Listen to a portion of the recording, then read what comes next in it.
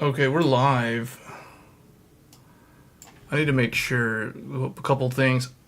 First, I don't know how good the microphone. I need to probably listen to myself for a second to see how the audio is coming through. Microphone. I need to probably listen to myself for a second to see how the audio is coming through. Okay, it's a little echoey. I need to probably listen to myself for a second to see how the audio is coming through. Okay, it's a little echoey. All right, that sounds okay. All right. We're going to be doing a live build. Actually, hold on. Let me put background music so that it's not so boring, because the first part of this is going to be...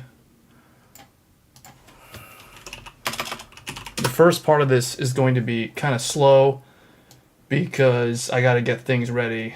I actually had to rip a power supply out. Hold on. All right, I'm gonna mute, and RK's here. Can you let me know how does the audio sound? Because I'm trying to get the podcast microphone, which is right here, to get all the audio in.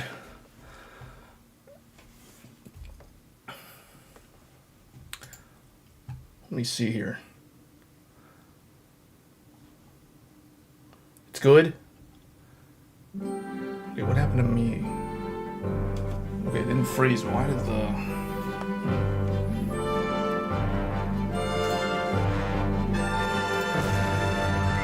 Oh, it's still going.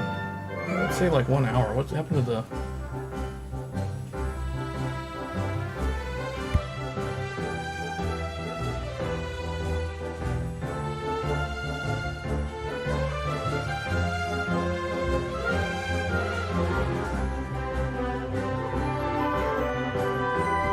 I don't have a good background image to put up while I'm like trying to figure stuff out. I'll be back in a little bit. Hold on.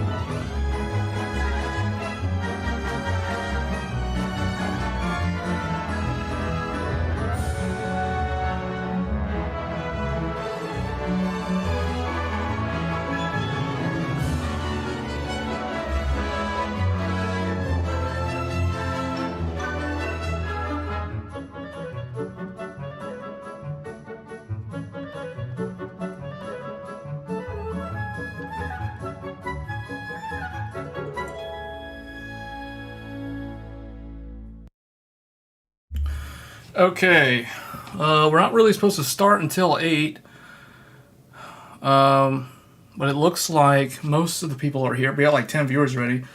So is the audio good? Because I'm trying to use my microphone that's way up here, and I'm like standing, like you guys can't really see the distance, but there's actually, like if I stick my hand out, I'm like not even able to touch the microphone.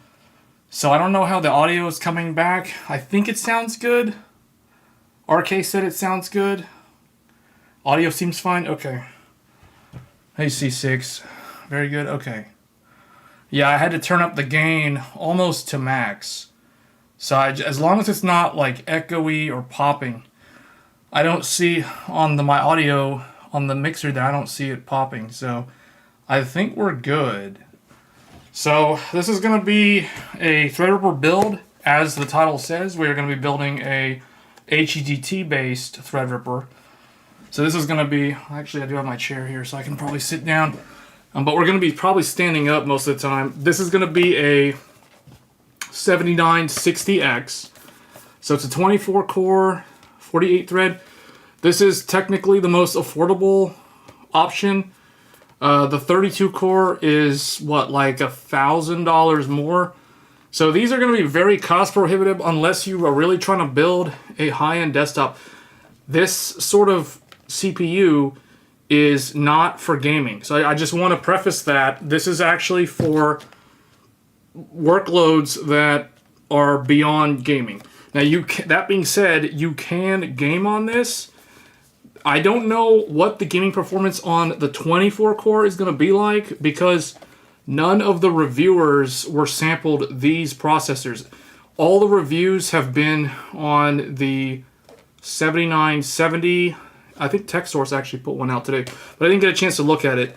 But anyway, the 7970 and the 7980X were the ones that the large YouTube channels got. So nobody was able to review the 24 core. So we're going to be looking at the 24 core because the thing about the 24 core is I have a hunch that because it has less cores, it can probably boost longer.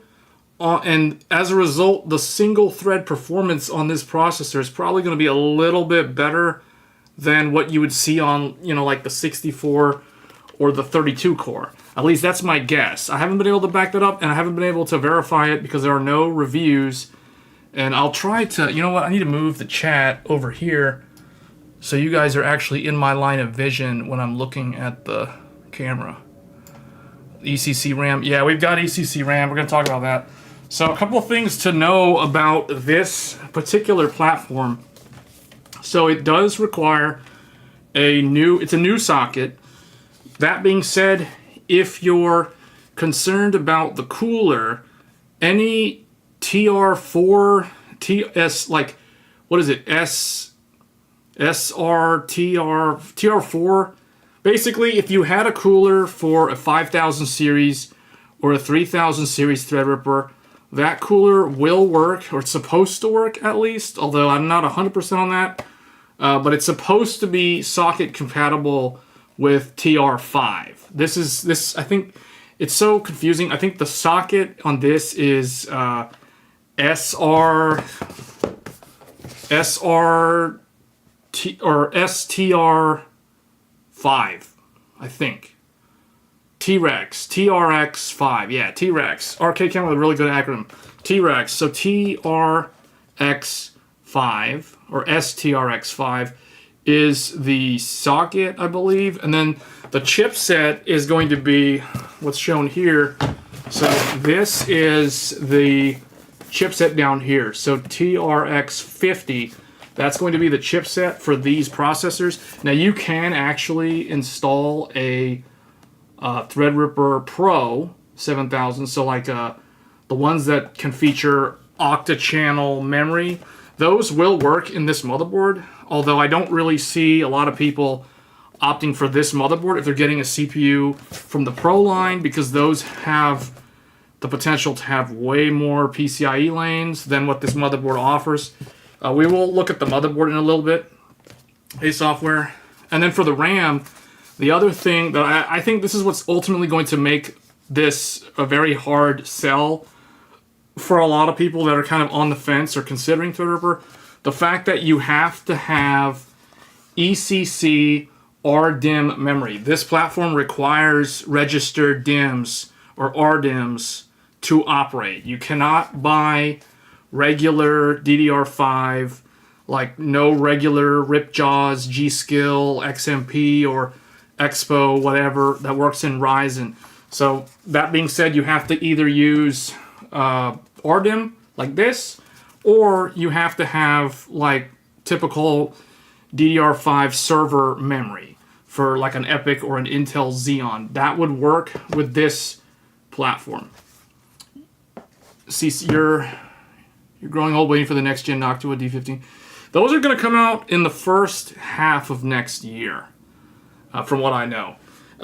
It's interesting you mentioned the Noctua. So the Threadripper actually has Noctua has made available 2 different coolers for the new Threadripper platform. However, they're kind of hard to get. I think they're on Amazon right now, but we're going to do liquid cooling, at least initially. And then if I want to go to air cooling and explore that avenue later, I'll probably switch to air cooling. Because if you guys have been watching my channel for a long time, you know that I'm a big fan of air cooling. I don't really like liquid cooling. I haven't done anything with liquid cooling for at least 6 years at this point. That being said, this is the power supply, which we're going to reuse. The liquid cooler that we're going to be using is going to be this. This is the LT720. So this is a 360 radiator from Deepcool. The reason why I'm going with this is because this was on sale at Micro Center. I think it was $99, and it's a 360 radiator, and they said it's a pretty good one, and it was one that supposedly is compatible with this new Threadripper line. So we're going to go with this. I haven't done anything with liquid coolers in so long, AIOs, custom loops, that sort of thing. So we're going to run this AIO. Hopefully it will work. I did not test fit any of this stuff. We're going in 100% blind. I have not built, the last time I built a Threadripper PC was the 2950X back in late 2018. So it's been a long time since I've handled a Threadripper sized CPU. So this is probably going to be some pretty interesting content on this channel. Definitely something different from what the people who watch my live streams, my viewers, my subscribers typically see on these live streams. So I think this is going to be one that definitely stands out. So that's the CPU right there. For the graphics card, there's a bunch of different options for the GPU. Basically, this new build can handle whatever GPU you want to put in. In fact, it can handle 3 GPUs. So we might actually install 3 different GPUs in this system. What do you plan to do? So that's a good question, software. What I plan to do, this is going to be used for a lot of virtualization. So think of it like VDI apps and that sort of thing. I could do video editing on this. I don't really think I'll do a lot of video editing, but I could. I typically would keep using my existing desktop for video editing, which will be this one right here. So the Ryzen 9 7950X. I've been using this, all the videos that you guys see on my channel that I upload, and all the live streams, including this live stream that you're watching right now, is being done by the 7950X. I've had this CPU since launch. I haven't had any problems with it. The X670E got a lot of BIOS updates over the course of a year. But hey, we're running 6400 megahertz RAM right now on this CPU, and a total of 96 gigabytes of system RAM. So this has been a rock solid, stable platform. So I'm just going to keep using that. We could do video editing, or I could do video editing on the Threadripper. We'll see. But I planned to do a lot of stuff with virtual machines, using stuff like Linux to do things like emulate routers, network. You can typically run like router platforms straight off of a server. So you can kind of do that with this platform. So that'll be interesting to dive into. I don't know if I'm going to make videos on that, but I could. It just kind of depends on how much interest there is. I don't really think there's a lot of interest in that kind of stuff, because that's more of like professional stuff. But anyway, a lot of stuff you could do with this. EVENG, yeah, something like that. Yeah, or even just like free GNS3, but like if you wanted to do EVE-NG or CML, those type of things, yeah, network virtualization, building up different architectures and that kind of thing, that's most likely what this system is going to be doing. And you could run a lot of VMs as well. So, I guess I didn't really go into detail on the RAM. The RAM here is the G-Skill Zeta R5 Neo. So this is RDIMM. This is a 128 gigabyte kit. So 128 gigabytes, some people might think, oh, that's a lot of RAM. The reality is that's not a lot of RAM. 128 gigabytes is kind of what I would consider the minimum spec if you're building a high-end desktop at the end of 2023. So we're doing 128 gigs to start. In the future, if I do need more RAM, I could probably go to like 256. But I just need this stuff to come down in price. Right now, this RAM is insanely expensive. And ultimately, I think the reality is what will probably stop a lot of people from considering Threadripper is the RDIMM. The RAM itself, at least this RAM kit, is very expensive. That being said, if you want to save a lot of money on RDIMM, you could go with regular server RDIMM DDR5 like JEDEC 4800, and you could easily get up to like 256 gigabytes of RAM without spending an arm and a leg. So that's what I'll say on the RAM. For the GPU, for now, we're going to install the AMD Radeon 7900 XTX. I could put a 4090 in here. I don't have the 4090 ready. It's actually in the, you can't see it, but it's actually in the PC, the test bench PC, which is being powered by a 7950X3D. So the 4090 is currently paired up with the fastest gaming CPU that I have, which is the X3D CPU. So that's the reason why I'm not going to put a 4090 in here, although I could. I just don't want to rip it out of the system that it's in. So we're going to use the reference AMD 7900 XTX for now. And if we put a second GPU in,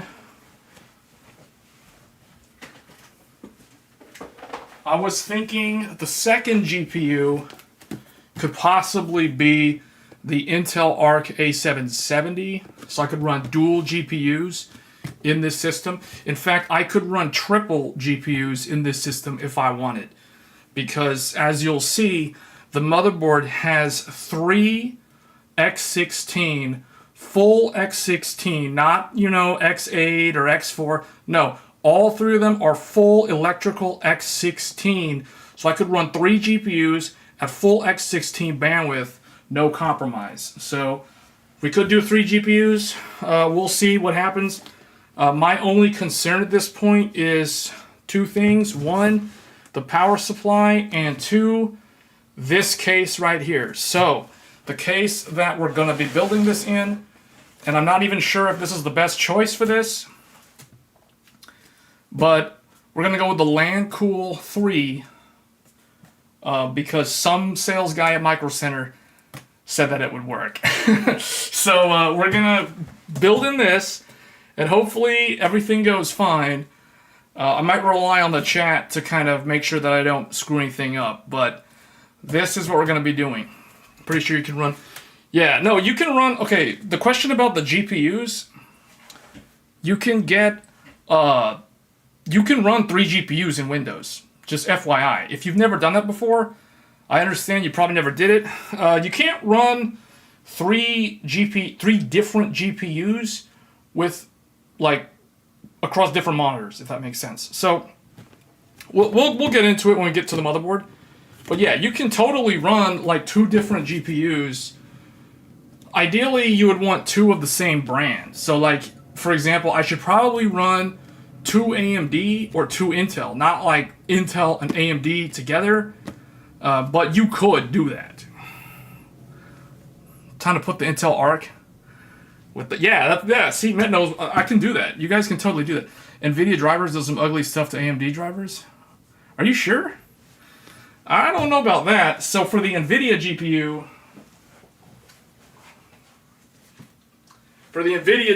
everybody's favorite GPU of all time, here it is, GeForce RTX 3080 Ti LHR. Founders Edition 3080 Ti's are LHR. These are all LHR. There's no such thing as a 3080 Ti that is a non-LHR. These are all LHR cards.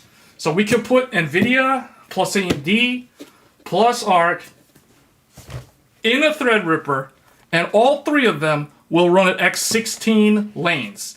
None of them will lose any lanes. Just FYI. That is the beauty of a true high-end desktop. Because that's what Threadripper is. It's a true high-end desktop. So anyway, we may do 3080 Ti. If nobody wants to see 3080 Ti, I could do 3090 Ti. I got 3090 Ti, but the problem with 3090 Ti is I think I'm going to run out of PSU connectors, like the PCIe power connectors. I don't think I'm going to have enough to drive Intel Arc plus XTX plus 3090 Ti. That's going to be too much power, or too many like 8 pins for a Corsair HX 1200, which is being repurposed. Like, this is not a new this is not a new PSU. I actually pulled it out of my old Threadripper, so this is the PSU. You can see it's a large PSU though. So you can see it's like one of these long ones. So we can do that. Must be pretty satisfying when, yeah, NVIDIA drivers do some weird.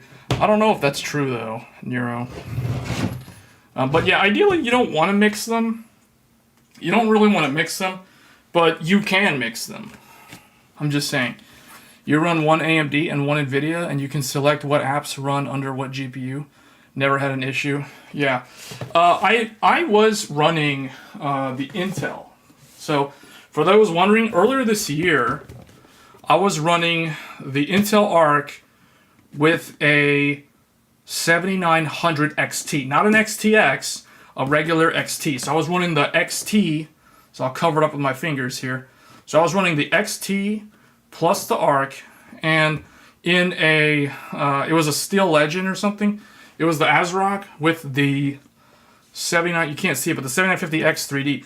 And the weird thing is, when I would Alt-Tab out of games, assuming the game is running off of the AMD card, because that's what the monitor's hooked up to, sometimes, because of the Arc, I would get some weird, like, stutter, where it's almost like the PC would freeze for, like, 1 second, and then it would unfreeze. And this was consistent, and the problem stayed until I removed the Intel GPU from the system. When I removed it, the problem went away. When I put an NVIDIA GPU in with an AMD GPU, I didn't have any problems. So it was something with Intel's driver trying to do like a system interrupt for whatever reason. So I don't know if that issue has been fixed, because that was months ago. But yeah, I've been running like an ARC and an AMD to get initially at the beginning of the year, and I did have a problem. My experience is from like a decade ago. Okay. Yeah, because you know how people always say, like, DDU if you switch? I never DDU. I never use DDU. I'm just saying, like, I plug in this GPU. Like, if I'm benchmarking, I pull this out, I put this in, nothing's wrong. I pull this out, I put this back in, nothing's wrong. I pull this out, I put NVIDIA in, nothing's wrong. They all work. So, I mean, I don't know. Maybe I'm lucky, but I've been benchmarking. I don't get any of these weird issues. I don't DDU. The only time I would ever DDU is if I have some kind of serious issue where I can't boot into Windows for whatever reason. That's the only time I would ever use DDU. Okay, so we may put ARC in there. We'll probably put this in there because this is currently the most high-end GPU I have. Like I said earlier, some people might say, hey, you should probably put this in there because this is like the most powerful GPU. Which is true, this is the most powerful GPU currently, but like I said, for those that are joining now, we can't run the 4090 because of this guy. Because the 4090 is paired up with this CPU right now. I don't want to pull it out, so we're going to have to not use the 4090. So that's just going to have to sit there in the back. So that's why it's going to be reference card AMD XTX in here, most likely. Unless you guys want to see like an Intel GPU in a Threadripper system. So we'll probably do both. And then, I don't know about NVIDIA. We could put NVIDIA in, but the reality is so many people use NVIDIA. So just putting NVIDIA in is so boring mainstream. You know, and we want to stand out. We don't want to do some boring generic stuff, pull like an NVIDIA that everybody has. No. So we may put this in, we'll see. So let me put this back over here.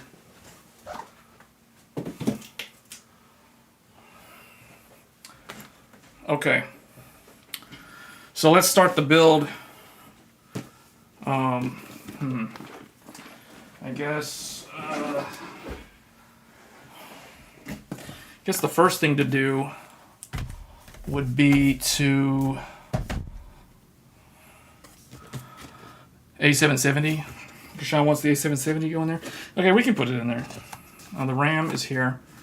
I think what I'll do, I'll probably install the RAM and the CPU first, then install the power supply in the case, and then we'll put the cooler in. I'll put the cooler on once it's inside the case. This is the thing where I have to kind of plan this out, because I haven't built a liquid cooled system in years. Why not squeeze the 3090 Ti in there? Well, the 3090 Ti will fit if we do it as the primary GPU, or the GPU at the top. So just to kind of get into the motherboard here. So let's take a look at the motherboard real quick. So let me move this up to the top here.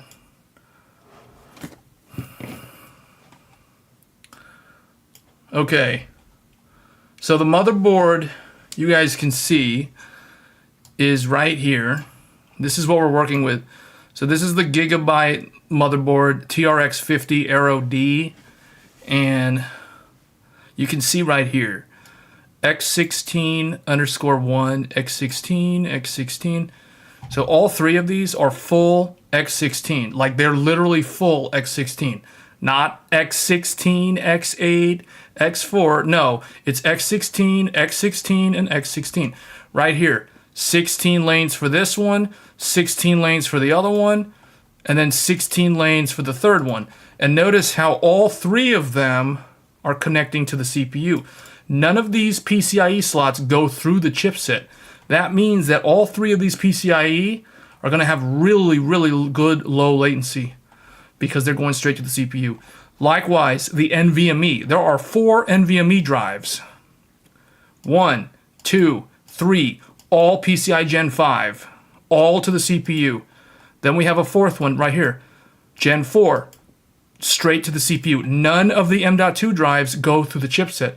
They all connect straight into the CPU. So that means they're all going to have extremely low latency, and they're probably going to have the fastest benchmarks for people that are trying to benchmark like PCI Gen 5 SSDs. So we've got 4 SATA drives direct to the CPU. And then down here on the chipset for Threadripper is actually not doing a whole lot. So if you guys look here, we've got 4 more SATA drives. So we have a total of 8 SATA drives, all of which support RAID, because none of them are going through an as media splitter.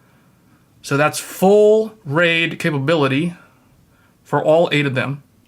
Although no one really uses RAID, I just wanted to throw that out there that you can do it. And then we've got the PCI Express 4 off of the chipset. We've got Wi-Fi 7. This is Wi-Fi 7, not Wi-Fi 6E. This is the latest and greatest Wi-Fi 7. Then we have Marvell Aquantia 10 gigabit. Like I said in my video that I did earlier this year, you only need 2 lanes of Gen 3 to do 10 gigabit LAN. This is on Gen 4, but you know it only needs 2 lanes. And then we have 1 lane for 2.5 gigabit. So we have dual NIC, one of which is a 10 gig. And then, that's not all. This motherboard also includes the Intel Thunderbolt 4, aka USB 4. The USB 4 controller is soldered onto the motherboard, so you do not need to install a add in Thunderbolt card if you want Thunderbolt on Threadripper. You just straight up get Thunderbolt on Threadripper. The more you buy, the more gigaarrays you get after all. Yeah.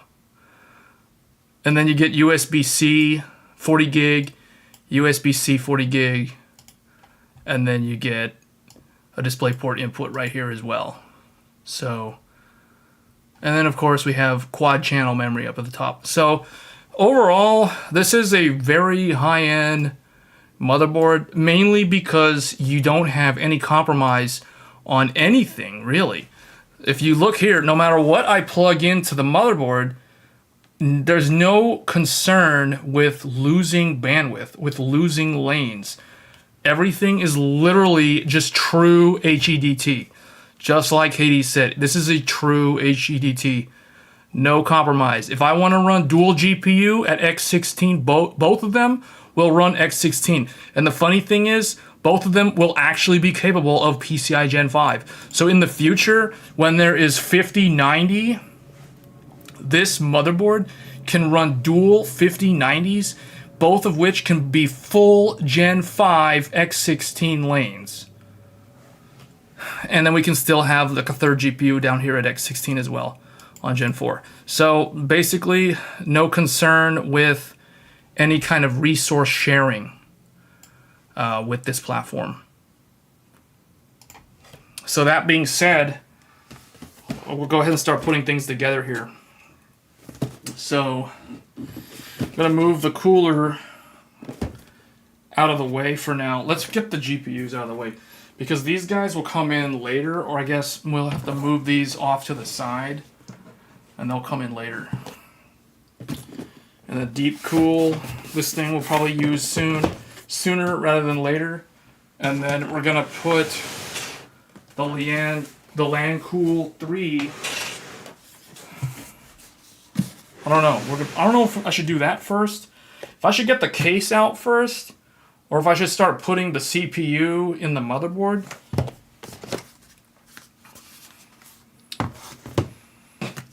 Here, let's make this camera larger temporarily so we can see, so I can see, or you guys can see what's going on. Okay, so this is the motherboard, TRX 50 Aero. So you can see this is the unboxing, I guess, even though I already unboxed it earlier. Let's see. What is this? What is this?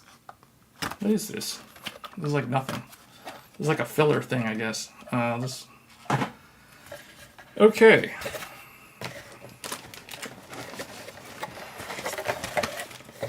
So this is the motherboard. It's in a gigabyte bag.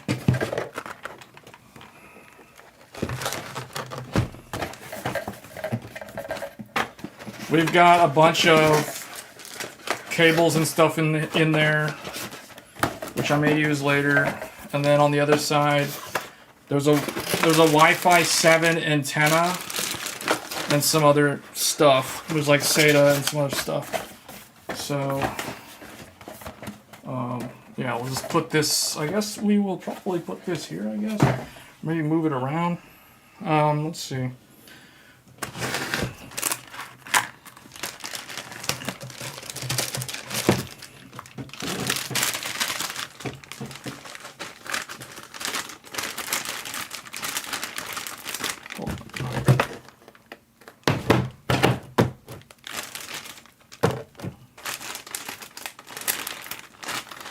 Okay, so there's the motherboard.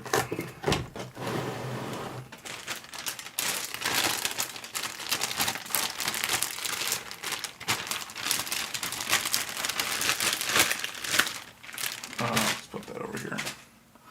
Okay, so one thing to note is depending on which socket you go with, some of the sockets are going to be they're going to use 3 Torx screws, or they're going to use a single screw.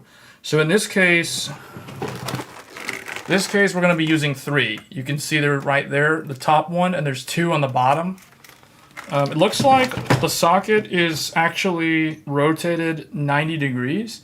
So it used to be the Threadripper had the socket vertical, like on Ryzen, but this time around they turned it 90 degrees, and the RAM also is on the north and the south end. Newborn, what's the... It's Beatles asking, what do you do for work to afford this?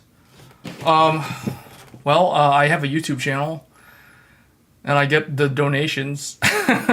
No, that being said, though, yeah, like I've been saving up for this pretty much most of the year, guys. So the total build, so let me think. So I don't know what the total build is because I didn't buy all of this stuff like right all at once. What I can tell you is the CPU is $1,500. You can see it right there. So $1,499. So it's almost as much money as an RTX 4090 just for the CPU without the motherboard. The motherboard is $599. So this is a $600 motherboard. So $600 plus $1,500. So we're at $2,100 for the CPU and the motherboard together. It's like $3K.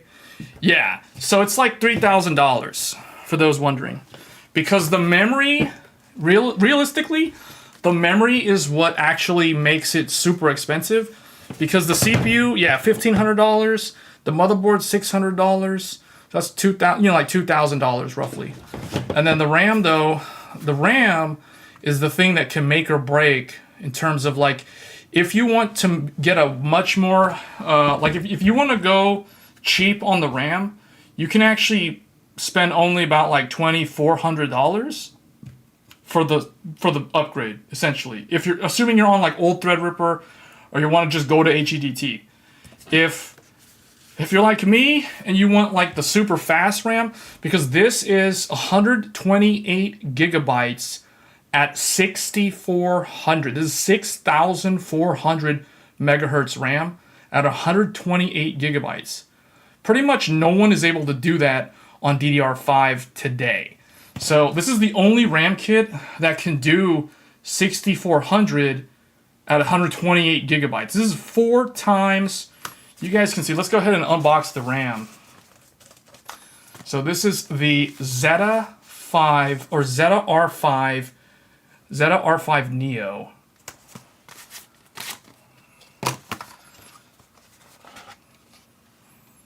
It opens up like this.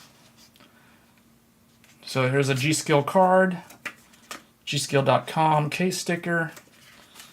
So you get that, and then see right in here, you can see right here. 1, 2, 3, 4. Now, what I will say about this RAM is SK Hynix A die. This is A die Hynix DDR5, spec'd for 6,400 in this kit. If you run less of this, you can probably overclock this to 8,000. Gigabyte has certified, there are currently V-Color RAM kits, RDIMM RAM kits that are certified to run on this board at 7,800 megahertz across four sticks. 4 sticks, 7,800 on this motherboard, which means you could probably overclock this to 8,000. Not that that really is going to matter much, regardless, but you can do it. I'm just saying you can do it. So, yeah, that's going to be the RAM for now. Let's just, I guess, put this over here. I guess put the foam pads over there. Yeah, I'll put the RAM in. I might actually put the RAM in now. You guys think I should put the RAM in, like, right now? Because you might as well just put it in first. Or should we do the CPU? I don't know. We talked all about the RAM. Might as well just put the RAM right in the computer right now. Or like put it in here. Joe's asking, you building this system? Yes, this is for me. CPU first. That's like CPU first. Okay. So here's a CPU.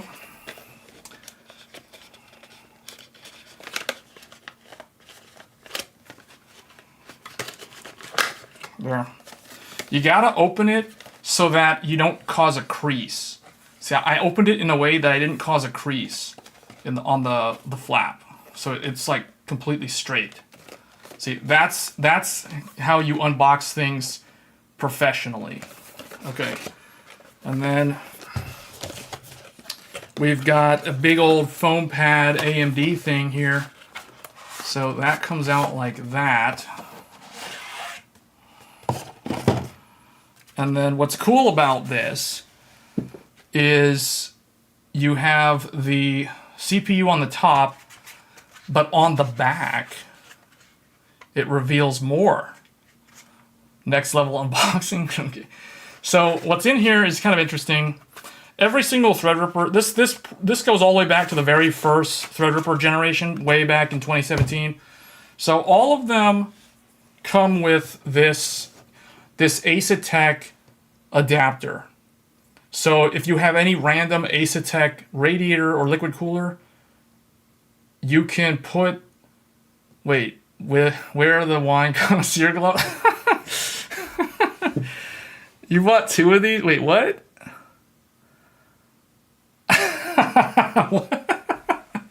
What? Yeah, wow, what a legend. Okay, yeah.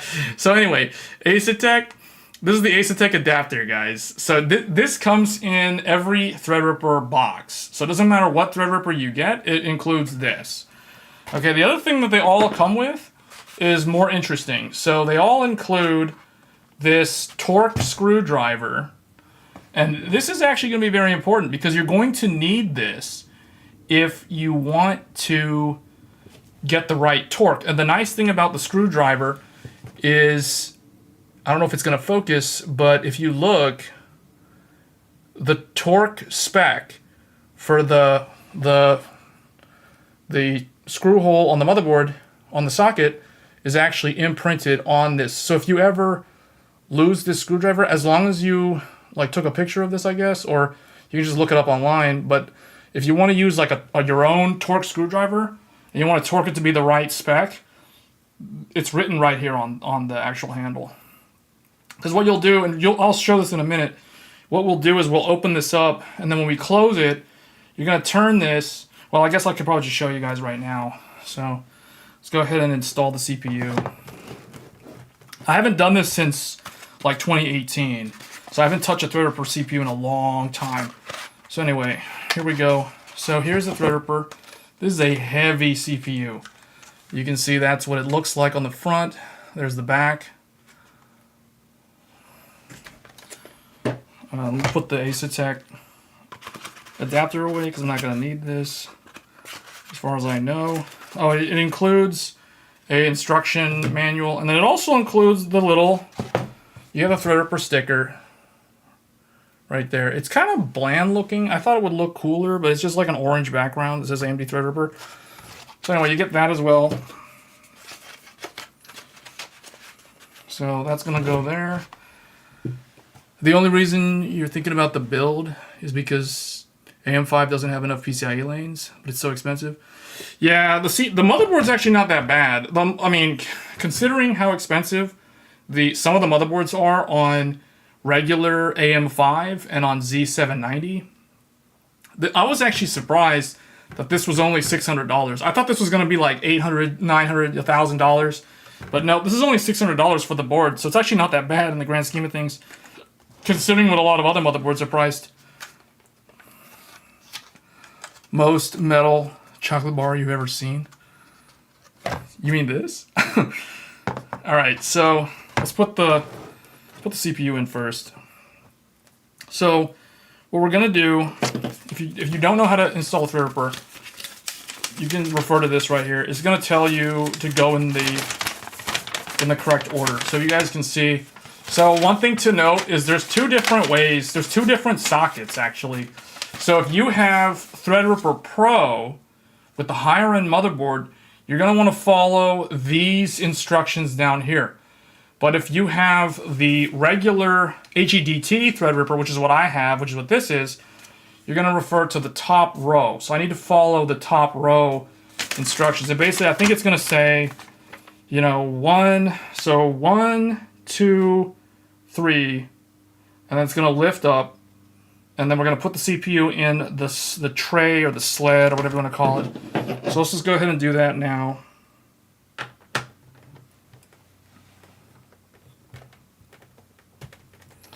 So that opens up. 1, and then 2,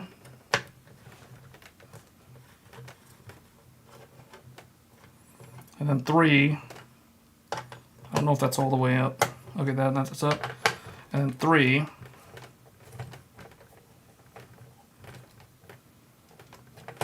All right, so that just, it's spring loaded. That's interesting. So it's spring loaded. See, it resists me as I push it down, and if I let go, it flings back up. And then that comes up, that's spring loaded. Okay, now the socket is revealed. So now you guys can see all those pins there. That's a lot of pins. I don't even know how many pins that is. It's probably like 4,000 pins or something. Are those screws captive? Yes, they are captive screws. All right, so we need to take off or take out this thing. So this plastic cover comes off. It says slide out the external cap before sliding in the carrier frame. That's that. That comes out. This is just like, you know, if you're installing any LGA socket. So that comes out. And then now we're going to get the Threadripper out.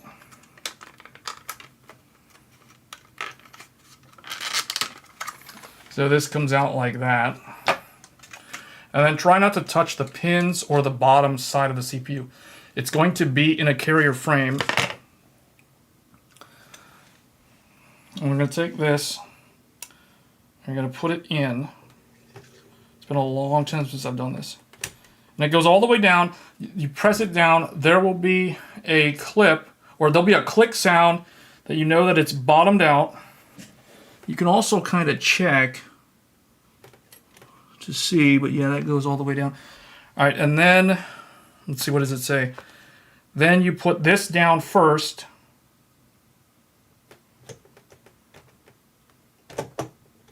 All right, and that will basically fit it to the socket. You can see it's down like that. And then that's going to go over it like this. Okay. So now we're going to go in, it says to close, 1, 2, 3. So we're going to go in the exact same order that we started in. And now this is the part where the torque comes into play, because you tighten this until it doesn't turn anymore. It clicked. See, it clicked, so that's the end. Now 2.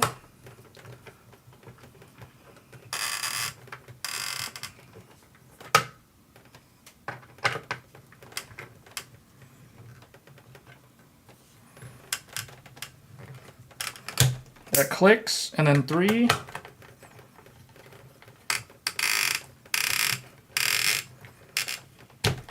that clicks, and that's it. Okay, so that's installed.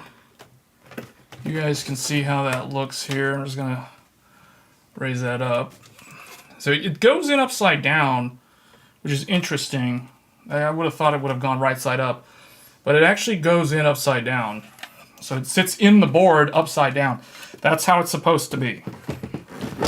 Like, that's just how it is. It only goes in one way, and it's upside down. So that's probably something they could probably do better next generation, make it go right side up. So that might confuse some people. You can hear every creaking. Okay, yeah, I had to turn the gain all the way up because I'm so far away from the mic. All right, so CPU's in. Now we need to put in the RAM. So it looks like this motherboard has clips on both ends of the DIMM slots. So now let's put the RAM in.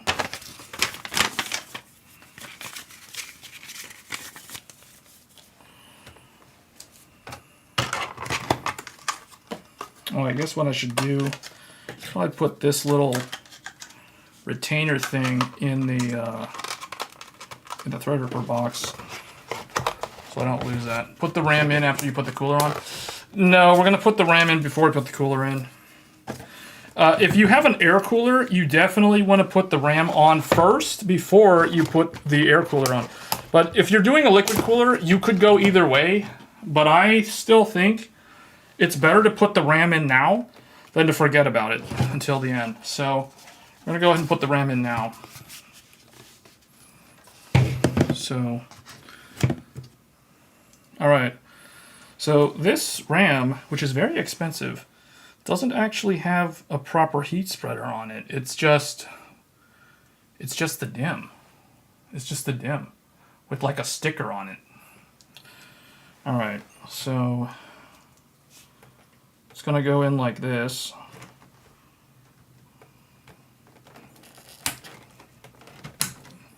It's easier to install the cooler with no RAM in the way. Maybe, but my experience is better to install the RAM first, especially if you have an air cooler.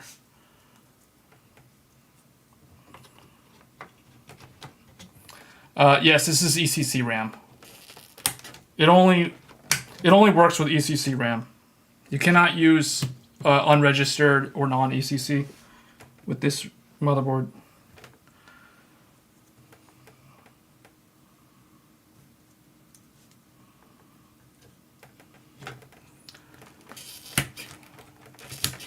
If you have an AIO, it's not hard to put in after you install the RAM. Yeah, but is it going to be hard if I install the RAM first? I don't know. I haven't done liquid cooling in a while, so maybe you guys are right. You guys can hear all the creaking. You can tell this is a brand new motherboard. Anyway, some of that's the box, though. So there's the RAM, 4 DIMMs, 128 gigabytes. So that's in. So that's the RAM. Okay, so RAM and CPU are in. Now all we need to do is get this into the case, I believe. I mean, I could do a power on test. I'm not going to do that. I'm just going to put it into the case. So for this build, the goal is to literally just post in the BIOS. I don't have Windows or Linux with me right now to boot into. I'd have to pull that from like another older system. So I don't have any M.2s. Yeah, M.2s we can put in there. In fact, I can kind of show that. I believe, yeah. So you guys can see this comes off, and there's 2. So you can put 2 Gen 5 SSDs right there. And then this comes off too. I like how it's all toolless now. There's no screws. It's all like tabs and stuff. So you can put one of the, what is this? The 2280? Whatever the really long one is, it supports that on this one. Then you have your standard one. 2240, 2260, I forget. And then these are, okay, so these are all the long ones. So you get 3 long ones and 1 short one. So the short one is over here. I believe that one is the Gen 4, and the 3 big ones are the Gen 5. So, but yeah, you get 4 M.2 slots, 3 of which are Gen 5, and 1 is Gen 4. So you get 4 on this board. Yeah, so you can see, like, it's nice because even though it's Threadripper, it still has all the M.2 slots. One of the things that was kind of disappointing on the Asus Sage and the ASRock was that those boards only come with like 2 M.2 slots. You'd have to use PCIe slots if you wanted to add more drives. I like that the Gigabyte Aero included the, you know, it includes the Gen 5 like right on the board. So I'm not sure, like, okay, that goes on like that. Okay, there we go. Okay, did I get this on Black Friday? No, you couldn't get any of the boards in during Black Friday. Like, this literally got into Micro Center today. Like, they literally got this and the memory today. They had the CPU since launch day, but like, why would anyone buy the CPU if there was no motherboard? Like, why go to Micro Center just to buy a CPU that you can't use? You know what I'm saying? So I just waited until they got all the stuff. And I was like, okay, we're gonna build this thing because I need to replace my old Threadripper 2950X. That's what this is going to replace. The old Threadripper, the Zen Plus Threadripper. So we're going from 1632 Zen Plus to 2448 Zen 4. So, okay, so that's gonna be the main like CPU and RAM. Now we got to get the case out, I think. We might as well do the case next.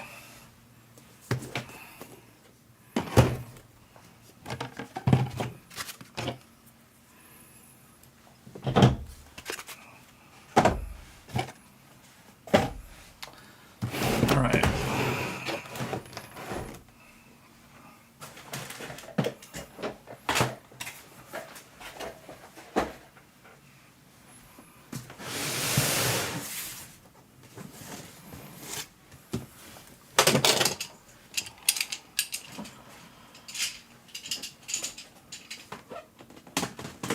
Alright, I haven't opened this at all. And I just chose this case based off of what a Micro Center salesperson told me. So let's just put faith in Micro Center employees that they know what they're talking about. Because otherwise this is going to be really weird if this can't fit in this brand new case. And I'll have to take this back. And it'll be a total fail. If I can't get this to fit in a LandCool 3. I don't know anything about the LandCool 3.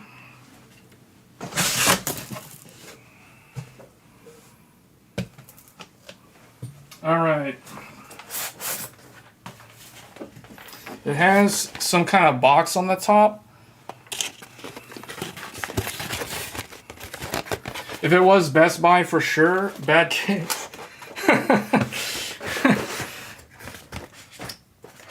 Okay, yeah, there's a bunch of stuff in here. Like, there's like, it comes with this entire thing of like screws and stuff. A plastic, like a tool kit thing for screws and things. I don't know if I'm actually gonna need that. Now I'm a little confused. I don't know if I should have, because see, this case is gonna be so complicated. And I wasn't prepared to deal with this case.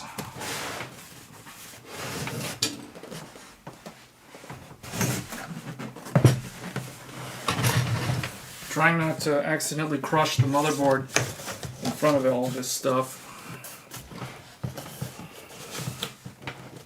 If you're just testing to make sure it's post without having an SSD, you might want to just put an L for the GPU since it's easier to install and remove. I mean, yeah, I could, but I'm not gonna put an NVMe in during the stream at all. Like, the whole point, I just want to be able to post and get into the BIOS. Because I'm not even sure what operating system I'm going to go with yet, initially. Like, we could do dual boot, but I probably might put, like, Linux or something on here.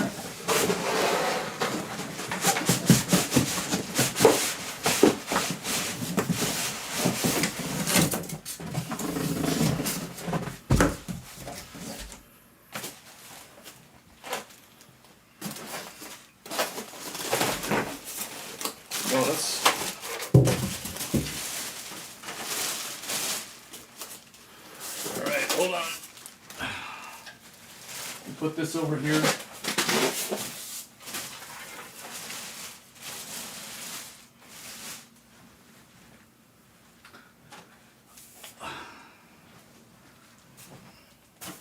Try to get the case out of the styrofoam and the plastic. All right, there we go.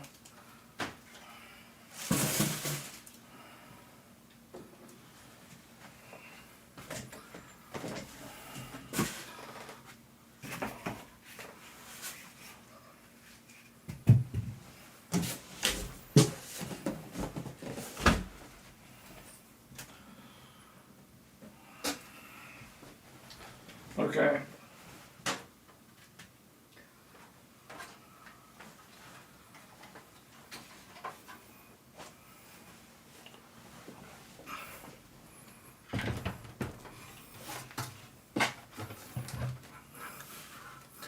RK was saying I should go with a full tower.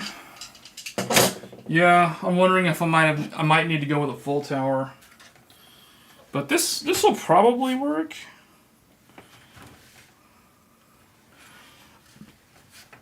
It's a pretty wide mid tower. You can see, actually, let me make the camera a little bit smaller. Well, actually, maybe we will need to keep the camera big so you guys can actually see when the stuff is going in. Super googly, I think it's like $3,000. It was like 3,000 something. I think it was like 3,300 something dollars. It was, yeah, something like that. Yeah, RK's right. Yeah. See, so yeah, like $3,000. It was over $3,000 with tax. That's what I remember. It was like 3,300 or something. Okay, so and when you think about it, that's still cheaper than like a Mac desktop, because Mac desktops are what, like $5,000, $6,000. So for a editing station that can do like VDI apps, virtualization, you know, you can run like a ton of VMs in here. You can emulate networks in here.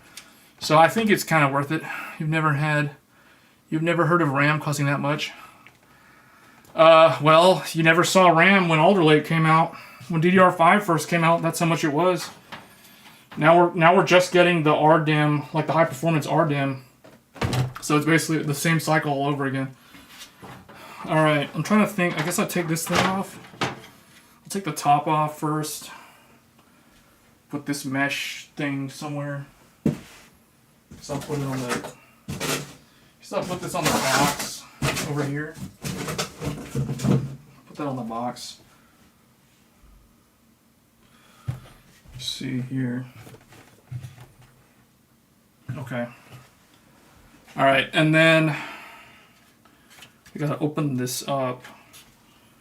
It's got hinges. Wish I knew how to open this though. You just pull on it. I don't want to like. Oh, okay. You know what? It's got glass on both sides. It's got glass on both sides. I don't know how I feel about that. I don't really like... Okay, tempered glass on the front is okay, but why do they have to put tempered glass on the back? Top of the case supports 420. Okay, yeah, because I might have to go the 420. For right now, we're going to use this, the Deep Cool LT720. I hope this works with the new Threadripper socket. But I trust the Micro Center sales guy. The Micro Center sales guy told me that this Deep Cool was the cheapest 360 radiator that still has the infinity mirror. This has an infinity mirror, so it still has some RGB. So that's what we're gonna go with. All right, let me figure out, how do I wanna orient this thing? I guess I'll put this over here. I may have to move the motherboard out of the way.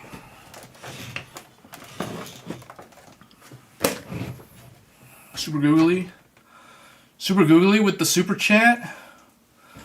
Congrats on the new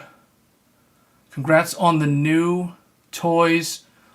Also got myself a Lenovo 4090 laptop for $2,500 on Black Friday, so I can do some gaming when I am on business trips. Oh, that's cool. Yeah, I actually saw some of the Lenovo. You know, Lenovo has the pre-built. They got pre-built Threadrippers from Lenovo, and Dell's coming out with one too.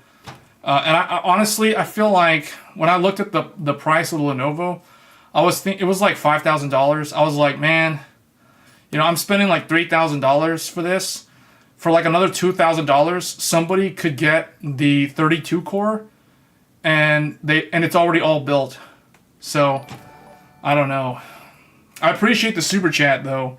That definitely helps subsidize at least some of the tax that I had to spend on this. So much appreciated. Yeah, that's definitely gonna help.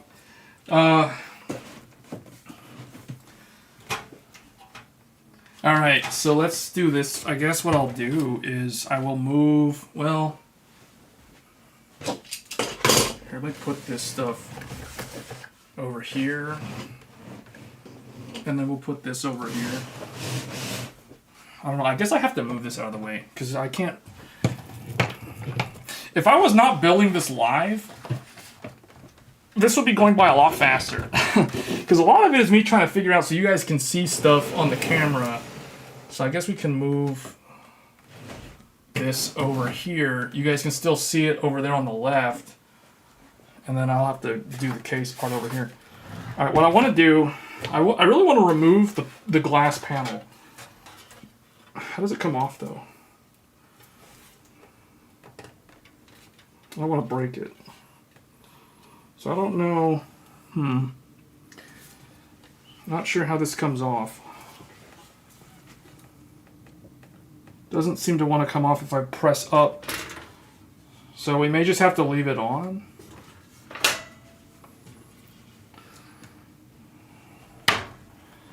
The RAM tax. Oh yeah. Yeah, it's definitely RAM.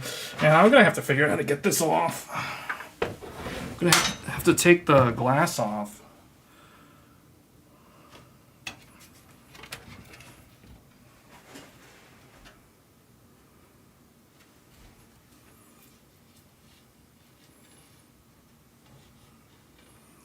And it goes all the way back.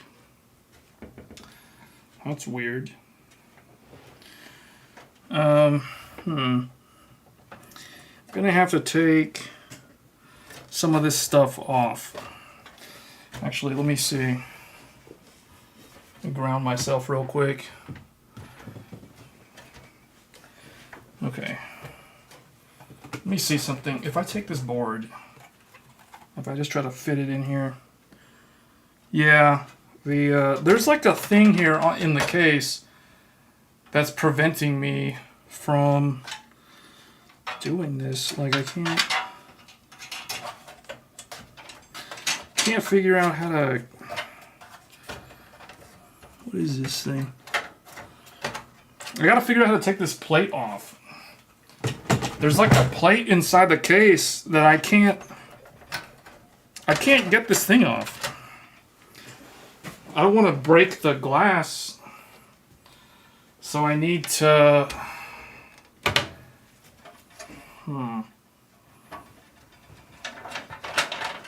Okay, there's like a tray. There's like a bracket for the power supply. How am I supposed to get that thing off though? I can't get the motherboard in unless I take that thing off. It won't fit. It's too long because it's an EATX. The motherboard's EATX. I'm gonna have to take off the. Oh, is it this? Okay, I see. Oh, these aren't captive screws either, or they were. If they were supposed to be, then they didn't really function correctly as captive. Anyway. All right, I gotta take this thing off. Now I gotta open this again. This is kind of annoying to build in. All right, this is the thing that I was talking about. I had to get this thing off to get the motherboard in.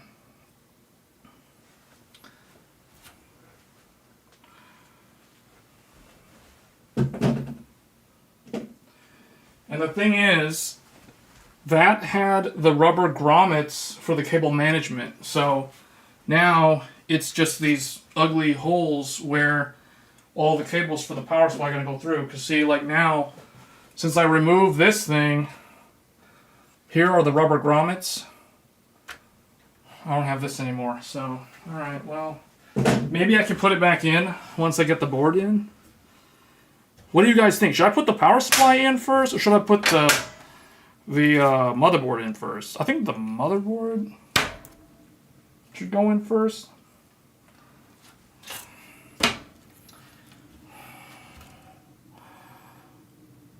Yeah, if it's EATX, not much you can do. Usually you have to remove it. Marcelo says put the motherboard in. Okay. Okay.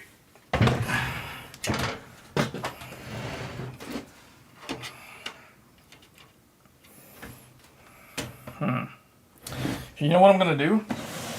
I'm going to rotate this case toward me so that I can actually see what I'm doing. All right. And this is just going to rest on the monitor over here.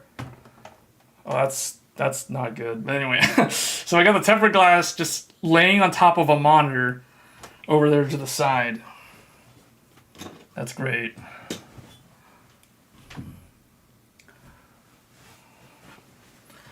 Okay. All right, standoffs. The standoff screws for the motherboard are already in. There are 9 of them. I need to make sure that... Wait, why is this one super tall? One of them is like really tall. Okay.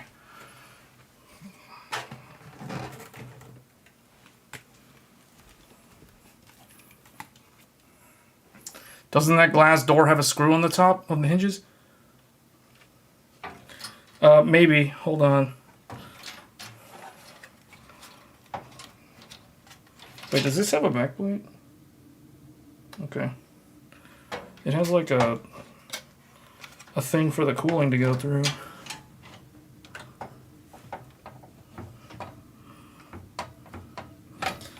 Alright, I can barely see. I'm gonna need this.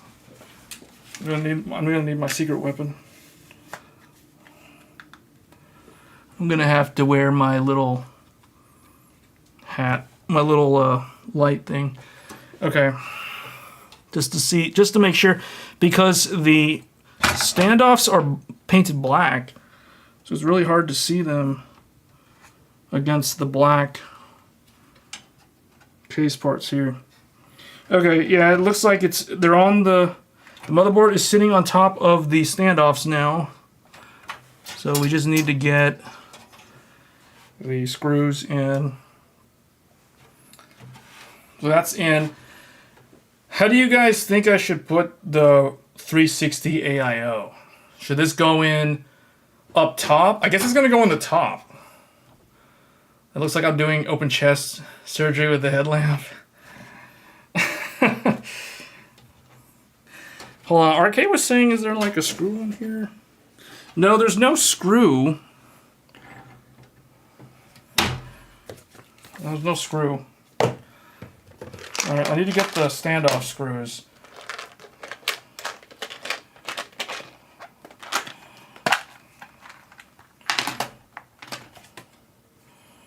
Okay. So we've got some kind of right-angled stuff.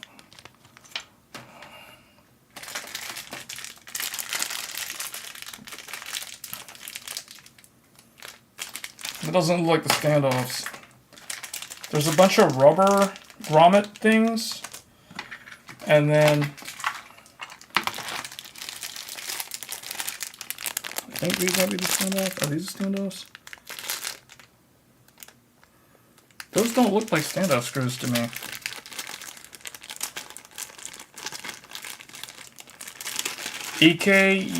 EATX uses the same standoff as Nolan? I think so. I'm just trying to figure out where the standoff screws are. They might be in here. Because these don't look... I like how they have the screws are in a bag inside a bag. You got a plastic bag that's resealable.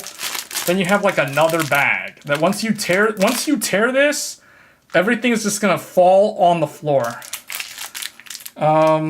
This one doesn't look like... Oh, hold on. Maybe the standoffs are in this one.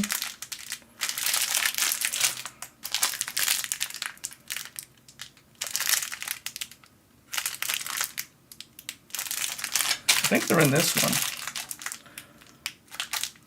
Yeah, I think they're in this one. I'm gonna make a mess because these are all just gonna like burst out as soon as I tear this open. Because it's like it's vacuum sealed.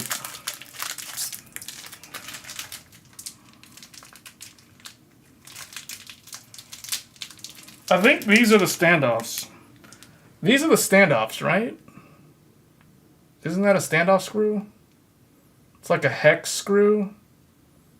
I look like I've got like like a surgeon's thing.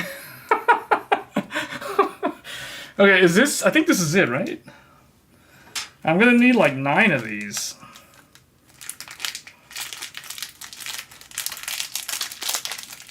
They mix them in with different screws. There's like different screws with varying lengths in here.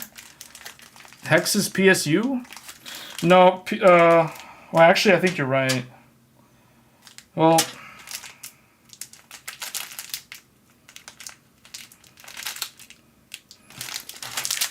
isn't that wonderful how they just put a whole bunch of different type of screws all in 2 different bags? They're all different. Like I can see the ones, see, there's ones that are like half height, and there's ones for like SATA. There's ones for hard drives in here, like the SATA hard drive mounts. Oh wait, what about over here? No, those are the case screws. They give you extra like case screws if you, or like ones for the outside. Okay, hold up, here we go. Screws for PSU mounting. There should be 4 of them. Well, where's the one for the standoff?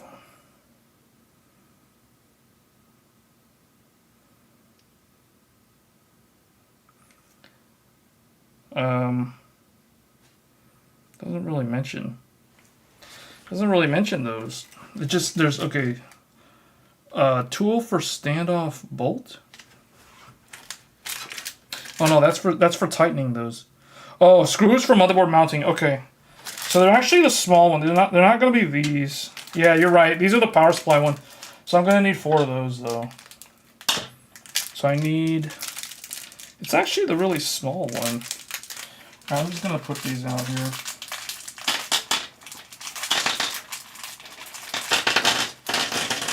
Alright, I'm just going to throw all of them out of the bag. I need the really small one, which is not in this bag. So I opened the wrong bag. They've got to be in this other one. Yeah, they're in this one. Okay. So let me just kind of put those over there. And then we'll put these other ones on the left side so I don't get them mixed up. Fantex had a tray box with all the screws. Yeah, actually this does that. So yeah, that's a good call. I'm going to put these in the box. Sounds like jelly beans.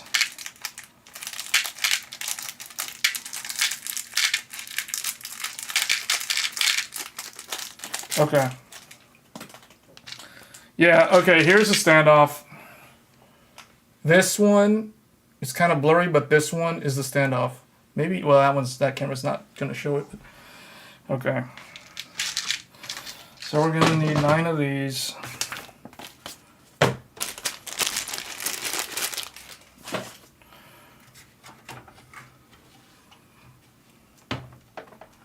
I was going to bend that thing way back. Alright, and always use a magnetic screwdriver so you don't have to like worry about the screw like falling down. Yeah, I think what I'll do, I'll probably put the power supply in next.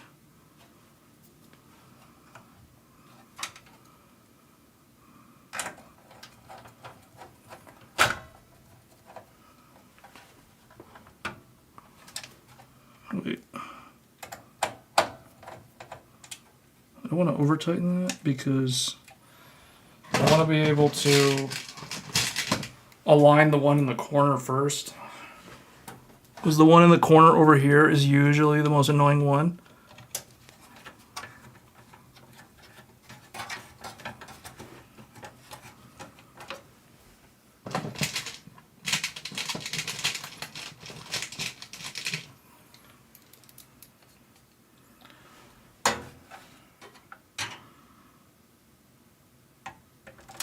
You know what gave me the idea to do this live?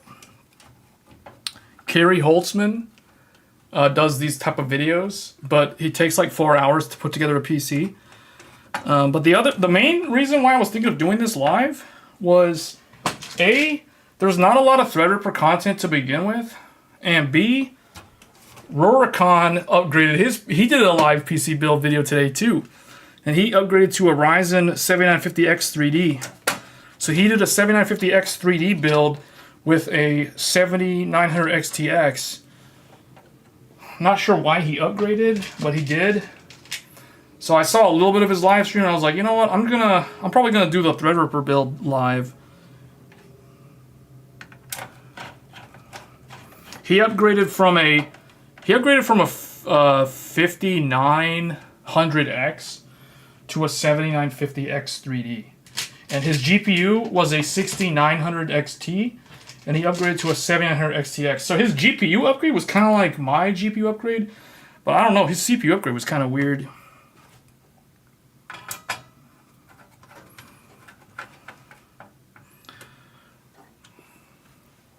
Fantex is your favorite case brand?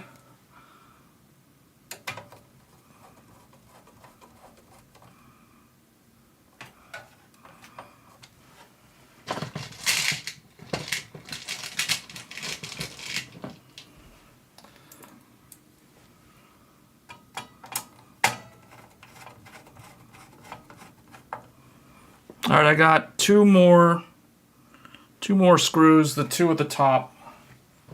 The top right and the top middle. And then the motherboard's secure.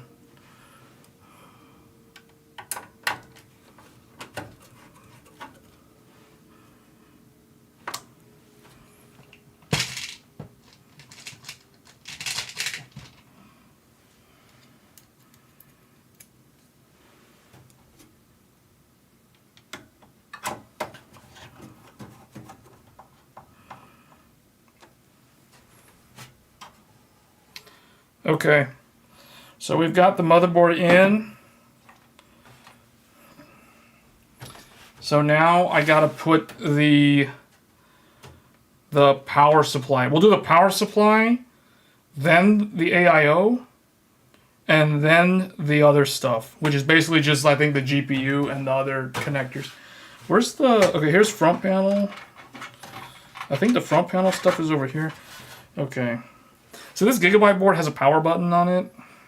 The clear CMOS is down here at the bottom, right next to the battery. Okay, so yeah, this is a pretty nice motherboard. Actually, I'm actually kind of glad I went with this motherboard, because the Asus one I think is larger, and the Asus one doesn't have Thunderbolt, although you can add it with an add-in card. And then the Asus one also doesn't have, like, I think it only has like two or three M.2 drive slots. This one's got 4. So you did the upgrade from 5800X3D to the 7950X3D like 6 months ago. Yeah, I remember you and I both upgraded around the same time to the X3D.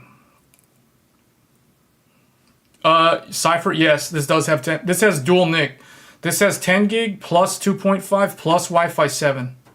It's got the latest Wi-Fi, and it has 10 gigabit and 2.5. Yeah, because the Asus one is the most expensive one.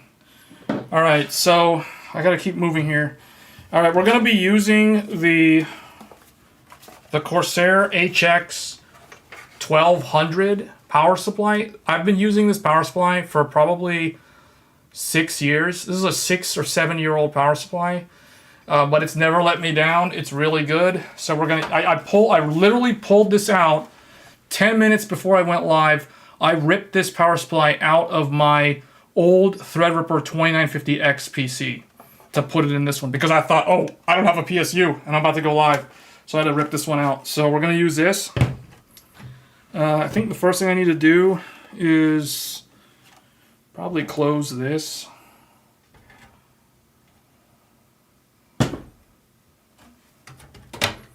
And then probably mount the bracket to the back of it.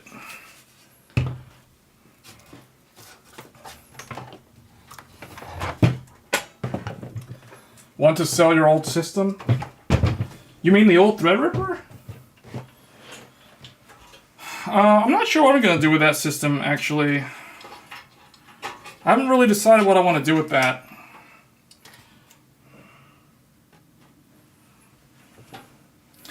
You really want an old Threadripper? I'll tell you right now, the old Threadripper is a lot slower than like a Ryzen 7000 or even a Ryzen 5000 for that matter. So I mean, unless you want to just do like a bunch of VMs or something, I don't know, because it's like a 280 watt CPU, or no, actually no, never mind. It's a 180 watt. Yeah, Threadripper 2000 didn't use that much power. It was actually 3000 is when the power supplies, or the power consumption actually went up. All right, so you guys can kind of see it right now. Guess I'll put it over here. You've thought about upgrading the 1920 Threadripper to the 2960X.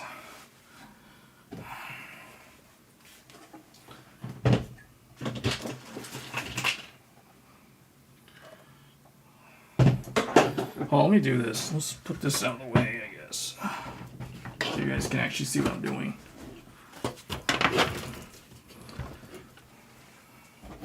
So we're gonna try to mount this bracket to the power supply. I don't know what I'm supposed to do. I mean, I think we just put the screws on. It only goes one way, so it's gonna go this way. Okay. That seems pretty easy. Alright, you guys said the hex screw. So these should only be four. Yeah, here they are. Okay. So these are the screws. I don't need this light right now. Alright. So let's get this in.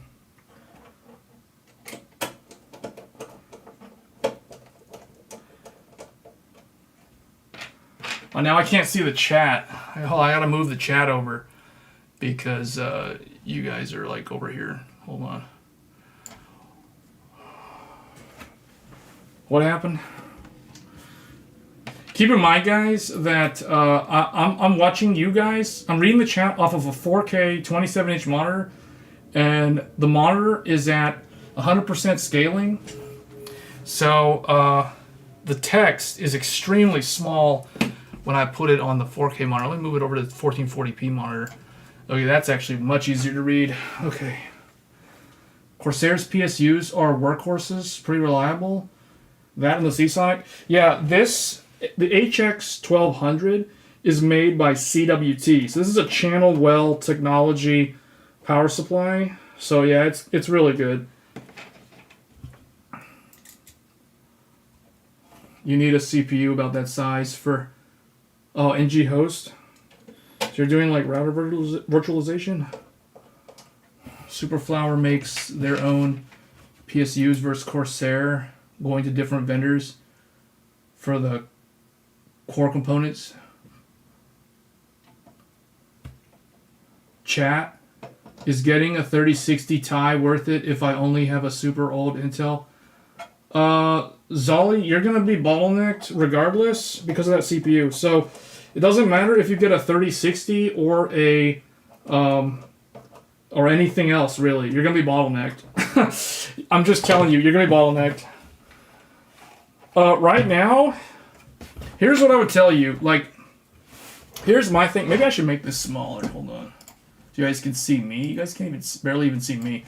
Okay, so, wow, this is in the way. You guys can barely see my face. Anyway, what I would say is the 4790K. It depends on what games you play. Like, tell me what type of games do you play? Because regardless, you're gonna be bottlenecked. But the thing is, it really depends on what games you're gonna be playing.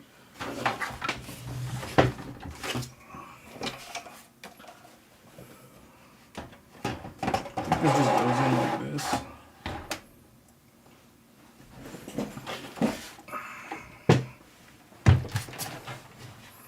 How do I open up the bottom part of this?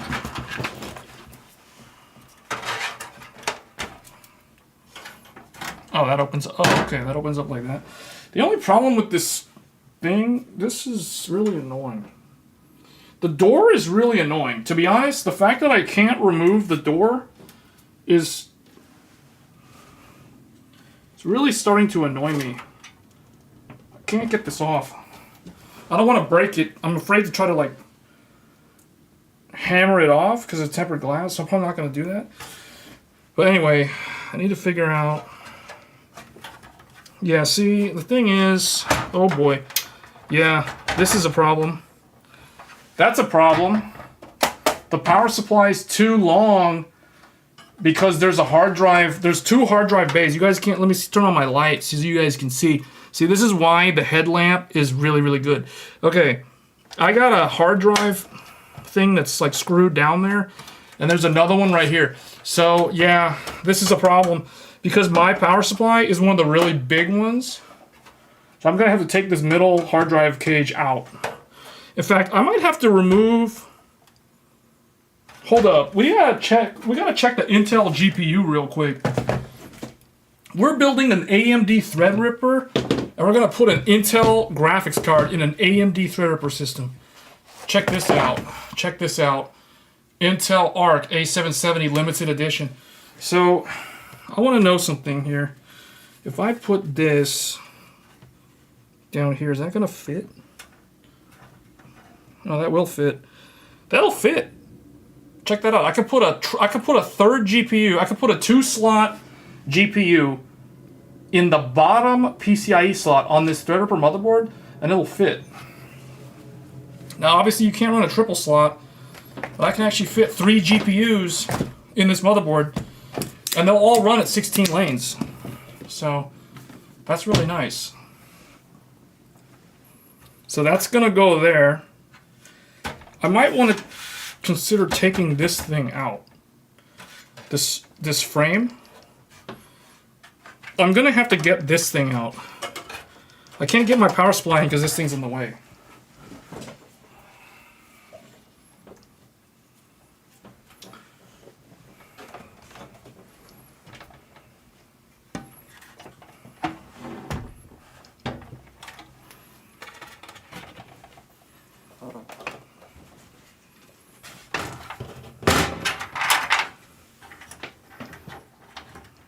Okay, I see. There's a screw here at the back. Whoops. It's not captive. Okay. There's one screw on the back. It's probably one screw on the front. I don't know where it is though. Is it this one? Oh wait. Oh, it slides.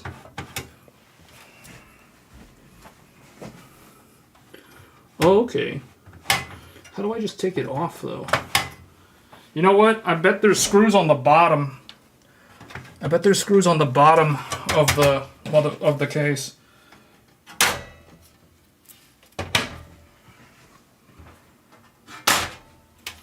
have to turn this upside down. The 5700X will not bottleneck 3060 Ti. Yeah. Keep in mind, so what I'll tell people, if you want to get like a 3060 or a 6000 series AMD card, those GPUs are the same age as the Ryzen 7 or the Ryzen 5000 CPUs.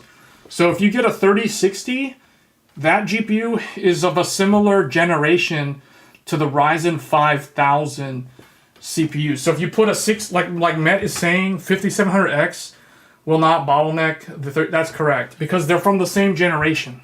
They're designed to work with each other. Whoa. Well, that fell out. Okay.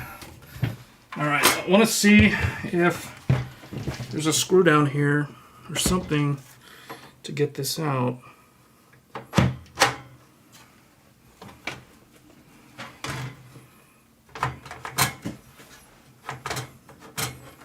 No.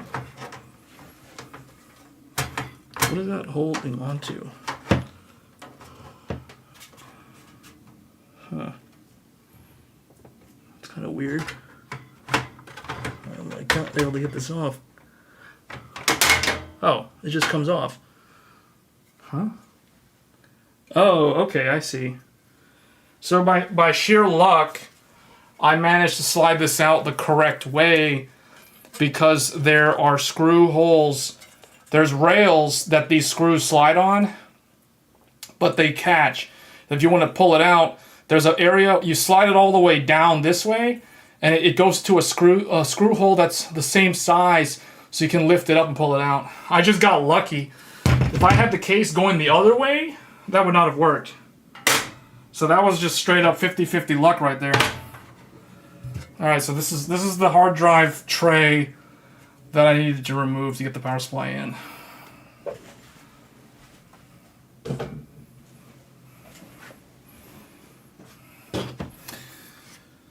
I don't know how I feel about this case, because the thing with Threadripper is you want to be able to put in a lot of hard drives and SSDs, like 2.5-inch SSDs, but by me pulling out that hard drive tray, now I only have one, which means now I can only fit, I think I can only do like 2 hard drives. I think this can do like 2 3.5-inch. And then you can do like a 2.5 on the top. So now I've cut my hard drive capacity down in half. So I don't know how I feel about that. This case, I don't know. Micro Center recommended this case for this build, and I didn't know if this was a good yes or no, but I just was like, okay, we'll just do it and see if it works.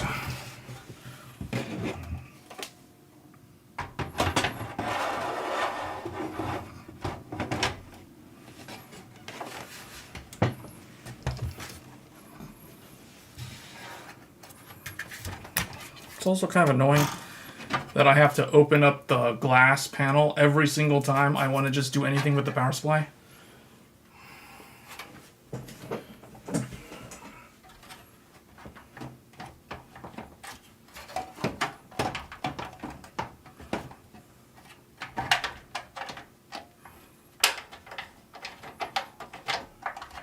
Is this even in?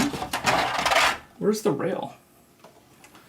Oh, it sits on these pads. Okay, so there's like pads for it to sit on.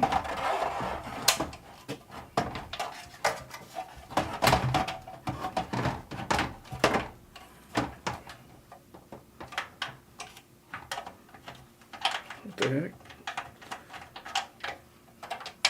Is that even in right? Where's the screw hole on this side?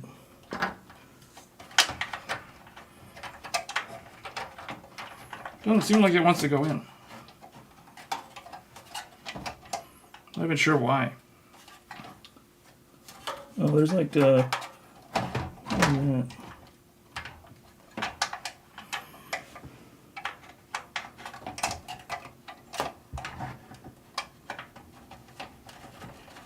It doesn't even seem like it went... Oh, okay, that one finally went in.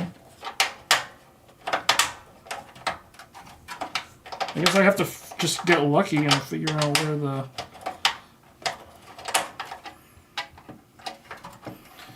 That is kind of bizarre. These could have been a little bit longer.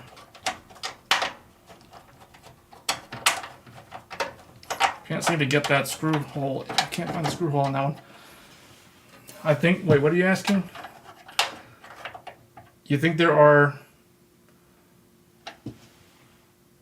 seams on the top of the joints for the glass panels?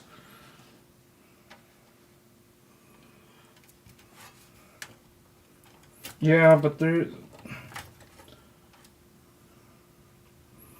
I mean, there's screws. There's screws to the case, so I could literally unscrew them and take them off at the hinge. The hinge is screwed into the case, so I could take them off that way. I don't really need to take them off, though. I need to figure out why this isn't going in.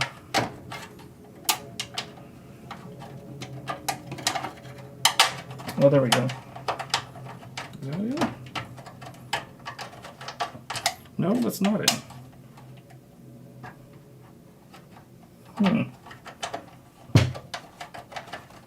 Can't seem to figure out why that one's not going in. The other one's in, so I have the power supply only in like halfway. There's only one screw that's going in. The other one's not wanting to catch for some reason. Hold on.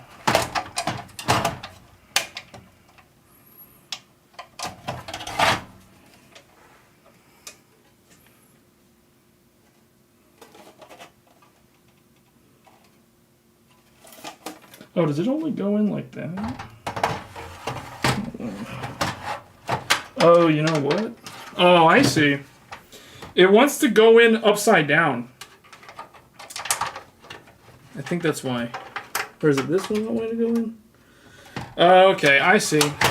So the power supply wants to go in upside down, but I don't really want it to go in that way. So I need to turn this around. Okay. So we're gonna have to turn. I'm gonna have to turn this bracket around so it will go in the right way. It was going in upside down because I didn't realize that. Okay, that's what was going on.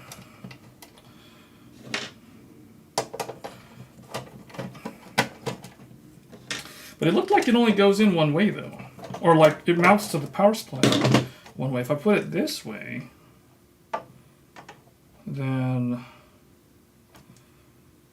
the screw holes don't match up. Huh.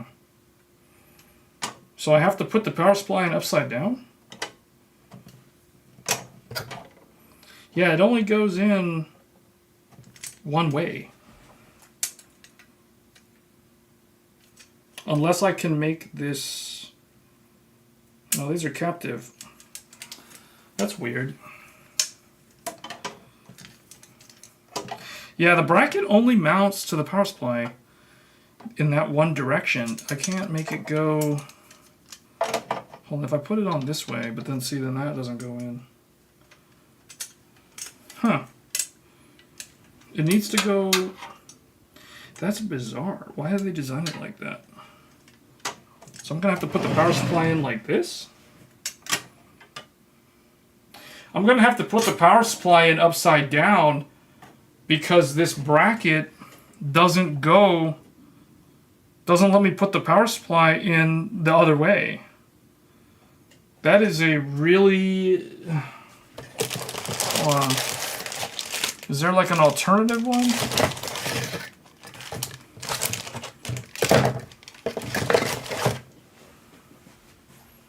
No? Alright, so we're stuck. We're gonna have to put the power supply in upside down. I don't know how I feel about that. That's not what I wanted it to do. This thing doesn't rotate.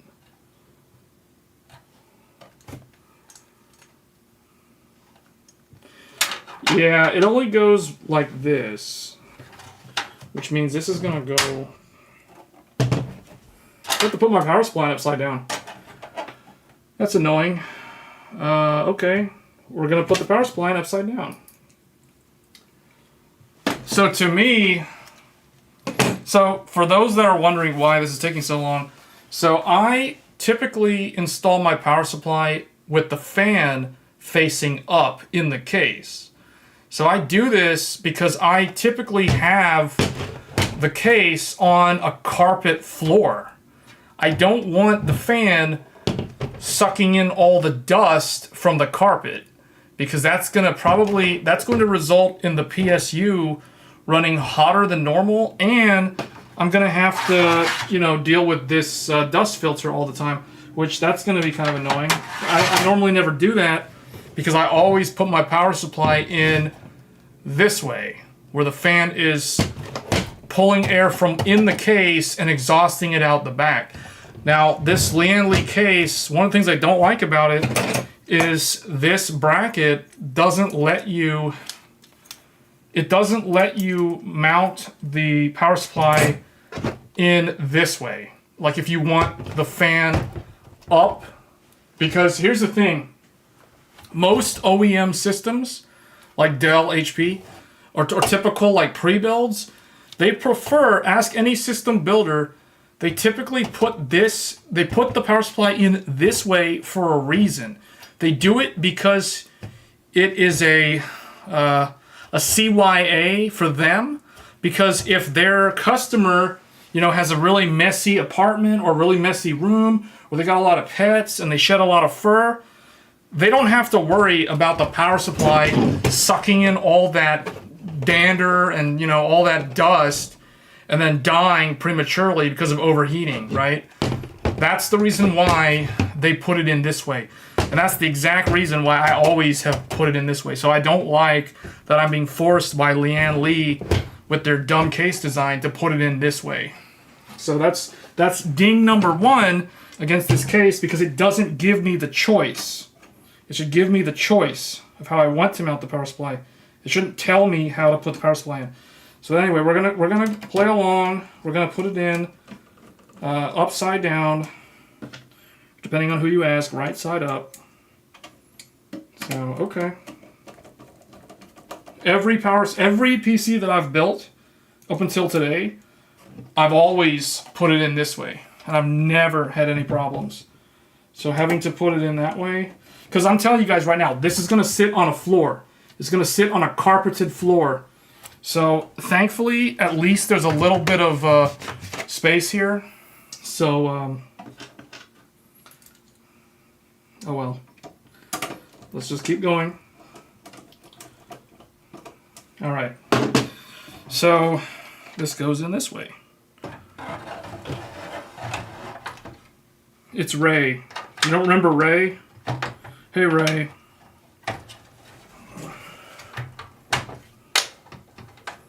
Alright, this definitely goes in the way one way, because it's going in. There we go. Power supply's in.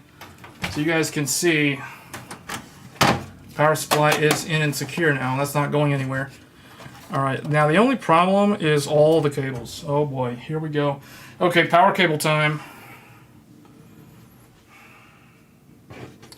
You know what I'm going to have to do? The easiest way for me to do this is to turn it this way and get at it with the doors open.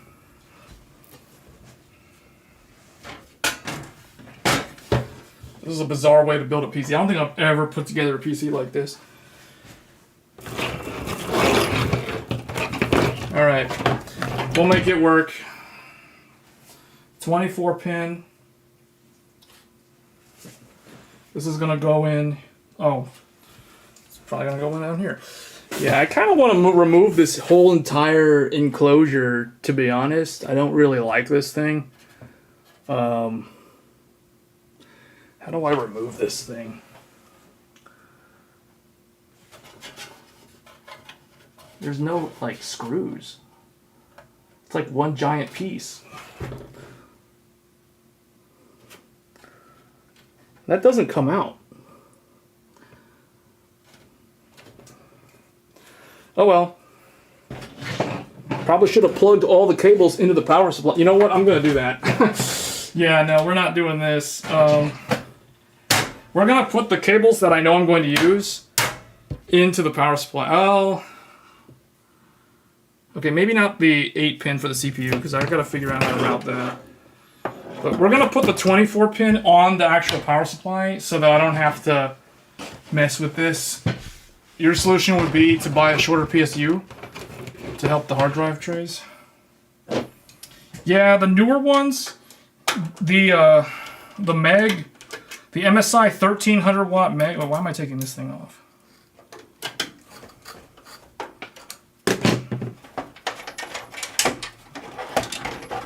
Yeah, I probably will have to get a better power supply at some point, or a smaller one that has the same or higher wattage.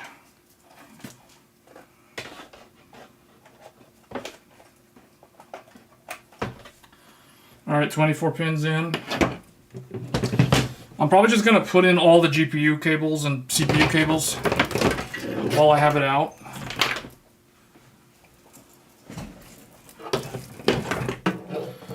Okay.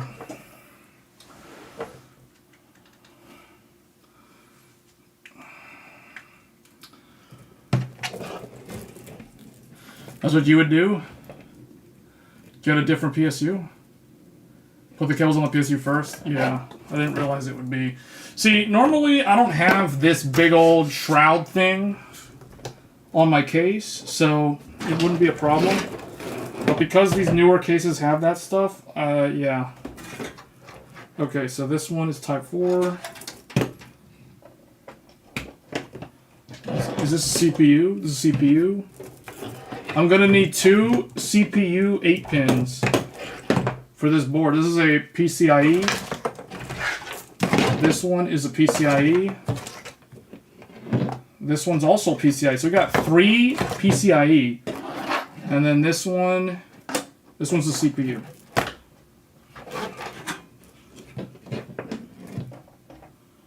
Actually, put these at the top.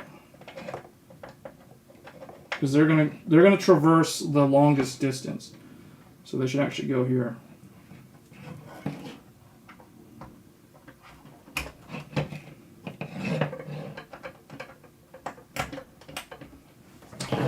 Okay. So we've got all the CPU power. And then what I'll do is, so for the GPUs, we've got 8 plus 8. We can do 8 plus 6. We can use one of these for Intel, and then AMD XTX can have this one and this one for 2 separate 8 pins. So that'll work. Okay.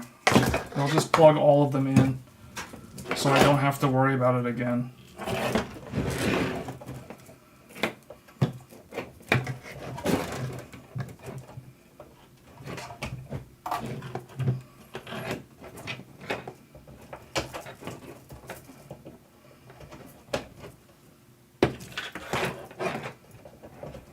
Okay, all of the cables, all the PCIe, all the power stuff. Alright, this is ridiculous. This is like a mess of cables. Alright, I'm gonna have to get all of this in there. You know what? I should probably put those screws in that little tray thing. But anyway, all of this needs to go in here. It needs to come through.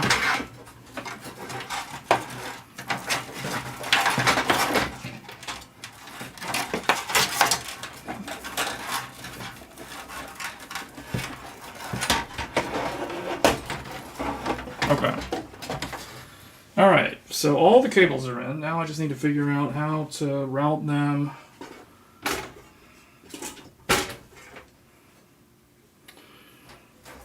Let's do the big... Well, actually, let's do the EPS 12. Let's do EPS 12 volt first for the motherboard. These are GPU. This one is GPU. This one is CPU. And where's it? This is a CPU. Okay. So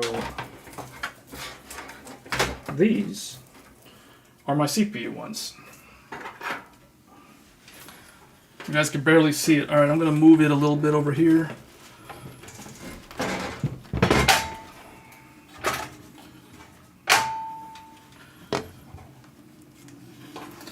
How best to... Okay.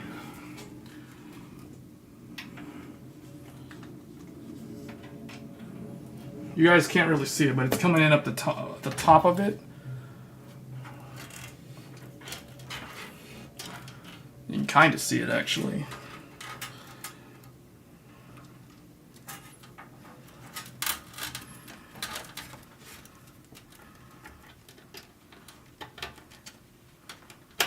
Alright, first power supply, or first EPS is in. Here comes the second one. I don't know how this AIO is going to fit at the top, because this power supply, this EPS is like right up against the top. So, not sure how that 360 radiator is going to go in here. If it's going to go in the top, it's probably going to go with the top. Alright, the EPS cables are in. Yeah, I don't know how that radiator is going to go in. Didn't even really think of that. But anyway, they got some nice Velcro in the back to hold these cables from moving around. And there's a cover. So that's sort of in. It's supposed to be magnetic. It doesn't really want to stay shut. Because this thing is like right up against it. Alright, there we go. Okay, EPS is in. there should be enough gap between it and the radiator. Okay, here comes the 24 pin. 24 pin. I'm just gonna put it in just straight up like this. Where's the clip? Oh, there.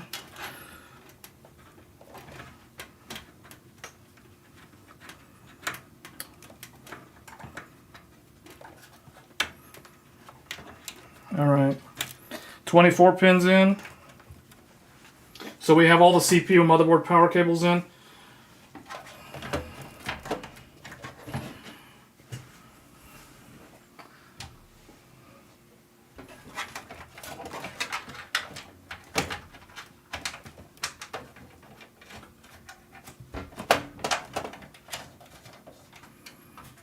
Okay. So power supply's back mounted to the case. I just need to get the PCIe stuff up front. So I need to route these through. Why is this one above the EPS?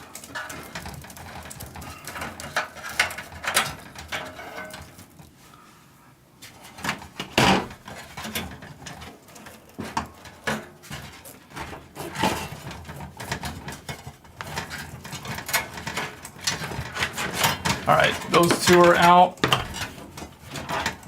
Hey, Ray. And then this one. Okay, all the PSU cables for the graphics cards are in the front now. How is this gonna go?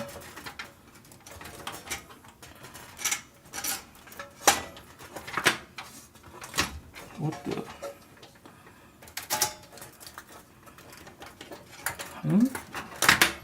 That's really bizarre getting these in.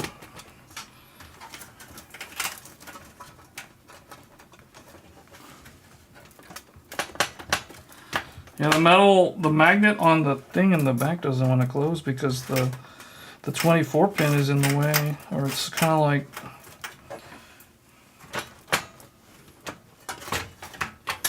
What is this? Oh, that's the EPS?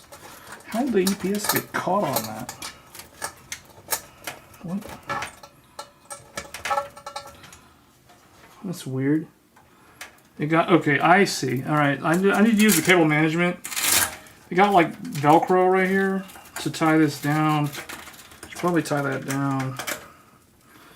Yeah, okay, so they do have some pretty good, Lian Li put some pretty good cable ties in here. Velcro cable ties in the back. So I will give them credit for putting those in, because this is actually pretty useful. So that the metal plates can actually close. That still doesn't like where that guy is. There we go.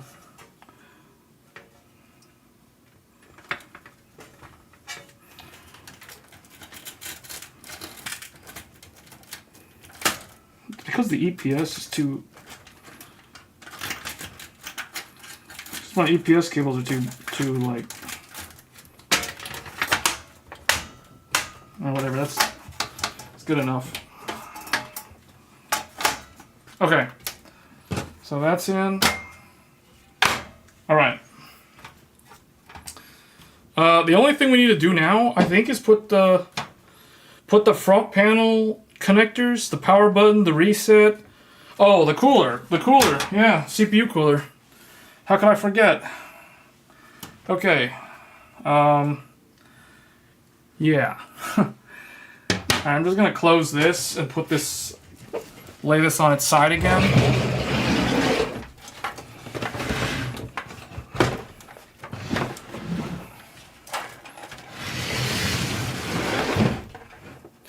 Okay, here comes the hard part. Figuring out how to get the AIO to actually fit with these giant EPS cables up top here. Okay. Alright, here comes... What was that? Something fell. Oh. It's a tape measure. Okay. So deep cool goes like this. Probably help if I just close this for now.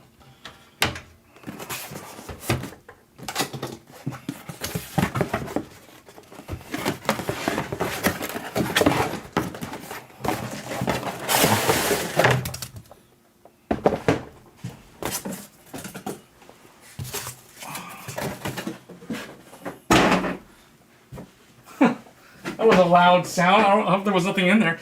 Okay.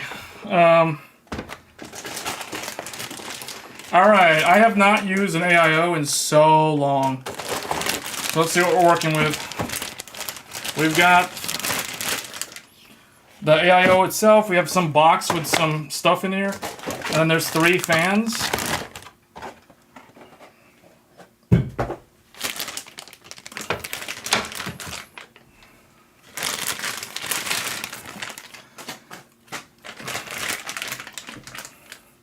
It comes pre-applied. This doesn't look like it's going to fit the whole Threadripper faceplate. The IHS looks like it's bigger than the... it's larger than the actual AIO's mounting plate. The cold plate. We got 3 deep cool fans. And then this is going to be all the mounting stuff. Information and support.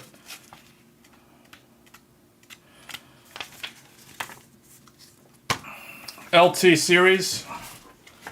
We want to look for SR. Where is it? STRX4, which is previous generation Threadripper, but it's supposed to be the same. All right. I need to get some water, to be honest. I am so thirsty right now. Talking non-stop and doing all this stuff.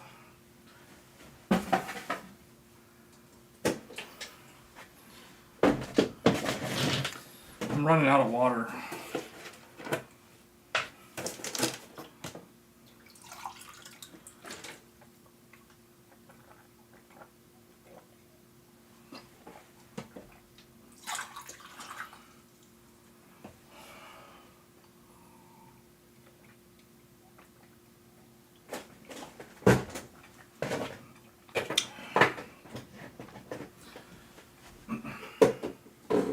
Okay. So how am I going to do this?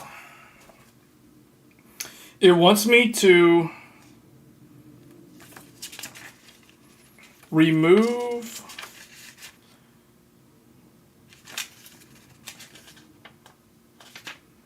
okay, here we go. All right. So that's going to go there. This actually can get out of the way.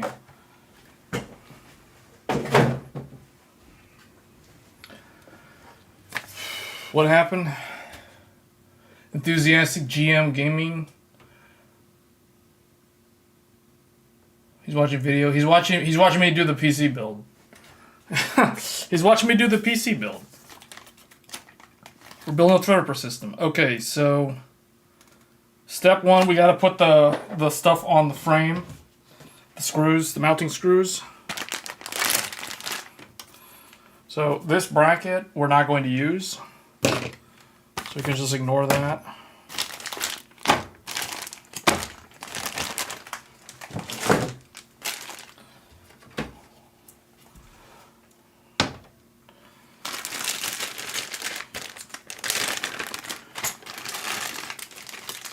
I think it's going to be these.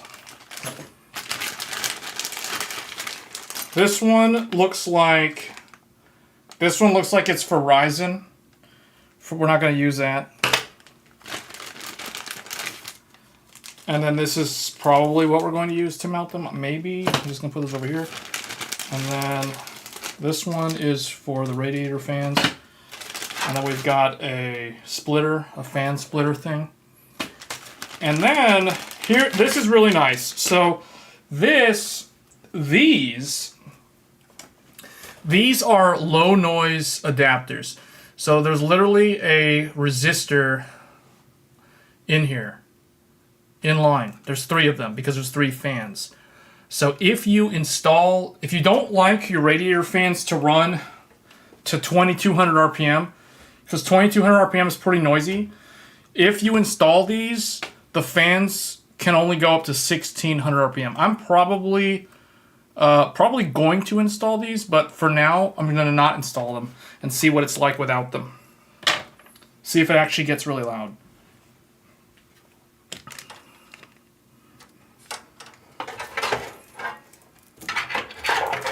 I'm gonna just shove these PCIe cables down here so they're not in the way. And then there's a fan, there's a rear fan, which I can install on one of the fan headers if there is one actually at the back of the board, and there is not. So I'm gonna have to route this one to the bottom of the motherboard around the back. So this one, might as well do this now before messing with the AIO.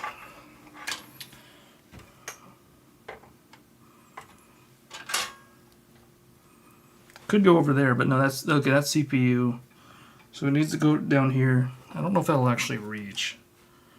It might make it. Let's see if we can get it to reach. Man, this case is a real pain to build in, to be honest. Like I should probably take these off.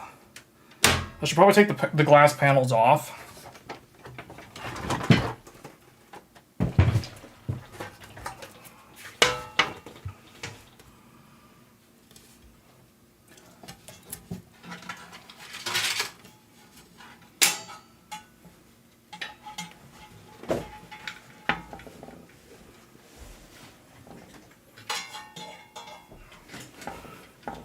Okay, so there's a fan header there. Problem is, there's no way in except like through here. That's barely gonna reach.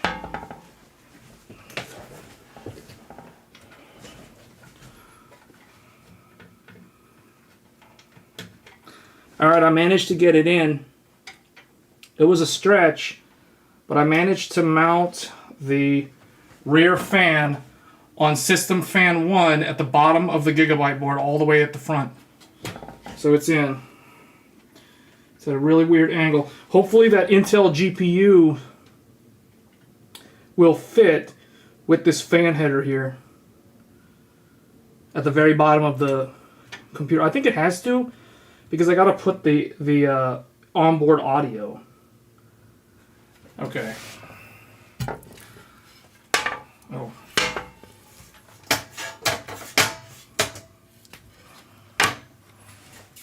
Okay.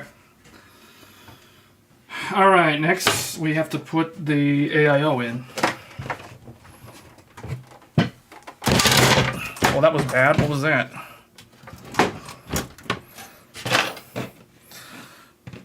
Oh, the panel came off on the back. It opened up on the glass. That's okay.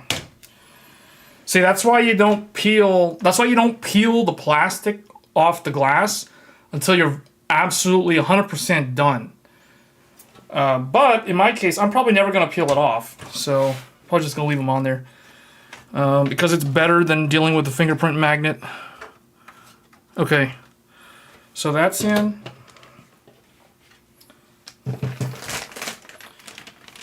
Get this in.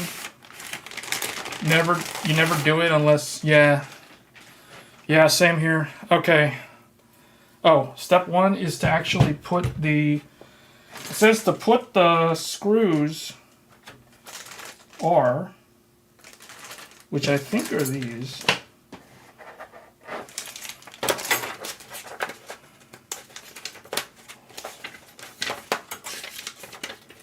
Which one's the AMD one, or the Threadripper one?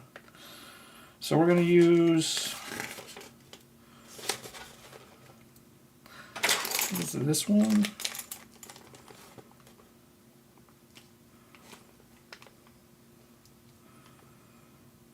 What's this? This is the, what is this? Oh, G? Okay, we're going to use R. It says R, which I think is this one.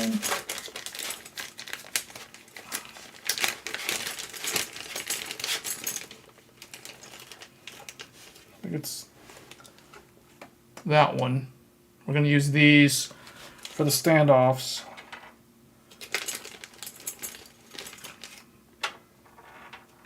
Just put this over here.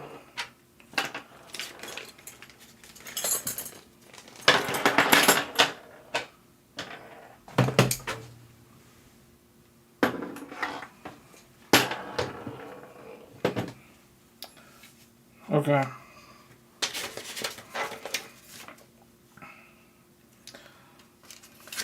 This AIO is compatible with a lot of different CPUs.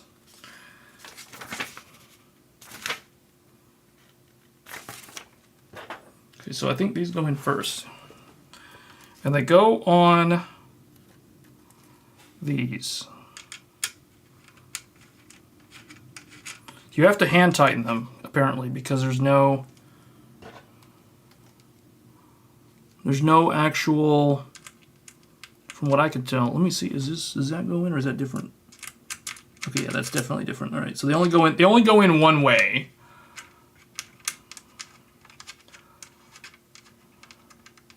When running dual GPUs in a system, do you have to install both drivers? Yes, you do. Yes. I mean, if you don't... Okay, let's put it this way. At minimum, you have to install the drivers for the GPU that's going to connect to the monitors.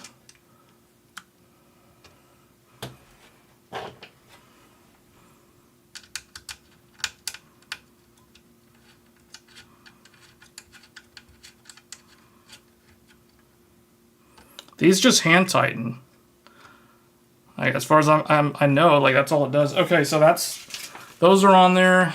Then we have to put the correct plate, which are these things, on the cold plate. So on this, and then we're gonna use G, which is what, this? No, a different one.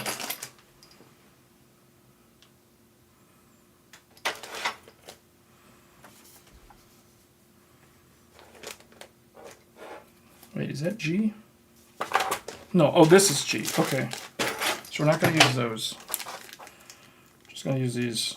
Oh, I see. Okay, so they're all in this bag. So they come with four little screws.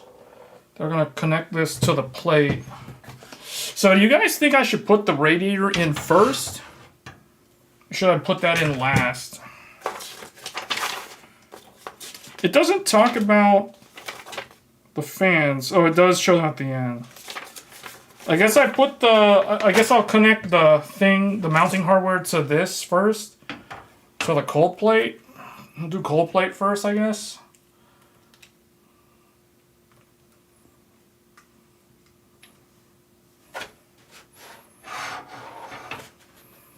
You know what? Close this.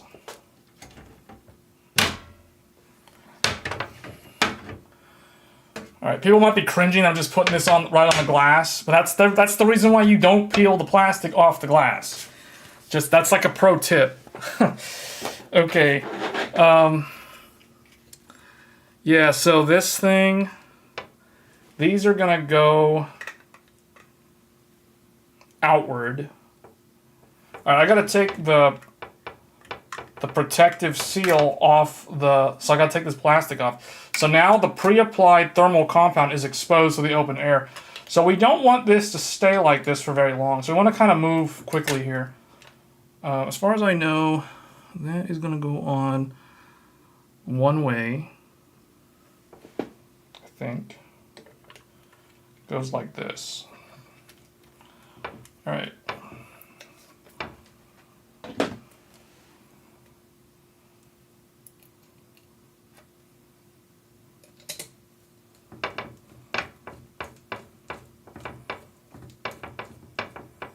Slap some thermal grizzly.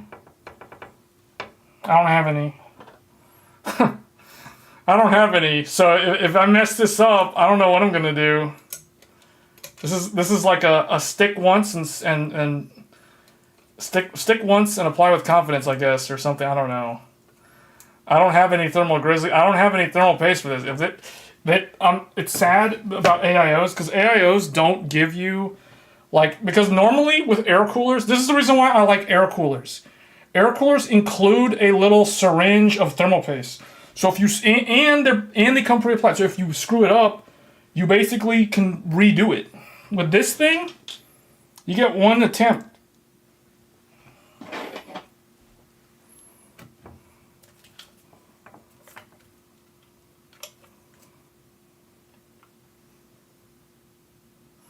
different? Oh, they are different. Interesting.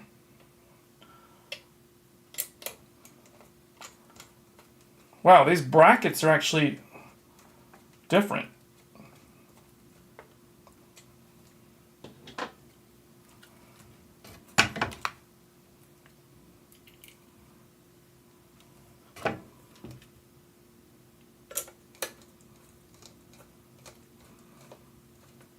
Should get some if you ever need to reapply. I never reapply. Okay, let's put it this way. If I ever remove my cooler, yes, I'll reapply thermal paste. But the thing is, like the whole thing about, oh, you should change your thermal paste every year or every couple months, I never do that. I never do that. My Intel i7 4770K was literally on the day one thermal paste from June of 2013, because I built that thing on launch day. I did not remove the thermal paste on the i7 for 8 years.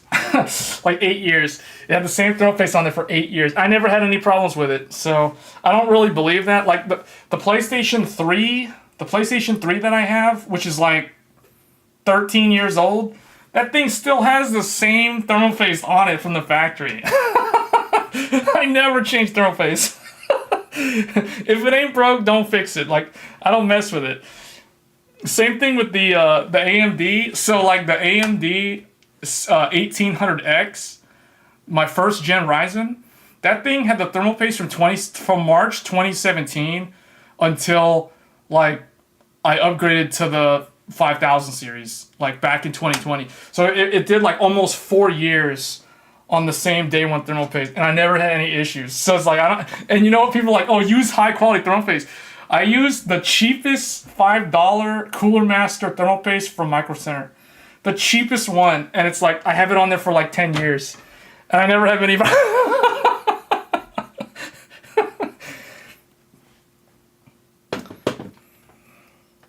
Only Intel users are obsessed with water cooling. My Noctua cools my 7950X 3D just fine, and it's still... Yeah, man. Like, you want me to show you what I'm using on the 7950X?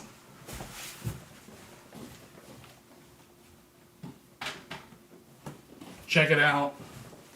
Check it out. Bam, right there. Air cooler, AK620, 7950X 3D, X3D. The 7950X, this one is on a Noctua NHD15. We are streaming off of a Noctua NHD15 cooled Ryzen 9 7950X literally right now. So it works. I've been using it like that for over a year, since September of last year. Never changed thermal paste, never did anything. This one, you know what this is using? The thermal paste that comes with the AK620. That's all I did. I just put this on there, and that's it. No problems. Manufacturers know what they're doing. Or at least I hope they do. Because I've been blindly trusting them for decades, and it works. Okay, so let's see.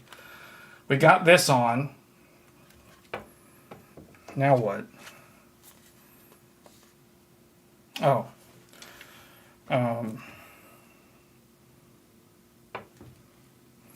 So I guess now comes the part where I have to put it on the actual CPU. We're going to use a G-screw, which I think is this. Yeah, these. 1, 2, 3, 4. 4. Okay. Now the moment of truth. Will this mount on a Threadripper 7000 series CPU? Because these instructions are for Threadripper 3000. These are for Threadripper 3000. We're using Threadripper 3000 instructions for a Threadripper 7000 series. Should I put this in first? You guys think I should put this in first? The radiator? How should I mount the fans? Should the fans go in pull or in push? You know what? This... I'm going to have to turn this around. Or I'm going to have to do it this way. Yeah, I'm going to have to turn this around. If I'm going to put the tubes at the front like this, this thing is going to have to bend a lot. So maybe, you know what? I think I'm going to have to redo this. I'm going to have to like move this down here. I basically have to flip them around. Oh, will that work? I think that'll work. I hope so.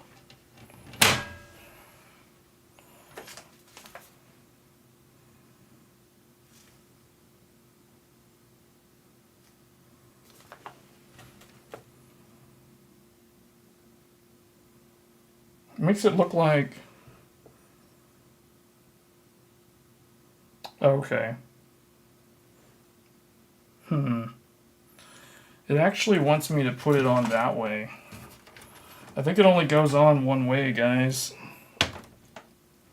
So that means the tubes have to go towards the back. Yeah, the tubes are going to have to go like that.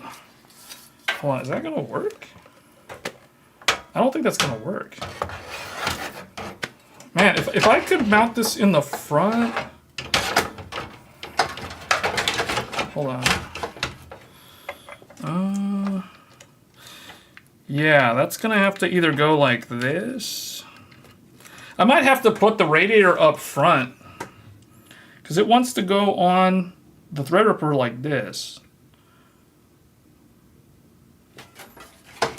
Otherwise, it's going to be some kind of weird... Yeah, no, that's not going to work. Oh, this shroud actually comes off. The infinity mirror comes off the Asetek thing. That's interesting. See, this thing actually comes off. The infinity mirror comes off. So, I'm trying to think, like, what would be the best way to do this? See, this is the problem with AIOs. Like, they're really... I think I have to do it this way. You know what? I'm gonna try to mod this and put the brackets on the other way and see if that works. We're gonna put the brackets on in the other direction. Now if that doesn't work, then I'll have to mount the cooler at the front of the case instead of up top. The reason why I would prefer to put it up top is because currently there are already 3 fans pre-installed at the front of the case.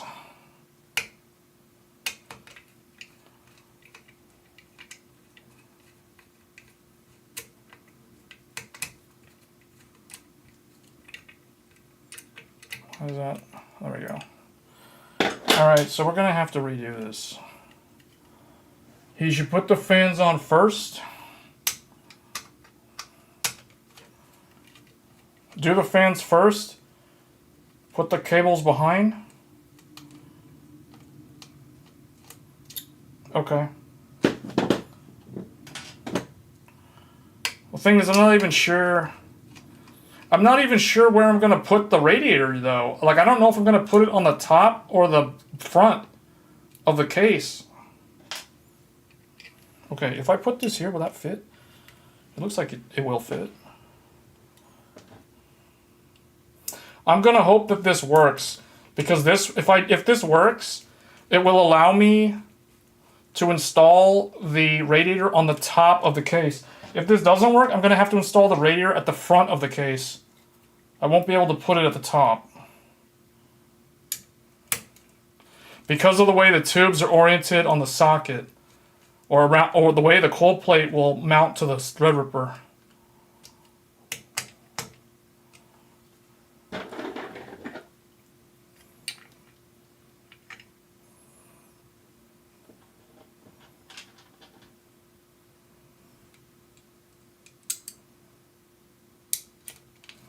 The nice thing about this cold plate is the screw.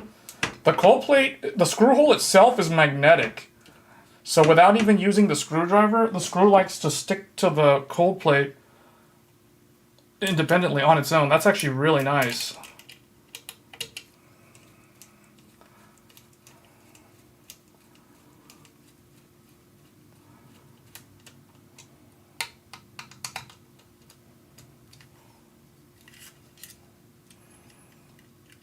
Okay. I've basically reversed the orientation of the bracket because, see, the thing is, the brackets are different. See how they are? See how the one toward the left is taller than the one on the right? I reversed them. They were originally, the one on the right was supposed to be taller.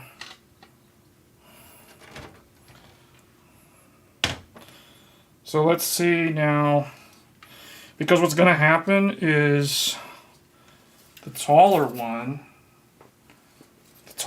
is going to go on the outside. Yeah. Because this will allow me to do that, I think. Yeah. Hopefully that can apply enough mounting pressure, though.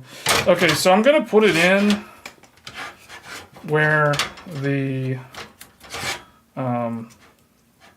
it's going to go in like this. It's going to go on the top. So let's, where's that?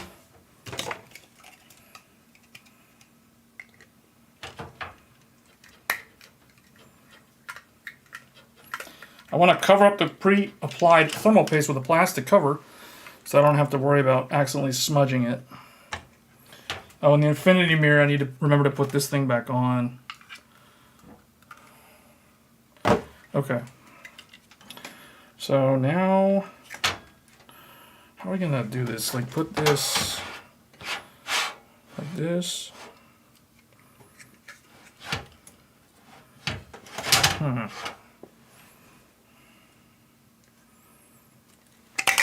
Whoops. Plastic cover came off.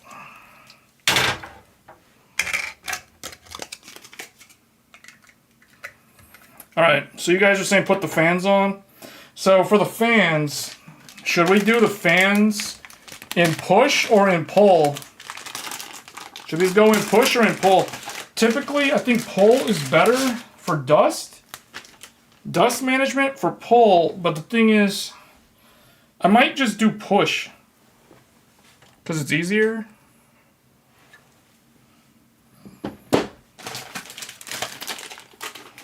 RK is saying put the fans on the bottom of the radiator so they are inside the case, pushing air through the rad, exhausting out the top of the case. Yeah, but should I do pull? What's Ray saying? Ray said, you ever think about putting custom heat sinks on your DDR5? If the RAM didn't come with a heat spreader, yes, but typically no. In this case, this RAM actually doesn't have any heat sinks on it. There's no heat spreader. And it's bizarre because I think the profile runs at 1.4 volts. So this RAM's going to run really hot unless I can get it to run stable at 1.35. All right, so those are the fans. RK said put them on the top. Exhaust through, radiator out top.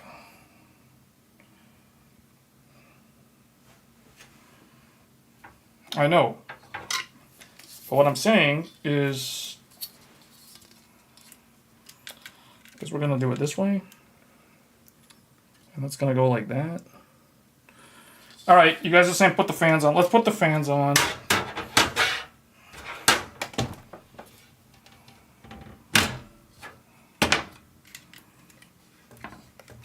All right. So it's going to go in like that. So I want the cables at the back.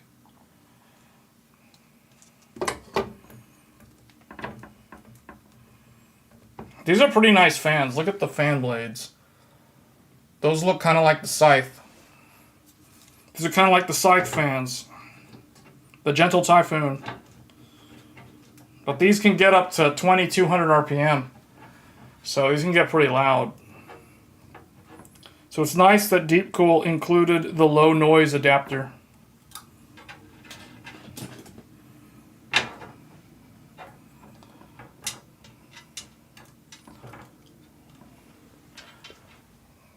Hey E-Rock, we're doing a new build.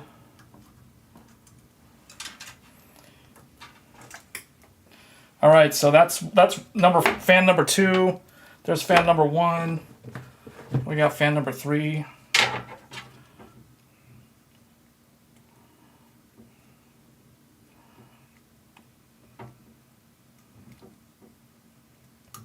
Okay. So you guys are saying I should do push or pull for the fan. Seems like everybody wants me to... So far, 2 people have mentioned putting the fans in push instead of pull. So I guess we'll do that. Because it's gonna go like this. These fans do not have a very long, they don't have a very long power cable. So it's almost, oh, here they are. This is a 3-way splitter? Or what is this?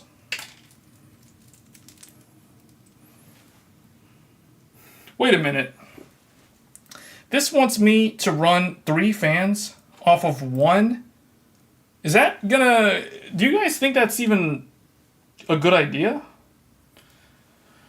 This wants me to run 3 fans off of a single fan header on the motherboard.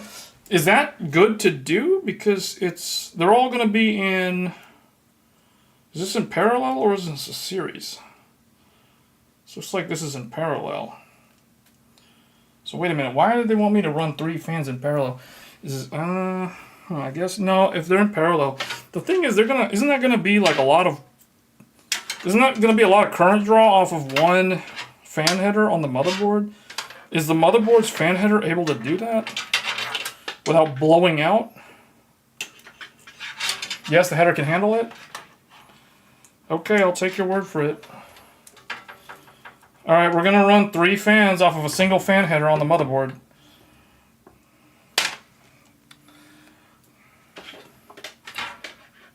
We're trusting Micro Center salespeople, and we're trusting the chat with a Threadripper build. Fantastic. Okay, where are the screws for this thing? Okay, here they are. It will say the amperage on the fan.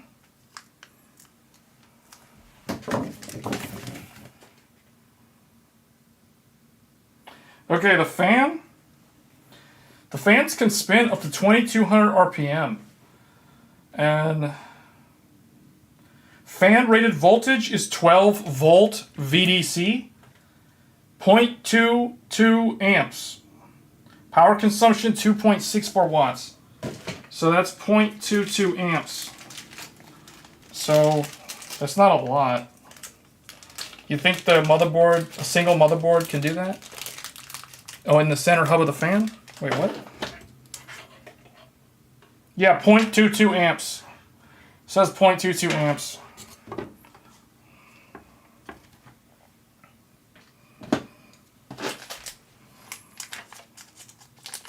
Most CPU headers are 2 amps. A normal system hub are 1 amp. Whoa, where'd the... Okay. Okay.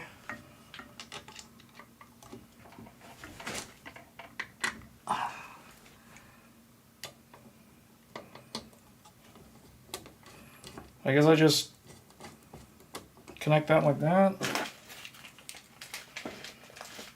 They've got these smaller screws in this bag. I don't know what they're for.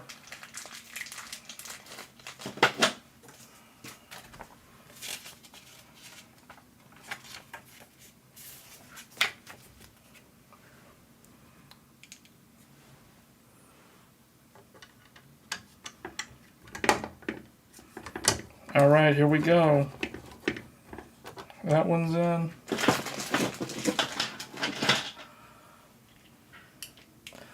Yeah, even though, so the only thing about this build is I was not prepared to build in this case. And I was not prepared to deal with an AIO. The last time I built a PC with an AIO was like 2013. It's literally been like 10, well, no, that's not true. I think I built one in like 2017 or something. But either way, it's been like 6 years or more since I've done anything with liquid cooling. It's been a long time since I've done liquid cooling. All my PCs, you guys know me, it's all air cooling. It's all Noctua D15s or D14s or Deep Cool AK620 or maybe Be Quiet Dark Rock Pro or Scythe Fuma 3 or some stuff like that. So I know everything about air coolers. I know absolutely nothing about AIOs. So when I went to Micro Center and I'm like, do you guys have a cooler for Threadripper? And they're like, maybe, I don't know. And then the guy was like, okay, if you don't care about RGB, the Deep Cool, basically this thing, the Deep Cool LT720, this is the cheapest one. This is the cheapest 360 AIO for the money. And it still has an infinity mirror on it. So, okay. I hate liquid cooling, but okay. You leave me no other choice. Actually, that's not true. Eventually, I'm pretty sure there's going to be some good air coolers for this stuff. It's just going to take time.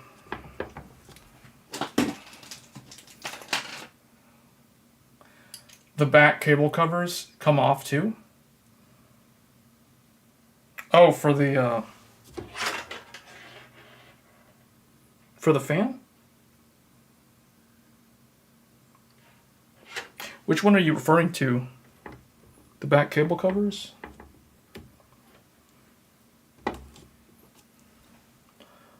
You're the opposite. You mostly build with AIOs. Deep Cool's great.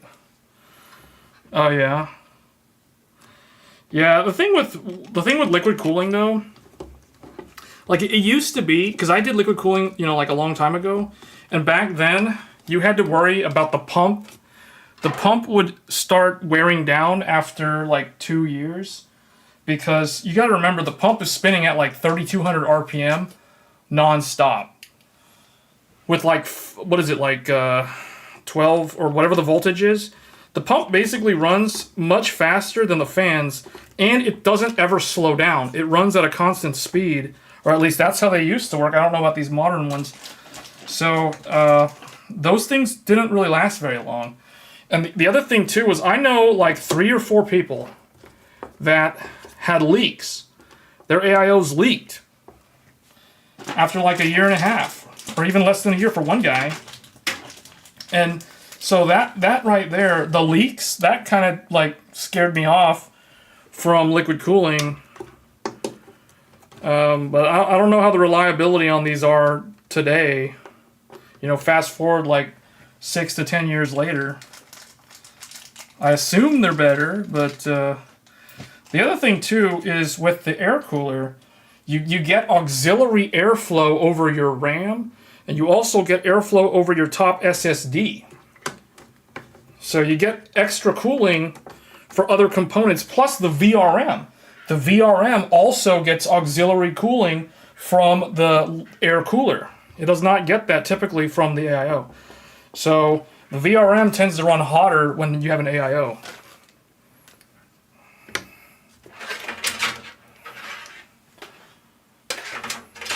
Custom loop, yeah, custom loop is good, but custom loop, man, the problem with custom loop is high maintenance. If I'm thinking AIO is high maintenance, man, custom loop, that's a whole nother level. Let's put it this way, guys. There's a reason why servers in the enterprise world, in the data center, there's a reason why servers are only air cooling. Because you set it and forget it. You don't have to worry about leaks. You don't have to worry about the pump dying. If a fan dies, you have redundancy, so it's not a big deal. You just go in and replace a fan. It's no big deal. So air coolers, they pretty much last forever. So, I mean, I've been using the same Noctua NHD14 for over a decade. In fact, the where is it at here? I'm gonna do the Marcello thing. I'm gonna randomly appear, like a random product is gonna appear. Bam, right there, the Intel i9 13900K. You know what I'm cooling this thing with? This is a 300 watt unlimited power mode CPU. You know what I'm cooling this thing with? A 10-year-old Noctua NHD14, not even the 15. I'm using the predecessor NHD14 to cool a 13900K. And I don't have any problems. Now, it can go to 100 degrees and burn itself up, but it's going to do that with the liquid cooler as well. So, you know, there's that. The PC that we're streaming on right now, oh, not this one. The PC we're streaming on right now is a 7950X. This thing's being cooled by a Noctua NHD15. It's been using that since day one, no problems. So, and then this, the 7950X3D, this is being cooled by a deep cool AK620 air cooler. So, with the RTX 4090. So, yeah, I mean, I'm just using air cool, even the Intel. And people are like, you gotta go liquid on the Intel. Well, no, you don't. No, you don't. You can use air on Intel. Trust me, I've been running it for over a year on a D14 and it's fine. Alright, so you use the quick release connection. You just change, wait, what? Oh, yeah. Yeah, I will admit though, if you're gonna swap RAM, like if you're gonna upgrade your memory, it's much easier to swap RAM if you have an AIO. The most annoying thing about having an air cooler, and I'm talking about a big beefy air cooler like a D15, is anytime I want to swap the RAM for better RAM or more RAM, it is so annoying to get the RAM out without removing the cooler. So yeah, the AIO is definitely the way to go if you're someone who changes components out a lot. So, alright, this is going to go like this. Actually, let me get this thing out of the way so you guys can see what's going on. So this is going to go like this.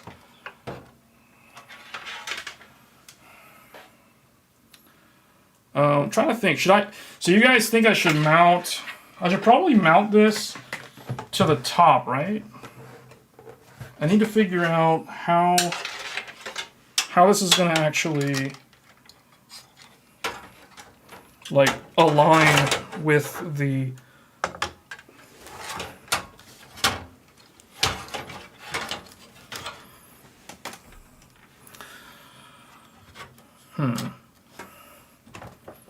Yeah, I probably really should have taken off this door. This door is super annoying. But it doesn't want to come off. Like, I can't just slide it off. It doesn't want to slide off. So I either have to unscrew the hinge to take this door off, which I probably should do now that I think about it.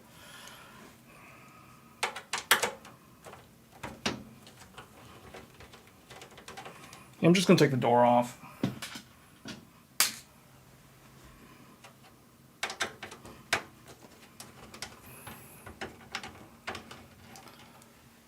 It doesn't want to slide off. I tried it earlier and it just wouldn't come off. There's no screw or anything on the hinge, so I can't. And I don't want to break the glass or crack it or anything, so I'm just gonna take the hinges off and it'll come off. It's not a big deal. There's only 4 screws. Alright, see, that comes off now. Okay. I probably should have done that as the very first thing, was remove the hinges. Okay. So now, we just have to put this in. And let's see.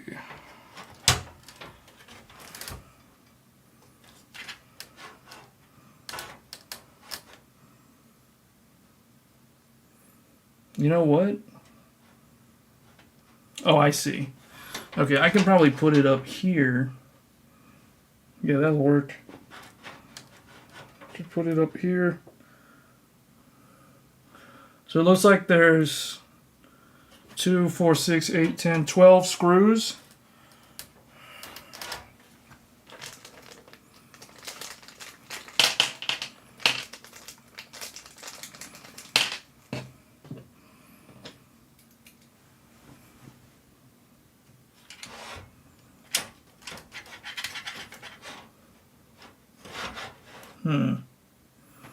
I'm wondering if I should move it all the way to the back, or, oh, you know what I should do first? I should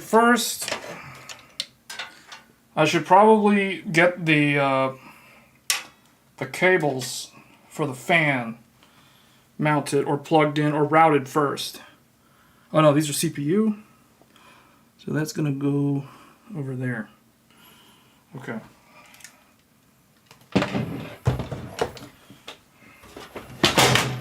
I should probably take the back one off too. Oh, that thing fell out.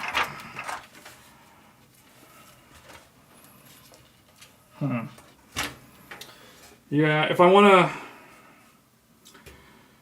run the power cables for the AIO's fans through here.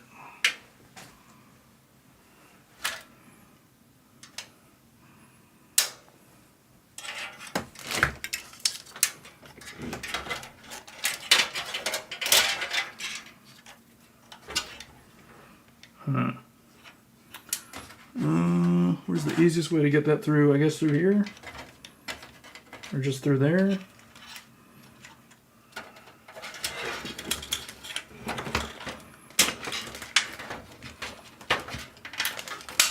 It's one big mess of cables.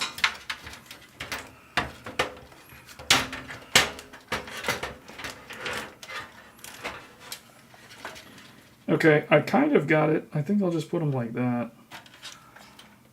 Okay.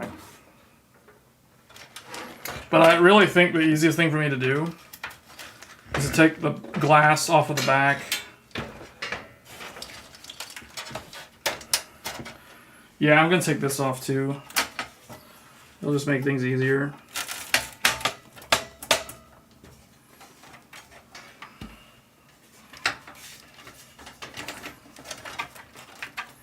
And this EPS cable just gets in the way. Your T700 is arriving soon from the Black Friday sale. Need to unmount D15S to access the M.2. Wait, really? No, I don't think you have to.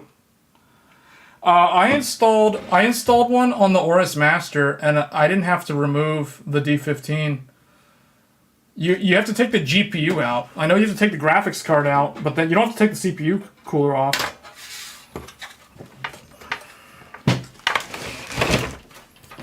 All right, I'm gonna take off this this back panel also.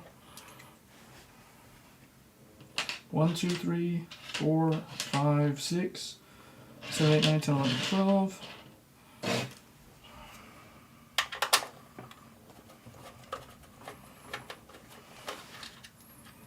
I gotta be careful with this because it's not lying down. So I don't want this glass to come slamming down on me and then shattering.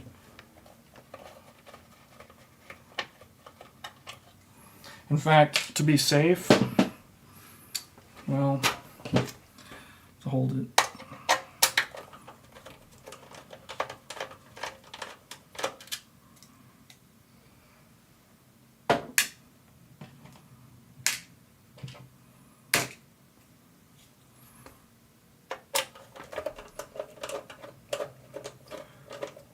Oh, what tasks are you planning? Well, it's gonna run a lot of virtual machines.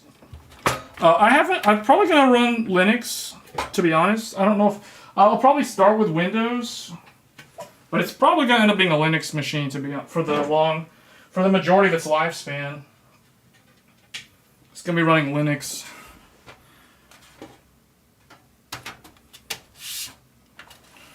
Okay.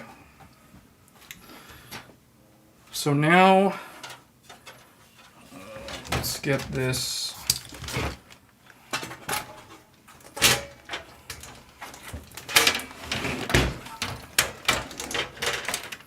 get this connected or routed, I guess, over here.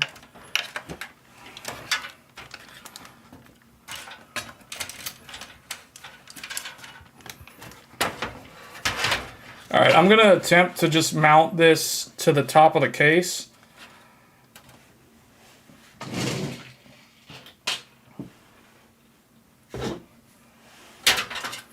You could run Linux, do GPU pass-through with Looking Glass and run Windows, then you could game a bit too. Yeah, we'll see. I haven't 100% decided, like, how I'm gonna, or what the OS is gonna do at first. I'm trying to think, should I put this further up? Guess I'll put it in like this.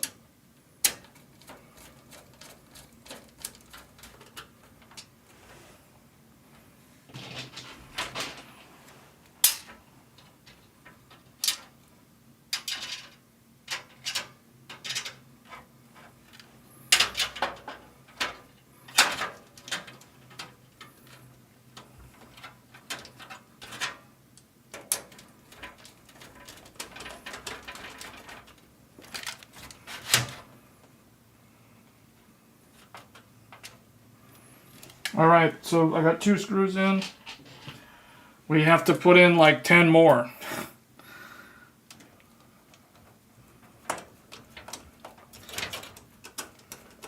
You guys tell me if this is the right way to install an AIO. I typically have not installed an AIO this way. So if you're wondering, like, it's like I'm holding it like this while putting the screws in. Like on the top. Putting the front corner ones in now. Hey, at least I'm not using the really long screws like the Verge PC build from a couple years ago. Remember that build with the i7 8700K? Yeah, we've got one. Yeah, I've got one. I've got actually 2 of them right there on the back wall.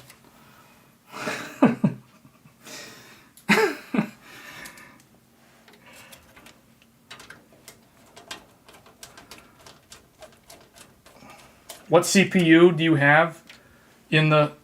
What? What CPUs do you have in the... What? In the 79... Oh, you're asking... Okay, I get your question. You're asking what's in here. You're asking what this is here. You can look. Yeah, there is a CPU in there. This is what's in there. Secrets revealed. I don't know if it's going to focus. The Ryzen 7 1800X. This is the very first Ryzen CPU that I ever owned. This is OG, original Ryzen 7 1800X. So the Ryzen 1800X is in the 750X box, and there's another one in here in the X3D box. It's this one. It's another old Ryzen. This one is the 3800X. So this is Zen 2. This is the Ryzen 7 3800X. Yeah, I've got one. 3800X. You heard it here first. So we have an 1800X in one box, and we have a 3800X in the other box. And we've got something in here too. I forgot. I think the Haswell. Actually, no. We've got some stuff back here. We've got some Intel. Can't forget about Intel. So check it out, guys. Now this stream is turning into a Carrie Holtz stream where I'm going to go off on a tangent for like 20 minutes and not get anything done with the build. So check it out. This is everyone's favorite CPU from Intel. The glorious i7 11700K. This is the official processor of the 2020 Olympics, which actually happened in 2021 because of the pandemic. Remember, it was supposed to be in Tokyo. Does everybody remember Tokyo 2020? It never happened because of the pandemic. It got moved to 2021.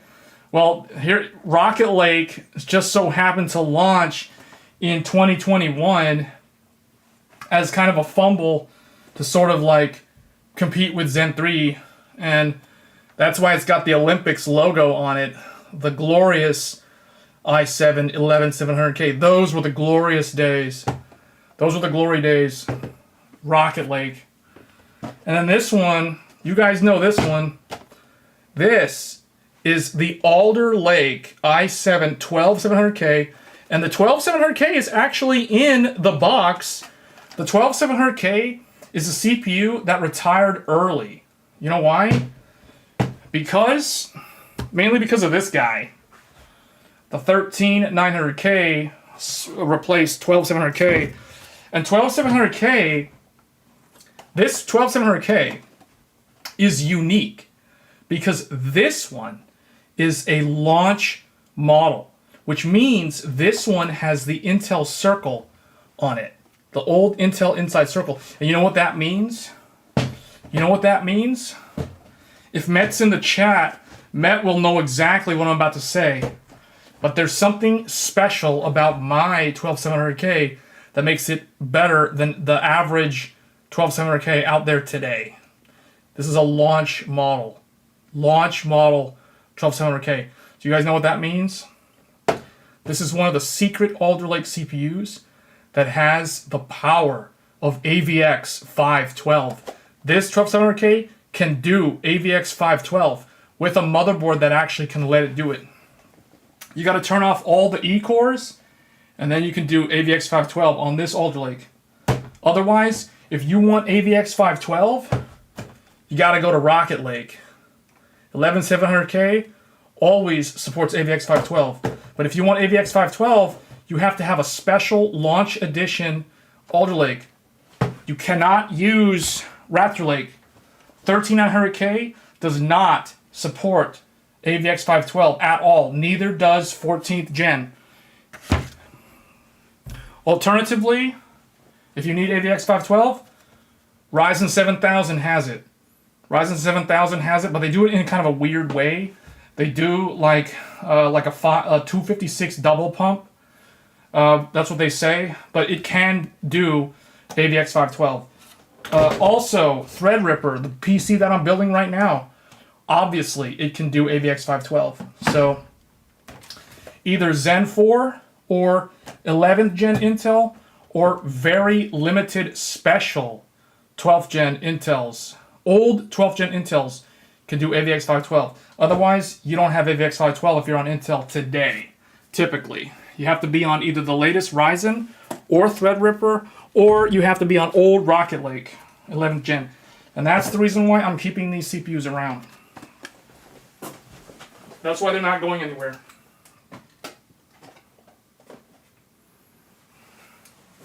Those are the special Intels, the ones that are actually unique. They're not kind of the, generic, typical Intels that don't have anything special. Okay, so let's move on.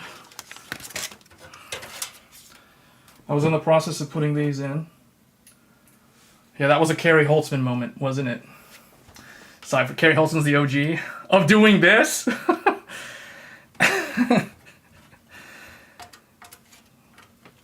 Where do you buy that hat? I want one of those light hats. I think Marcelo or someone was saying earlier that I look like I'm a dentist or a surgeon.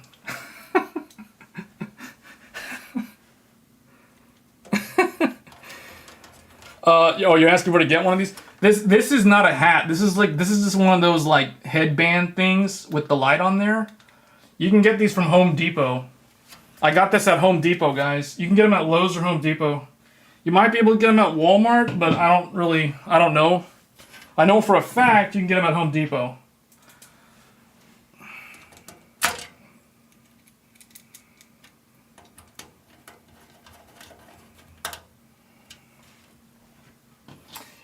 But yeah, man, the light hat is very useful. The light hat. Because if I want to see, you know, like something that's like hard to see because of the lighting, I just get one of these. It makes it so easy. Anytime I work on a computer, I always have this light hat. Unless it's something like really, really simple.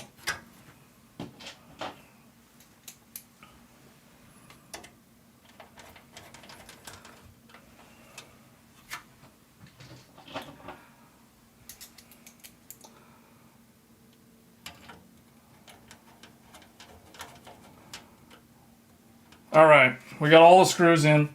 2, 4, 6, 8, 10, 12. All 12 screws for the AIO are now in. So we've got that in. Now, the moment of truth, we have to mount the CPU we have to actually mount the AIO to the, I wish this would actually close all the way. That doesn't close all the way either, that's annoying. Okay, now we have to actually mount the AIO. So let me check, like, what does it want me to do here?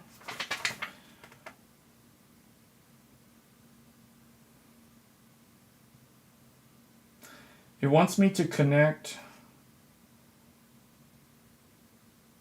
Okay, the 4-pin fan splitter goes to the CPU fan or the CPU optional fan. And then the AIO, it says to put on the AIO pump with W_pump, so water pump / CPU fan / that stuff. Okay, and then the RGB thingy for the Infinity goes to a 5 volt with a D pin and a ground pin. Okay.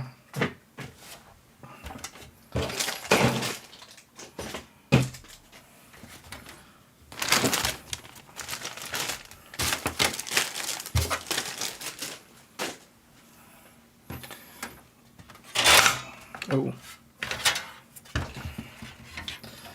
Guess I'll hold this.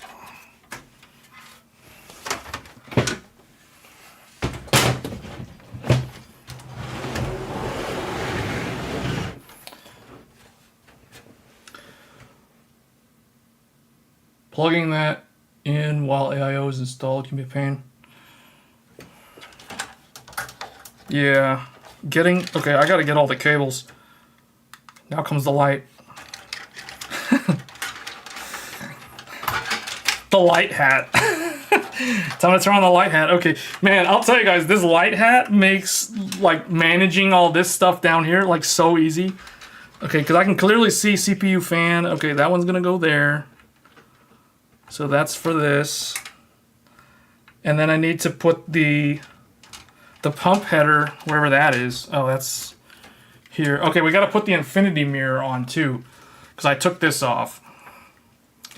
And I think this goes on like this. Okay, that just goes on like that. And then I think we're ready to go. Let me test fit this real quick with the plastic. It's gonna go like that. And that one goes like that. I think we're ready to put this on the Threadripper. All right, here goes, moment of truth. We're gonna take off this plastic cover. And I need to make sure I've got these ready. These are the ones that go on here. G. So it's gonna be these. There's 4 of them. All right, here we go.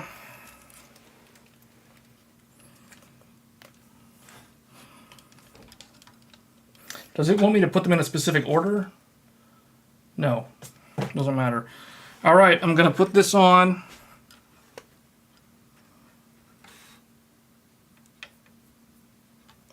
All right. All right, that's on. I need to screw these on.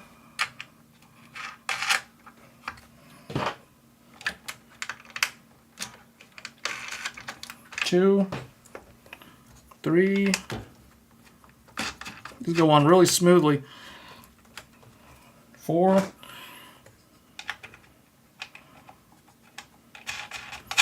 All right. Now I just need to tighten them with the screwdriver because I put them on with my hand, my fingers. So now we're gonna do this.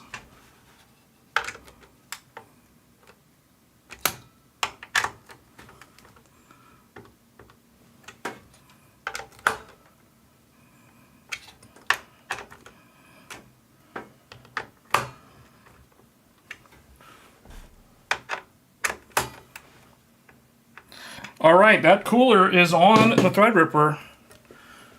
Now I just need to plug in the pump header to the motherboard, and that's a 3-pin. What's this? Oh, that's that one. System. Why does it say system fan? Oh, system fan 8_pump. Is there another one? Okay, I guess that's the one I use.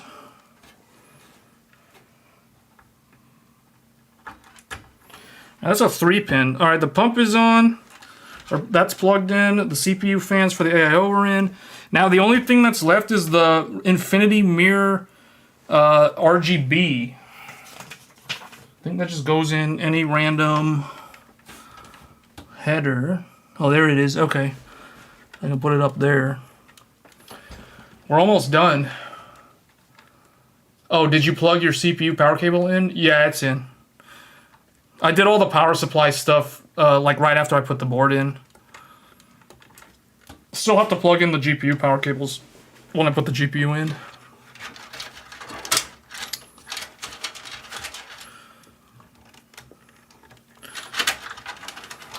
One thing about this is this motherboard does have a debug LED, a postcode debug. It's just, it is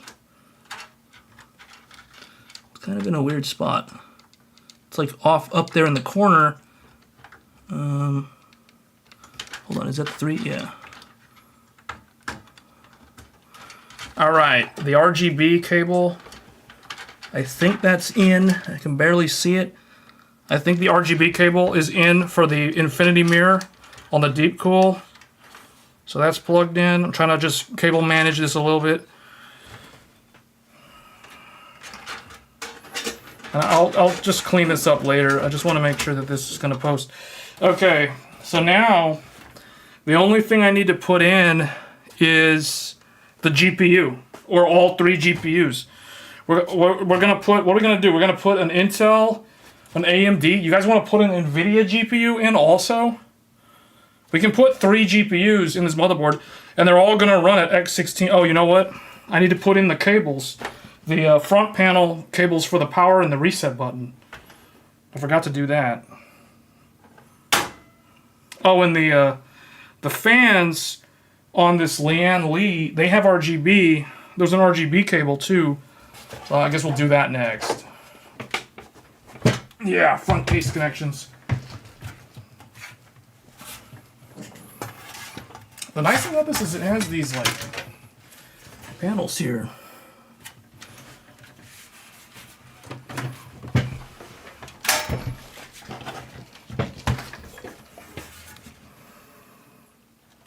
All right, so I just, oh, you know what? I need to plug the front fans into the motherboard. I don't have my intake fans plugged in, so I have to put these in next. It does have, oh, you guys can't see it because this panel's in the way. Should probably make this one larger then. So what I'm doing is I'm going to open this so I can get these out. See, so we've got fan, or we got a power switch, all this stuff. Whoops. That's one way to open it. Okay, and then this stuff needs to go probably down here.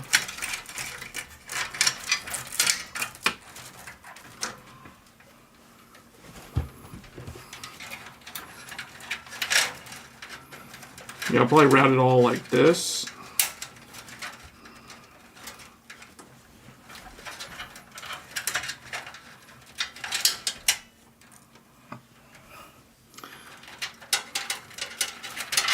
trying to find the fun of this. Okay, here's the, this one says power switch. Why is it so large though? Power switch. Oh, here's the RGB. Here's the RGB for the front fans. It's using the same type.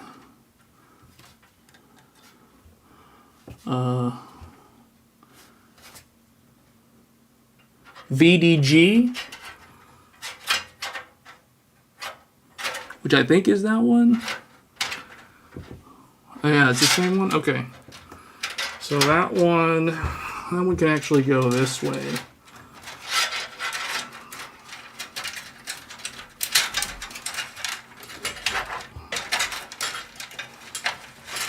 All right, so it can go all the way over here.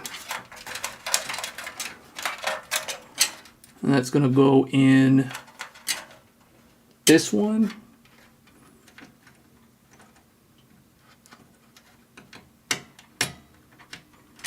Okay, so I've got the RGB for the fans at the front end. Now I just need to get the fans themselves in. What is this? Power switch. Where is this going? Wait, the power switch is on a USB? I've never seen a front panel power switch that has a 2, 4, 6, 8, 9 pin connector. That's almost like a USB 2.0 header. Why is that here? What is this? These three aren't even connected. Wait a minute. Where do these go?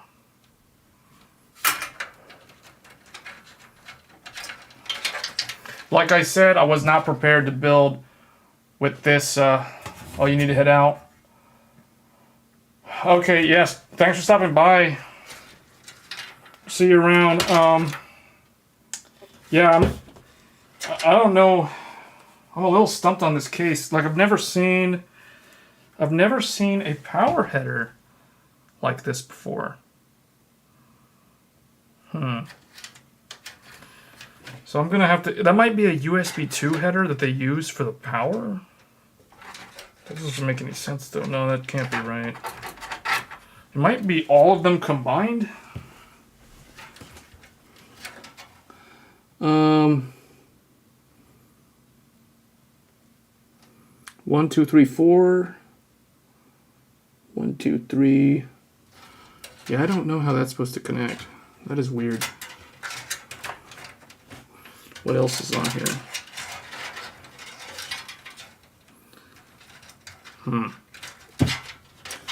I need to plug the fans in, but where's the connector?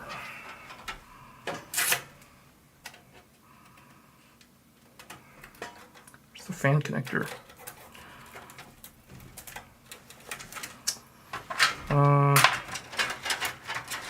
Over here.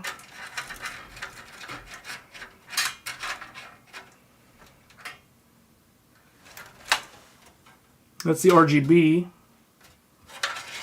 Okay, these are going to something.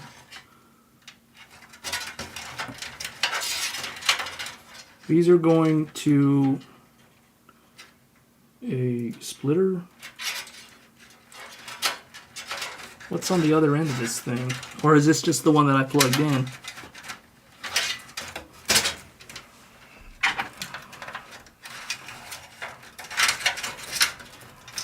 Oh, there it is. Oh, wait, no, that's the...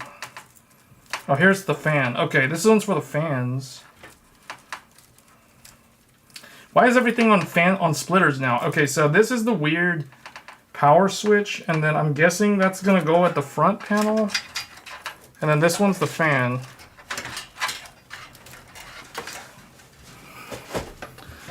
All right, this one goes here, so we'll just choose one of them. In fact, I want to route this differently. This will go in over here. This is going to go system fan number 4.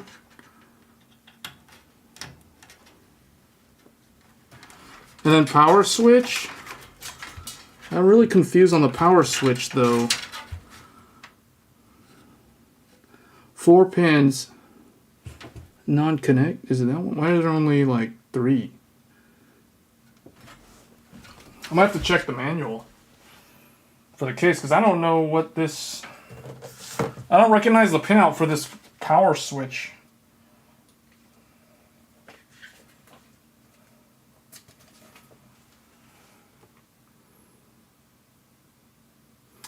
Oh, also there's supposed to be a USB... Should be a USB 3.0. Where's that?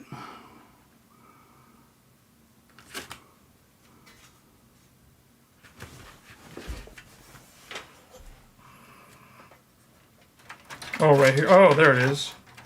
Looks like way down there. Oh, it's stuck in the tray. Okay. It's in the hard drive tray. I found it. Oh, there they are. Okay. They were hidden inside.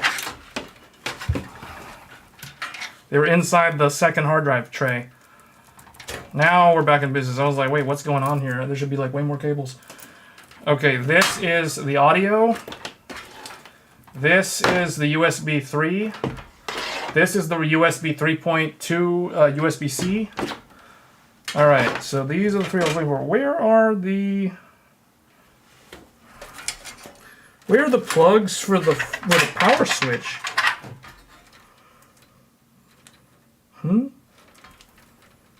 This is gonna need SATA?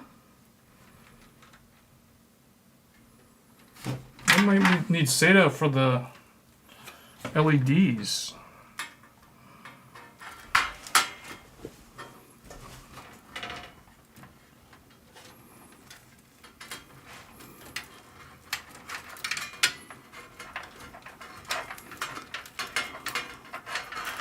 All right, this goes over here. Make sure that it's not like doing anything. Okay.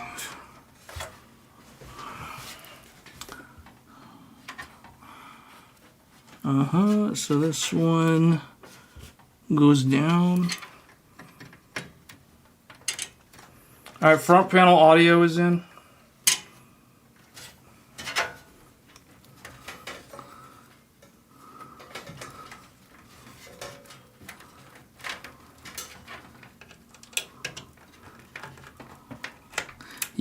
Whoa. USB 3 is in. Well, that is bad. That's at a weird angle. All right, and then USB 3.1 or 3.2. That one goes in a kind of weird spot. That one's gonna go up here. Does it only go in one way?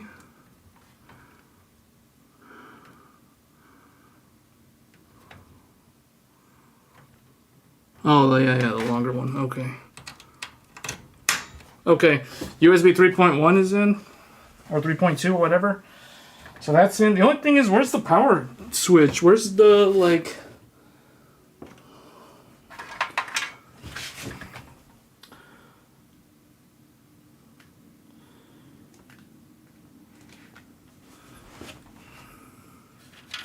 This? Okay. Green, blue, what? There's no colors. That's onboard audio. Power reset. Where'd that go? Like, I don't understand. 1, 2, 3, 4 pins. There's only...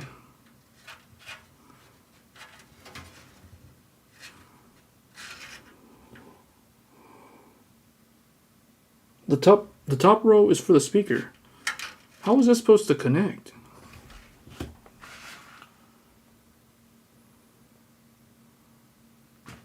I've never seen a case that doesn't have the onboard cables like this. What is this?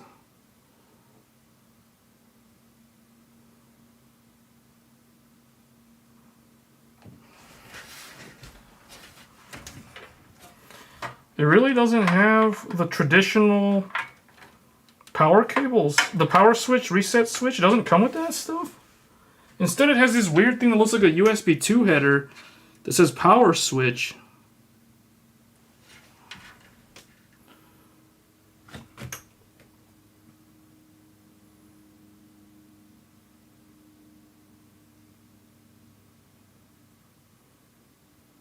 Power reset switch, power LED. I don't get it. Is this supposed to go into USB 2?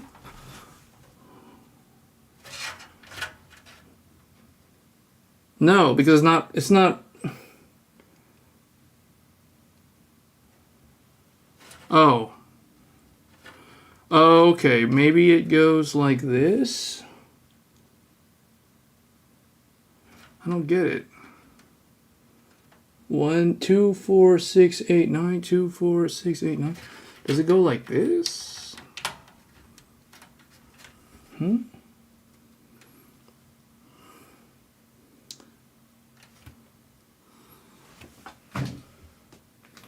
That's so weird. I've never built a case before that doesn't come with a standard slew of reset switch, power switch, hard drive LED, power LED. Like, what? Instead, it comes with some weird 8-pin, 9-pin connector.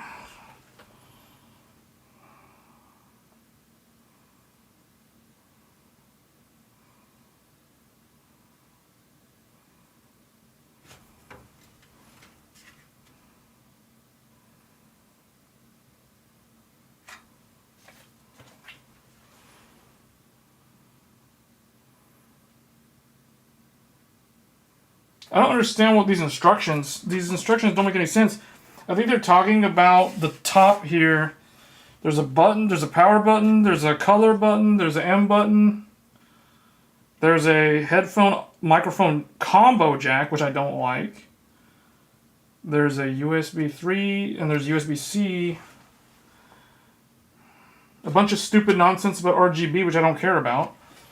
So, yeah, I don't know. I kind of regret buying this case, to be honest. Probably should have gone with a Corsair 7000D or something. This thing, yeah, I don't know how to, like, it doesn't make any sense. I'm guessing I installed it correctly.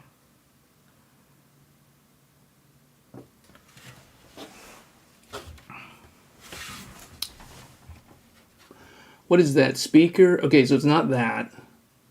Power LED plus minus. CI minus, what is that? Power switch. I'm guessing that's where it goes, because I don't know where else this would go. Okay, I'm just going to plug it in and hope that that's how it's supposed to work. Power switch. I don't know. That is very questionable, Leanne Lee. Can you trace the actual cable back to the power button? I mean, I'd have to...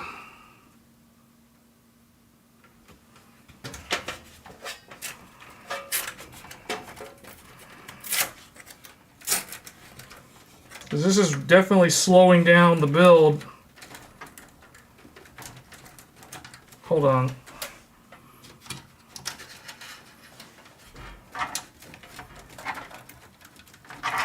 It's this thing right here.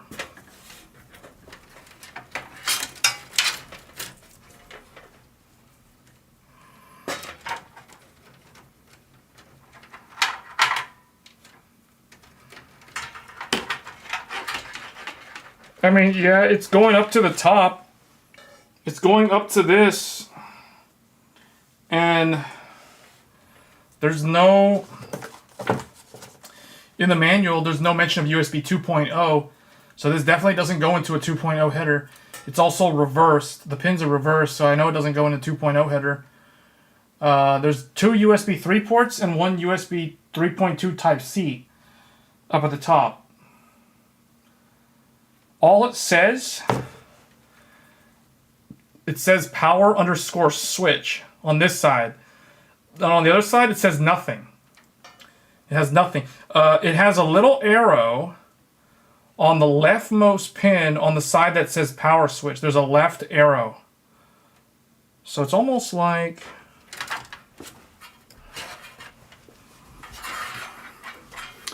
It's almost like that's supposed to go...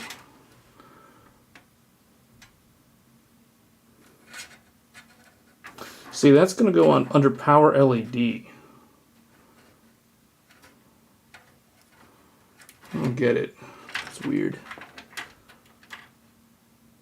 Oh wait. PLED plus minus. I don't know. Hard drive plus minus. Reset, and then there's just a CI pin, whatever that is. I don't even think they're using. Yeah, they're not even using that one. In fact, there's only two. What is this? Oh, this is reset. Okay, that's reset. Power and power LED. I'm guessing that's all that they're using. I don't know. This is. I'm guessing that's how it goes. I don't know. That's the power LED light. Just manually jump the motherboard. Well, there's a power button on the motherboard. I'm just trying to figure out how to get this button to work. I'm guessing that's correct. I don't see anything else. There's like nothing else in here. There's like a SATA. There's like a SATA power connector for, I'm guessing, the fan ARGB or something. If you're going to connect this to an RGB controller from Lian Li, I'm guessing that's what that's for. But yeah, I don't know why they designed it that way. I'm just going to plug it in and hope that it doesn't blow up the motherboard or something. Alright, well that's it. It's in. Everything's in. We just got to put the GPU. That slowed everything down. And now all of this is not where it was.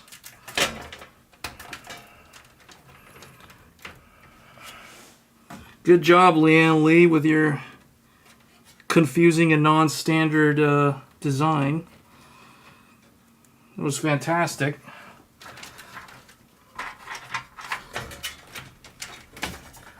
Okay.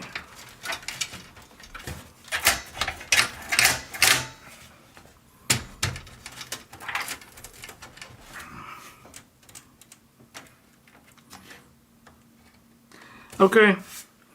Let's get the GPU in, I guess, and what the? Oh boy.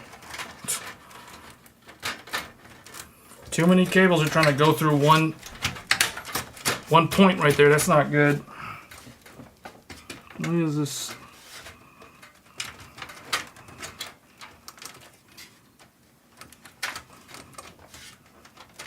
All these cables are getting crushed because they're all bottlenecked on something. I don't know what.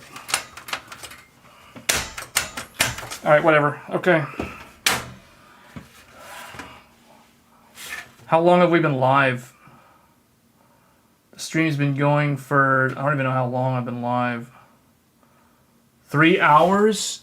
3 hours and 30 minutes? All right, let's get this thing done. All right.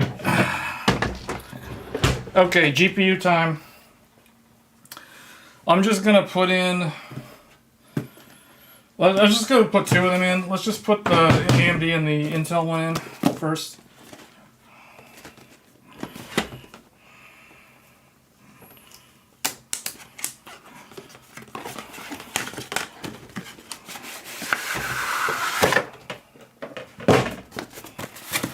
Let's just hurry this along. Alright, so in this you get a Sapphire book, but this is a reference model, so that doesn't really matter too much.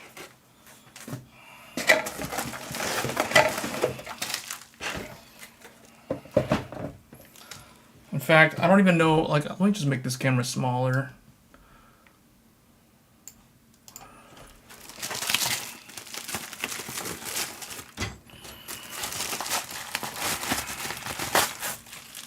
Alright, here is this is the 7900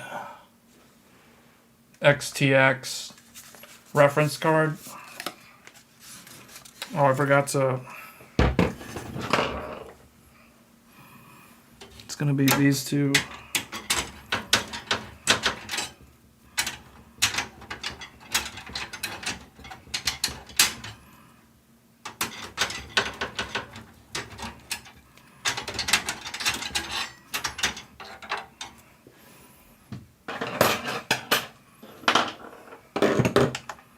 Gigabyte's got that nice large latch, so it's easy to remove this. But because I'm using an AIO, that shouldn't be a problem.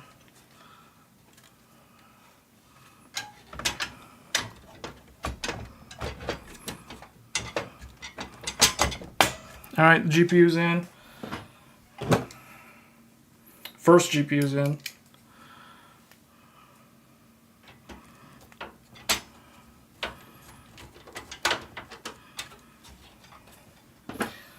You know what? I'm just gonna post. See, we just post with one. We'll just post with one GPU, and then we'll probably put the Intel in next. But I just want, at this point, the stream's so long, I just want to get the GPU up and running.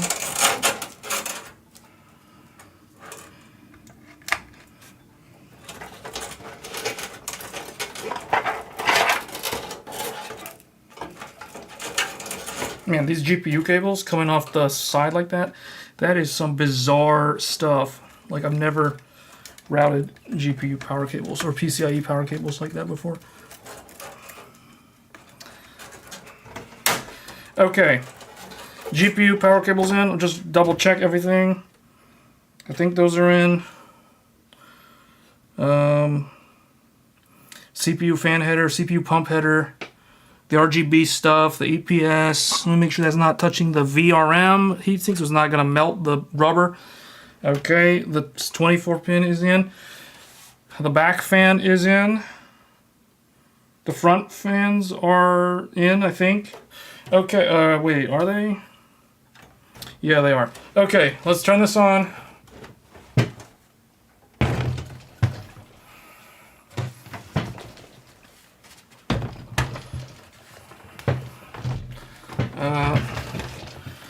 Let's put it this way.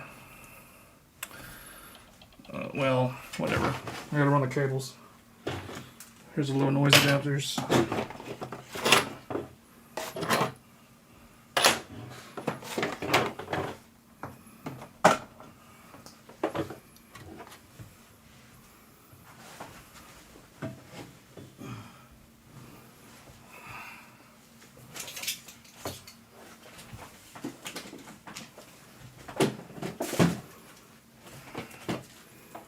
Power cable's not going to reach. Or is it? Guess it will. If I put it like this, it probably will.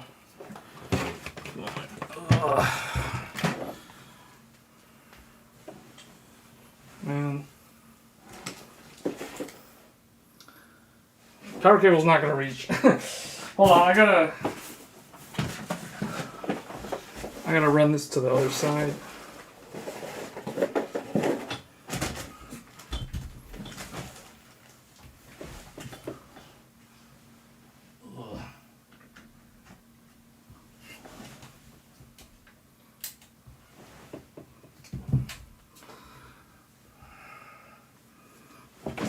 Okay.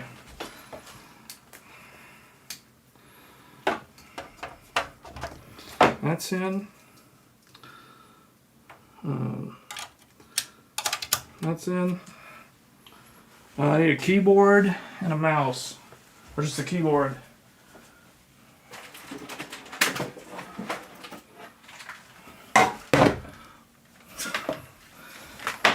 Okay.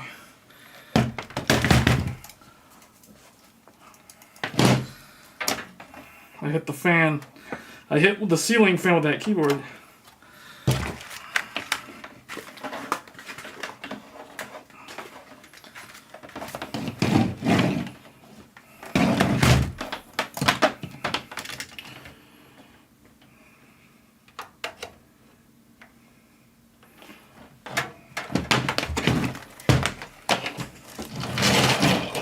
What a mess.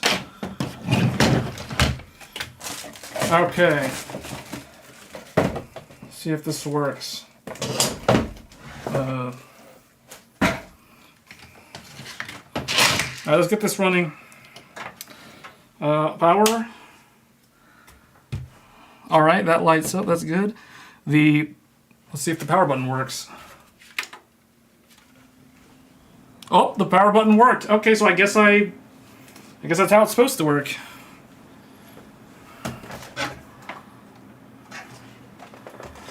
the monitor is on.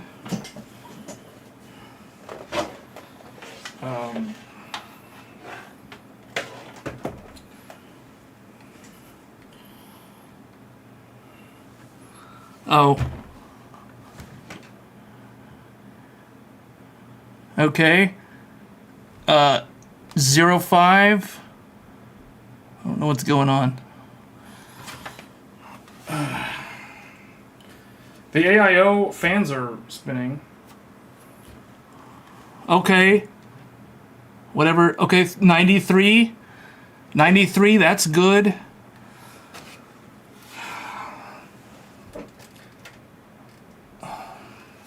You can see the postcodes going. 91.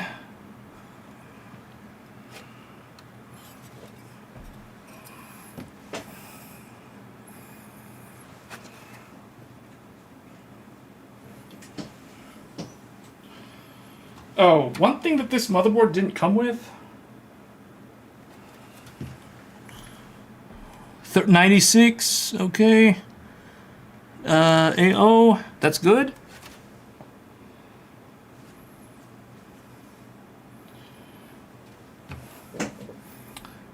It's on AO, so it should be posting. Is the I don't have a speaker in the case, which I hate how these new cases don't come with the little speaker, so I can't tell if I did the post beep or not.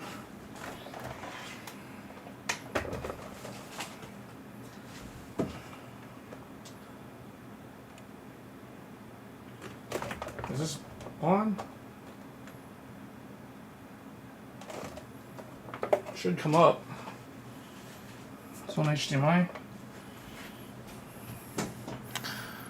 A3 07 26. Okay, so the postcode's recycling, but I can't get the... I'm gonna have to dig out the speaker from something. 3F41. Oh, there we go. There we go. The light on the GPU turned on. It's speeding up. The fans are getting louder. I think it's coming up. Yeah, I think it's coming up. I think it was doing memory training.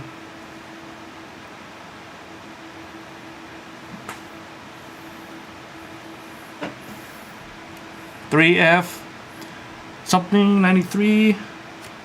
What's that? Boot? Or no, what is that? VGA?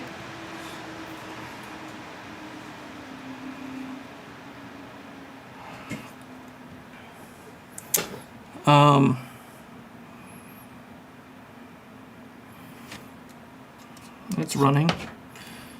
I really need to get, oh, there we go. All right, guys, we're good. There it is. Check it out. Check it out. We're good. I wasn't looking at the monitor. There we go. It was sitting there the whole time. The monitor, this is a very old LG. I had to press the input to manually switch it to HDMI because the stupid monitor was on like DVI or VGA or something. It had been sitting here for a while. I was like, wait, what's going on? Okay. It's this old 1080p monitor from 2009.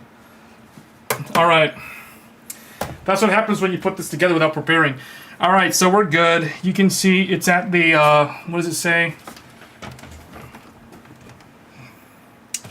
New CPU installed, FTPM, PSP, NV, blah, blah, blah. Okay, yeah, this is the thing that you always get when you build a new Zen 4. So, press yes to reset FTPM. Yes, we're going to do that. So, yes. All right.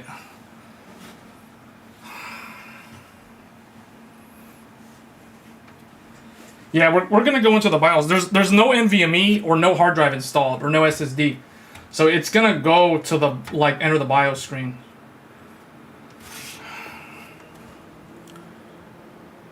One thing that I do recommend if you guys are wanting to do a PC build, make sure, okay, see it's coming up. Make sure you have a little speaker for the motherboard, or for the motherboard, so that it will beep, so you know when it's when the post is successful. Because the I hate how these new cases, they give you like useless RGB which obviously you guys can see my fans, the fans on the front of this case are RGB. They're spinning, but I did not plug in the RGB or something, so they're not lit up. But that's a minor thing. So the thing is, they don't have a speaker, so I couldn't tell what the, like, where the post status is if it weren't for the little debug LED. So you guys, let me make this smaller. Okay, look. Check this out. So, well, it doesn't even show up on that camera. Maybe it actually shows up on this camera. Yeah, it actually shows up on this camera. You can see, like, right up there, there's a postcode debug. It's got the 88. You can use that to figure out if it's doing memory training or whatever. But it also has a set of LEDs down there, down here underneath the GPU. So you can use that as well. So it comes with both, because this is a high-end board. But man, I cannot imagine like building a CPU or building a new DDR5 build without the postcode debug. So anyway, so we're good. And I know it works now.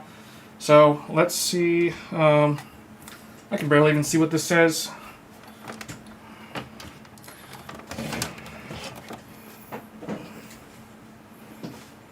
All right, let me turn this light off. I don't need that anymore. Okay. This is such a mess right here. What does it say?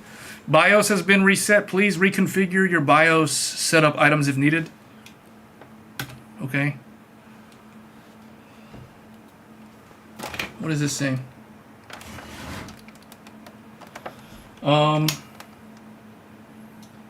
Enter the BIOS. Oh wow, this is really weird. The Aero BIOS is like this. So it's all white. It's so bright I can have a hard time seeing it. Alright, it says right here, I don't know how well this is going to show up on the screen.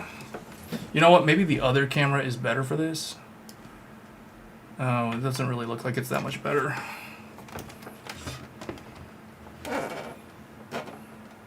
Anyway, so basically if I look here, actually, maybe I should stand over here. Yeah. So we have TRX50 Aero D. This BIOS version is F2, so that's pretty much the very first release BIOS. AMD Ryzen Threadripper 7950 or 7960X, 24 cores, RAM 128 gigabytes of RAM, a Giza version, Stormpeak Pi 1.1.0.0a, and you can see here. It looks like our temps are good. We're running at 32 degrees Celsius right now. System temp 30. CPU vCore 1 and vCore 0. Okay, so this CPU, this Threadripper has, it's got, hold on, let me see if this can zoom in a little bit. Okay, that actually might be better. All right, so you can see we've got 4.8 gigahertz right now. That's the memory. So it posted to the JDEC. We're gonna train it to go to 6400. But you can see the CPU fan is running at 1400 RPM. That is the AIO fans. So that's actually not that bad. And it's not running hot at all, you can see. So that tells me that I mounted the cooler correctly. And at least right now, because it's not really, you know, it's doing pretty good. And then we've got, I've got my radiator fan spinning. I've got my rear fan spinning. I've got my intake fan spinning, although the RGB is not lit up. That's a minor thing.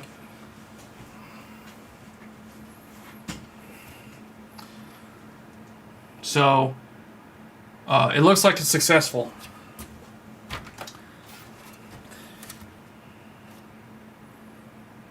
Yeah. Just checking the fans here. Okay.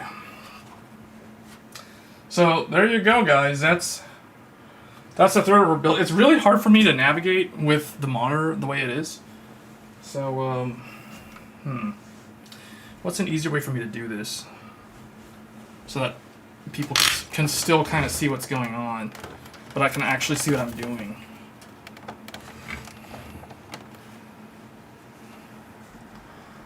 Hold on, what if I change the lighting? Is that easier to see? No, that's not easier. Is that easier to see on the screen there? I gotta get some water. If I'm gonna keep the stream going to do BIOS things, I'm gonna have to drink some water. I am so thirsty.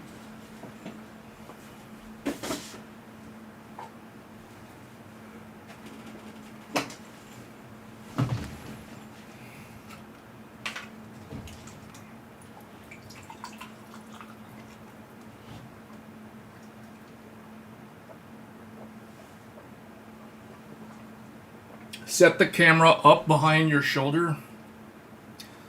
I can't move the camera. The camera is on a stand that's fixed to the back of the desk. I can't move it. I have to redo the entire setup.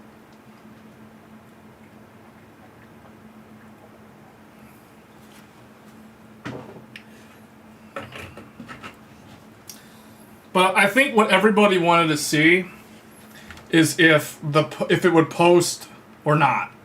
I think that's what everybody was waiting around to see, and clearly it's working. So let me just go through this real quick. I guess we can turn the lights back on. Is that better? Yeah, I think that's better. All right. Let me just go into advanced mode. Man, I've never seen the Gigabyte BIOS look. I don't like this color scheme. It's so bright and washed out. Alright, what I can tell you guys is right here. Yeah, unfortunately that does not show up on that camera. This would show up on the camera a lot better if Gigabyte didn't go for this really bright, contrasty color scheme. I was not expecting the BIOS to look like this. I thought it was going to be like the Aorus, but apparently not. So I'll read off what it says. So the top one, spread spectrum control, auto, CPU ratio mode, all cores, CPU clock ratio. Now you could do all cores or you could do per CCX. If we do per CCX, there are 4 CCDs. CCD 0 ratio, CCD 1 ratio, 2 ratio, and 3 ratio. But I'm just going to leave that on auto for now, or all cores. Okay. So you can actually do per CCD overclocking. And then we have advanced OC tuner, precision boost overdrive enhancement. So it does have PBO on Threadripper. Advanced CPU settings. You have core performance boost, that's auto. You can set that to disabled or auto. Those are the only options. SVM. Interestingly enough, this one is auto. It can either be enabled, disabled, or auto. We're going to leave that on auto. Gigabyte, for some weird reason, likes to disable SVM on their consumer desktop for, I don't know why they do this, but it's nice to see it set to auto on the Threadripper board. Global C-state auto, power supply auto, or power supply idle control, SMT auto, precision boost overdrive, and then in here is where you can do the PBO with the curve optimizer. So you do have the curve optimizer. If we go to advanced, you have PBO limits, you have precision boost overdrive scalar control, just like on Ryzen. You have CPU boost clock override, just like on Ryzen. Platform thermal throttle control, again, just like with the Ryzen. And then we have curve optimizer, and then it has all cores, per CCD.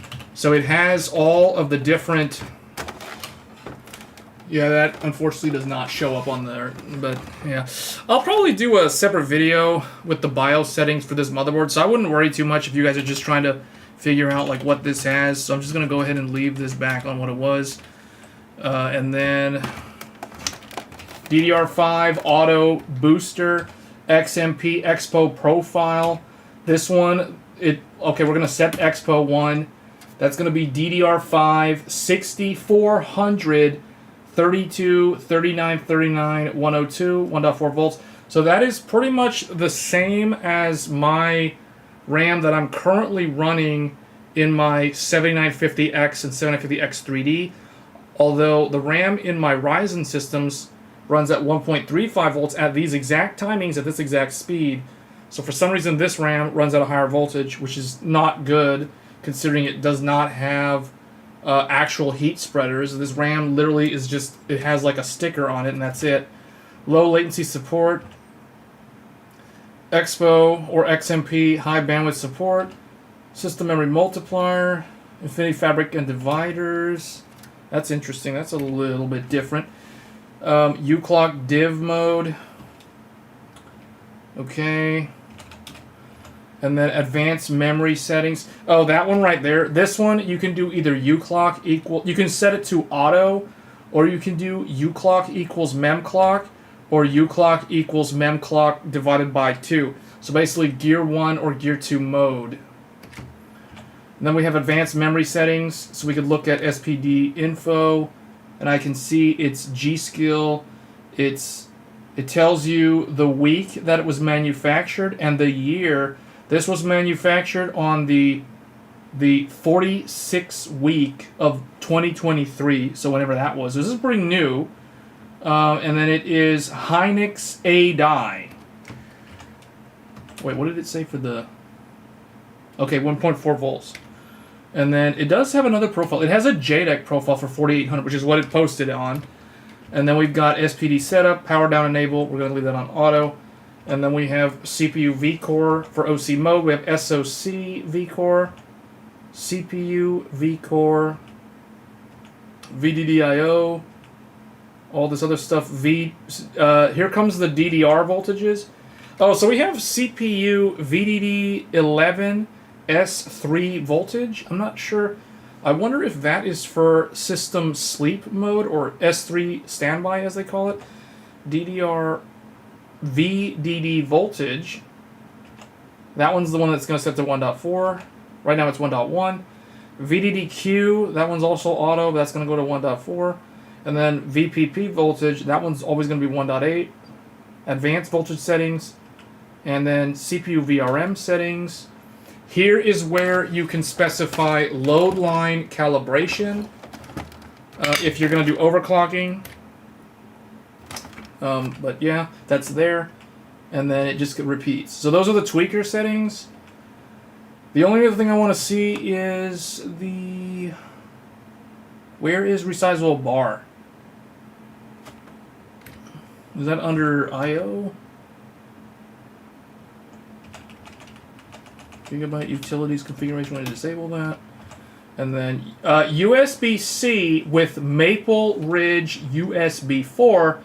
So this one has these are the menu items for the Thunderbolt controller on this motherboard. So it has full Thunderbolt PCIe tunneling support. All that stuff is in here. You can specify security levels if you want for Thunderbolt devices when they connect. So it has all of that. That is nice to see. Because the thing about Gigabyte actually has full Thunderbolt support on AMD. I did a video on this a year ago with the Thunderbolt add-in card from Gigabyte on an Aorus Master. Now ASRock also has Thunderbolt on AMD, but ASRock does not expose these BIOS control settings for Thunderbolt. I don't know if they do on Intel, but my experience with ASRock and Thunderbolt on AMD is it works fine, but you cannot specify security levels and that sort of thing. So just keep that in mind. But Gigabyte has full support on this Threadripper motherboard, so that's actually really nice to see. Other than that, that's pretty much it, really. So I guess what we'll do now is we're just gonna save these settings. So we're going to load the Expo, and then we're going to disable the Gigabyte Utilities downloader, and that's it. So now we're going to let it go and load the 6400 megahertz profile on 4 sticks for a total of 128 gigabytes running on Ryzen Threadripper.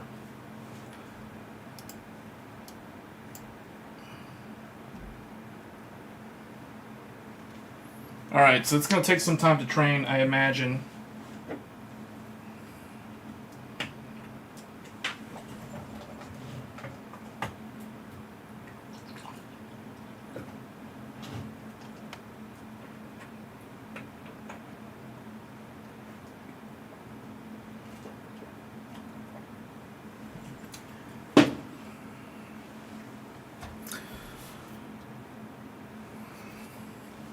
I guess I'll start cleaning some of this up.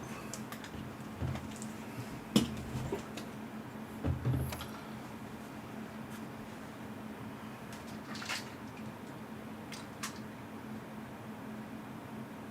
don't remember what these screws were for. There's a bunch of these small screws that I can't remember what they're for.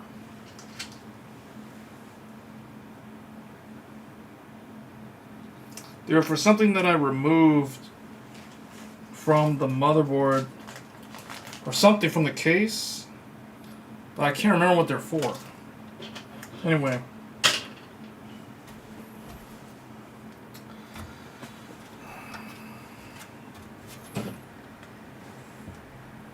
It's doing... Can't see what the code is. Like, let's see.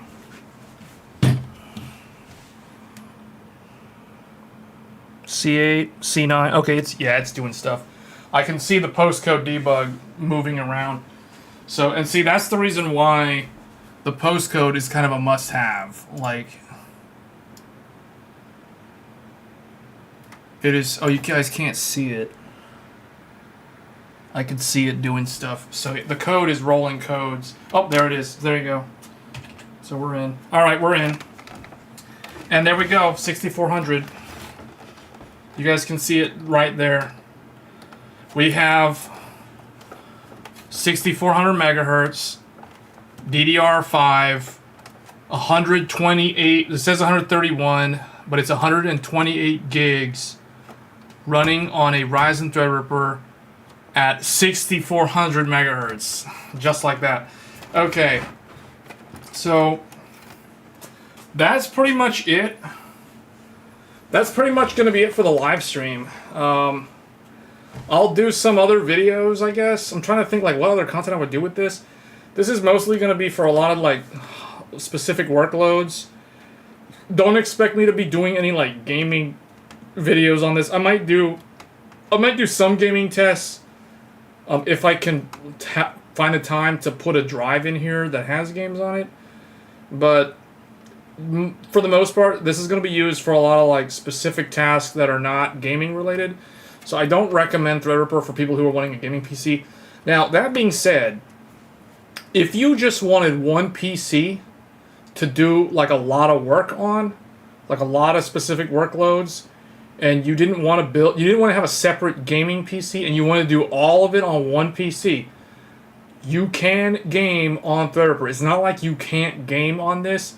And the reality is, if somebody is going to be gaming on a $3,000 computer, which is what this is essentially, you would probably be gaming at 4K, at the very least 1440p. So if you're gaming at 4K on a Threadripper, the experience is not going to be that different from a typical gaming PC, because you're mostly going to be GPU bound, and this CPU has a lot of horsepower, so you're not really going to experience much of a difference if you're gaming at 4K. Just throwing that out there. So you can game on this. Would you spend money to strictly build this as a gaming PC? No, you shouldn't do that. But if you want to build a PC that can literally do everything, any kind of workload, no compromise on PCIe, no compromise on memory channels, because we got 4 memory channels. I'm running 128 gigabytes in here at 6400 megahertz, and no problem. So, and we're probably going to be overclocking the RAM up to like 8 gigahertz on this CPU, because I know it can be done, because this is like a 2-DIMM Ryzen motherboard. It's like 2-DIMM motherboard from Ryzen. But there's 4 sticks because there's 4 channels. So 1 DIMM per channel is what we're running, and that's the reason why it can easily do high-speed RAM.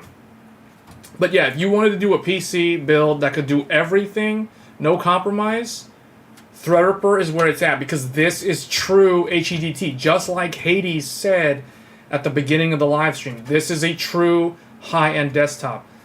A Intel i9, I hate to say it, but an Intel i9 and a Ryzen 9 are not true high-end desktops. They are good. They are good gaming desktops, and they can do a lot of things. And for most people, you'll be totally fine with an i9 or a Ryzen 9 7950X 3D or 7950X. But the reality is, if you want no compromise, you want all the PCIe bandwidth, you want all the memory channels, you want your memory to run at high density, high speed, no compromise, this is the only game in town. Until Intel brings something out next year that can compete with this, AMD basically has a monopoly in the high-end desktop realm with this new Threadripper platform. Can it run Crysis? Yeah, the thing is, this can run Crysis in a virtual machine while also rendering videos and while also doing other things, like running multiple virtual machines. So you can do a lot. You can game, like you could literally have Crysis running. You could have World of Warcraft running at the same time on a different GPU, because we can put 3 GPUs in this system and they can all run at full X16 bandwidth. No bottleneck. And it's like full PCI Gen 5. So before we end the stream, let me quickly go over again the motherboard manual, just so people who came in later can see. Where is the, is it this one? Yeah, this one. Where is it? Oh no, it was this one. Yeah, okay, see. So you guys can see, does it have to use ECC RAM? Yes, it has to use ECC RAM. And honestly, that I think is the thing that's going to prevent a lot of people from using this, because it requires ECC RDIMM memory, which is extremely expensive. And I think that right there is the deal breaker for a lot of people. But besides that, if you look at this, you have PCI Gen 5 on this motherboard, and you have, look, 1, 2, 3 M.2 drives, all Gen 5. 1, 2, 3. All 3 of these are Gen 5. No bottleneck. Then you have X16 1 up here. X16 again, because there's 2 of them, down here. That means that you can literally install 2 graphics cards and have both graphics cards run at full X16 all the time. No compromise. Full bandwidth. Both. And they're both Gen 5 capable. So this motherboard can do dual 5090. You can run 2 RTX 5090s at full Gen 5 X16 bandwidth. This is what I mean by true high-end desktop. No compromise. And then, in addition to that, you get 4 SATA straight into the CPU. No chipset. That means extremely low latency, extremely fast speed. Same thing with these NVMEs. And then you get a 4.0 bus with another X16. You can run a 3rd graphics card at the very bottom. Full X16 Gen 4. No, none of that nonsense X4, X1. No, this is an X16. All 3 of these are full X16. The top 2 are Gen 5. The bottom one is Gen 4. And then you have another Gen 4 NVMe. So you have a Gen 4 over here. You got 3 Gen 5 and 1 Gen 4. That's 4 NVMe drives. All of them go to the CPU. That means they have like low latency and they're blazing fast. Then we have the chipset. The chipset has 4 more SATA. So you get 8 SATA. And they can all do RAID. No compromise. And then again, PCI 4. You get Wi-Fi 7, the latest and greatest Wi-Fi. You have 10 gigabit LAN on 2 lanes of Gen 4. You really only need 2 lanes of Gen 3 for that. But anyway, whatever. Then you have another LAN. You have dual LAN. One is 10, one is 2.5, and Wi-Fi 7. And then we have the Intel USB 4 controller included. So you have full Thunderbolt 4 support. USB-C, 40 gigabit, 40 gigabit. You have 2 40 gigabit USB-C, and you have a DisplayPort input by the external graphics card on the back of the motherboard. And you have 4 channels of memory. 4 channels, not 2 channels, 4 channels. This is D1, C1, A1, B1. There's no A1, A2, B2, B1. No, it's A1, B1, C1, D1. 4 separate channels. None of this 2 channels sharing 2 sticks of RAM per channel. No, this is 1 stick per channel, and that is the reason why we can run 8,000 megahertz RAM with all 4 sticks populated. That is something that we'll look into later on. Can it run 2 instances of Phantom Liberty on the same machine with 2 4090s? Yes. You could. Yes, you could do that. You have to run them in the VMs, but yeah, you can. I mean, you could. Okay, let's put it this way. You could run one of them on the host OS, and then you could run the other one in a virtual machine. Because you have enough resources. There's literally 48 threads, people. I mean, and I'm not even using the high-end CPU. I'm using the lowest. Guys, remember, I'm using the lowest end Ryzen CPU or Threadripper CPU. So what that means, where's the mouse? Oh, what that means is here.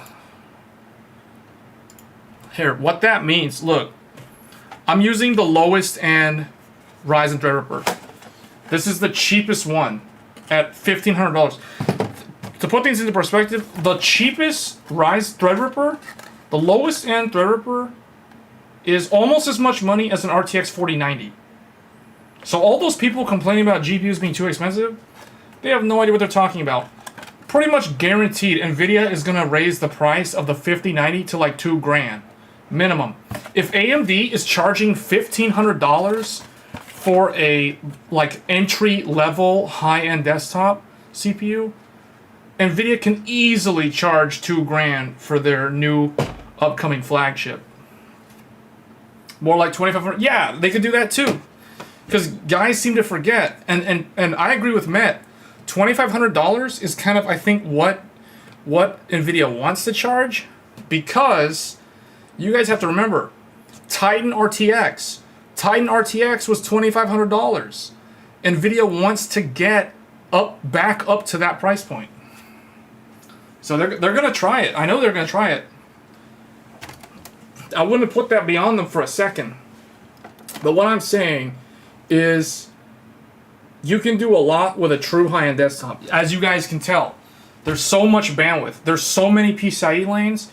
Like, if somebody wanted to, let me go back to the diagram again. If somebody wanted to break this out, like take this bottom slot, for instance, if they wanted to bifurcate this into a 4x4x4x4, they could literally do that with some kind of RAID card or some kind of like special ASIC custom silicon solution that uses 16 lanes of PCIe. You know, you could run, like, you guys don't even know, you can install like a 400 gigabit Ethernet connection in this motherboard. Like, there's so much stuff that you could do with this motherboard. Like, we haven't even scratched the surface in terms of what you can actually do with a Threadripper system that you cannot do on a typical Ryzen or Intel desktop. Like, that's the reality. And a lot of people aren't aware of this because they don't really, either they don't work in the professional space where these things are relevant.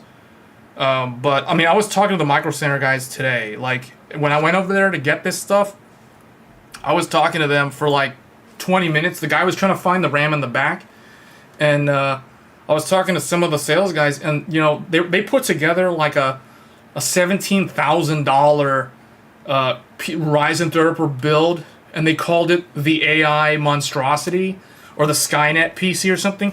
because they're like, if somebody was gonna build some kind of AI thing and run a bunch of GPUs, like this is the kind of hardware that they would run. And I looked at that, I started laughing because it was like an Asus Threadripper board with so many PCIe lanes, and it had like, they put in like RTX 4090 quantity 3, and it was hilarious. And then like all these RAID cards and like 100 gigabit Ethernet controllers and stuff. So yeah, like, oh, I just knocked over my I knocked over the screws. No big deal. I tripped it over. It fell over, guys. Don't worry. Hold on. I knocked this over. That's what that loud noise was. All the screws, like most of the screws, fell. All over. It's like over here. You can't see it. I'll have to clean up there. No big deal. But anyway, like, it was hilarious because, like, you can do so much stuff with the system. And the reality is the typical enthusiast doesn't need this kind of hardware.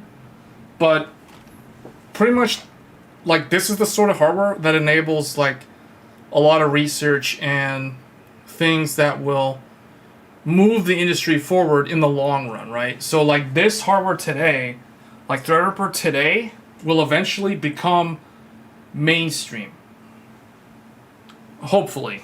Like I don't know about the PCIe lanes, but you'll be able to get, like, 24 core, like, real 24 core, not, like, fake 24 core. Because Intel, you know, like, some people might say this is a 24 core, but this is, in my mind, this is actually an 8 core. Because the 16 E cores, they can't do SMT, they don't have hyperthreading, and they're too small to do, like, any real meaningful work. You don't have AVX 512, which that doesn't really matter most of the time, but it's like you're too limited, right? Like, this is gonna be great for, like a Photoshop system or like an Adobe Premiere system. Like, the Intel CPU, it'll be really good at that, and you can do really good gaming on this too. It's gonna run a little bit. It's gonna heat up your room quite a bit more. Trust me, I know, because I have gamed on this. So that's the reason why I personally prefer the X3D, because these don't heat up the room. This heats up the room. That's the only problem with the Intel. Like, Intel's fast, don't get me wrong, but AMD is just more energy efficient for extended periods of time, and so you don't feel the heat. Literally, you don't feel the heat when you're gaming for like 3 hours or more. You know what I'm saying? Like, if you're doing like if you're just playing like if you're just doing like CS2 for like 20 to 40 minutes, you're not really going to notice the difference between these two. But if you go and play Final Fantasy 14 and you get into like a 2-hour raid or a 3-hour raid session with your friends, your static group, like, nah, man, this is going to heat up the room. Trust me, I used to do that a year ago with this, and it was annoying. So that's why I was like, you know what? As soon as the X3D comes out, I got to go X3D, because I already know it's going to be a better experience. So that's the reason why, for, yeah, gaming, this is what I recommend. Streaming, either one of these. This has QuickSync, but this doesn't have AV1. This has the Radeon encoder, which is pretty good, but it's not, it doesn't have AV1 either, so kind of mixed workload. But if you want to do everything, if you want to do it all and not have to worry, like, if you want to do it all and not have to worry about plugging in like a GPU and a second, like a capture card or whatever, and you want to still have full lanes and fully populate the motherboard, Threadripper is the only game in town. Threadripper is totally where it's at for that kind of stuff. And that's where this really, really shines. And it's often overlooked. The 7800 X3D I have won't heat up my room. Oh yeah, man, that is the best gaming CPU. It doesn't use up a lot of power. It doesn't heat up the room. Like, there's so much good about the 7800 X3D. Like, let me put it this way. There's a reason why Gamers Nexus gave the 7800 X3D like 4 different awards for this year, because it deserves all those awards.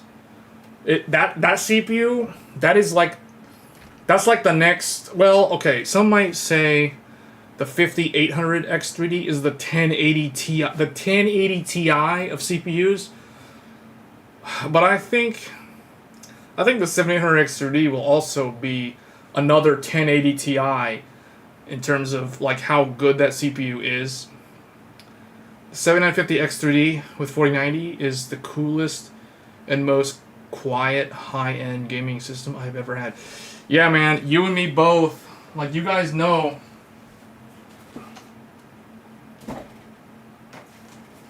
Here we go. You guys know. Well, I'm running out of room. Get this Intel out of here. This is a video about Threadripper. Why is there an Intel CPU on the front of the screen? All right, you guys know I have it. It's here. GeForce RTX. Oh, the tape thing came off again. RTX 4090. We have one. And you know what I use it with? 7950X3D. 100% 7950X3D. Like I said, guys, Ryzen plus NVIDIA is technically the best way to go. Let me rephrase that. Ryzen plus NVIDIA. Where? Come on. Well, does that show up? GeForce. There we go. Ryzen plus GeForce is the best, most optimal way to go. NVIDIA's expensive. Ryzen's not that expensive. You want expensive AMD CPUs? Trust me, there are a lot of expensive AMD CPUs. But yeah, this is the way to go. If you like ray tracing, and if you like energy efficient, I'm not going to heat up my room, I'm not going to be sweating, and the room's not going to be nasty, yeah, this is the way to go. I would say it's AMD's version of Intel's 9900K when that first came out. What, this? This? Or the 7800X3D?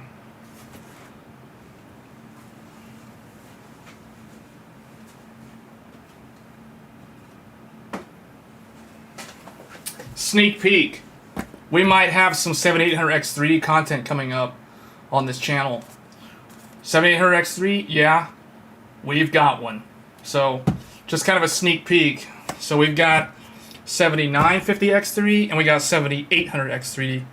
Or did I say 7950X3D? 7800X3D. This one is unopened, unboxed. This is an unboxed 7800X3D. So there might be some 7800X3D content coming up on this channel real soon.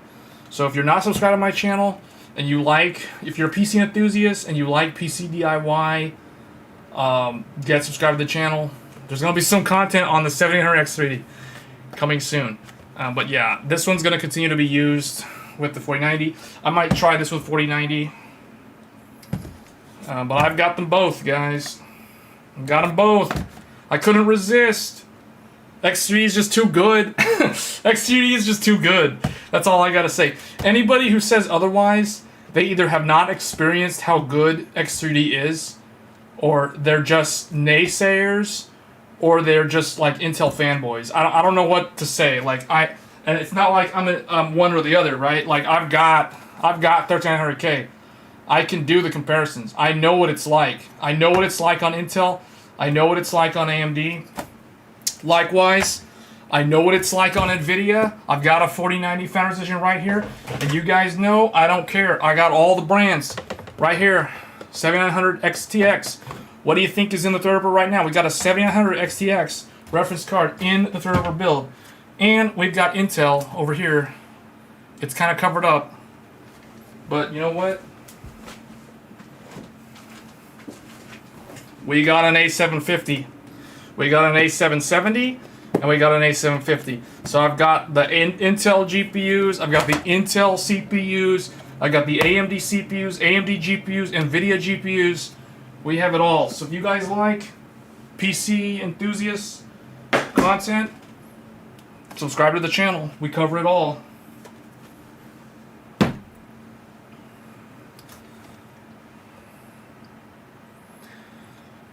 I will say the 7950X3D is struggling a little bit with SHA-3 benching. Here's a core that needs a positive curve. Yeah, but that's down to specific silicon though. Right, like someone might have a golden sample that might not have the same behavior.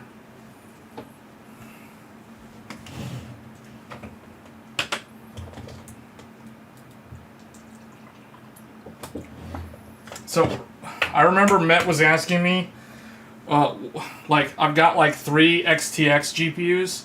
I've got a Red Devil, I've got a Sapphire Nitro, and I have the reference card.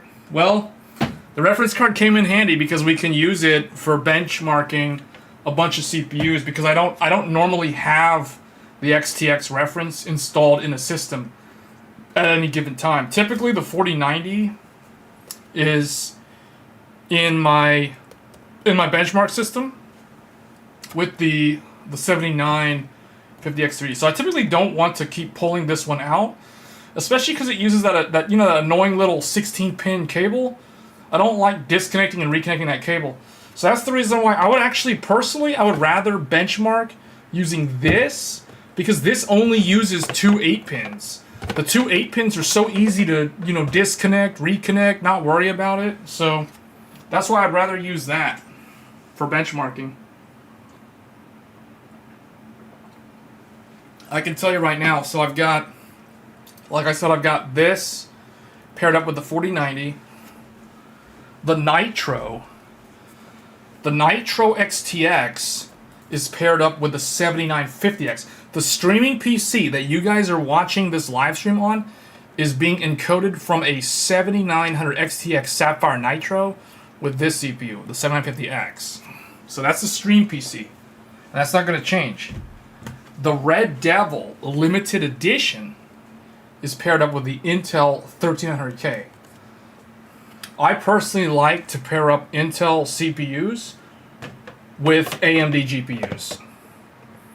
Red and blue, it looks cool. So I do Intel CPU plus AMD GPU. I actually like this color combination. And historically, Intel and AMD, Intel plus Radeon has always been a very good combo back in the day. And then when it comes to Ryzen, okay, NVIDIA actually really shines with Ryzen X3D, obviously, but you can do AMD plus AMD. Like literally we're doing Threadripper plus XTX right now. And the stream PC is basically a Ryzen plus Radeon. So, is it still the case that AMD graphics cards have better color production? That is something that was true back in the days of GCN. I don't know how true that is with RDNA, because AMD. So okay, the reason why AMD had better color back then is because AMD did not implement tile-based rendering. So, and they didn't have as much delta color compression that NVIDIA used. NVIDIA compressed the color texture data to make it run faster. So you've essentially got faster FPS with minimal loss in image quality. But people did notice that the color depth was washed out slightly on NVIDIA if you look side by side with a Radeon on the exact same monitor. And that is true. I remember testing it myself with a GTX 970 and a R9 290X. A 290X versus a GTX 970. The 290X had much better color. It was like a deeper, the color saturation was just better. So yes, it was true once upon a time. If it's true today, I don't know. I use the 4090 and I use the XTX, and I personally have not really noticed a difference.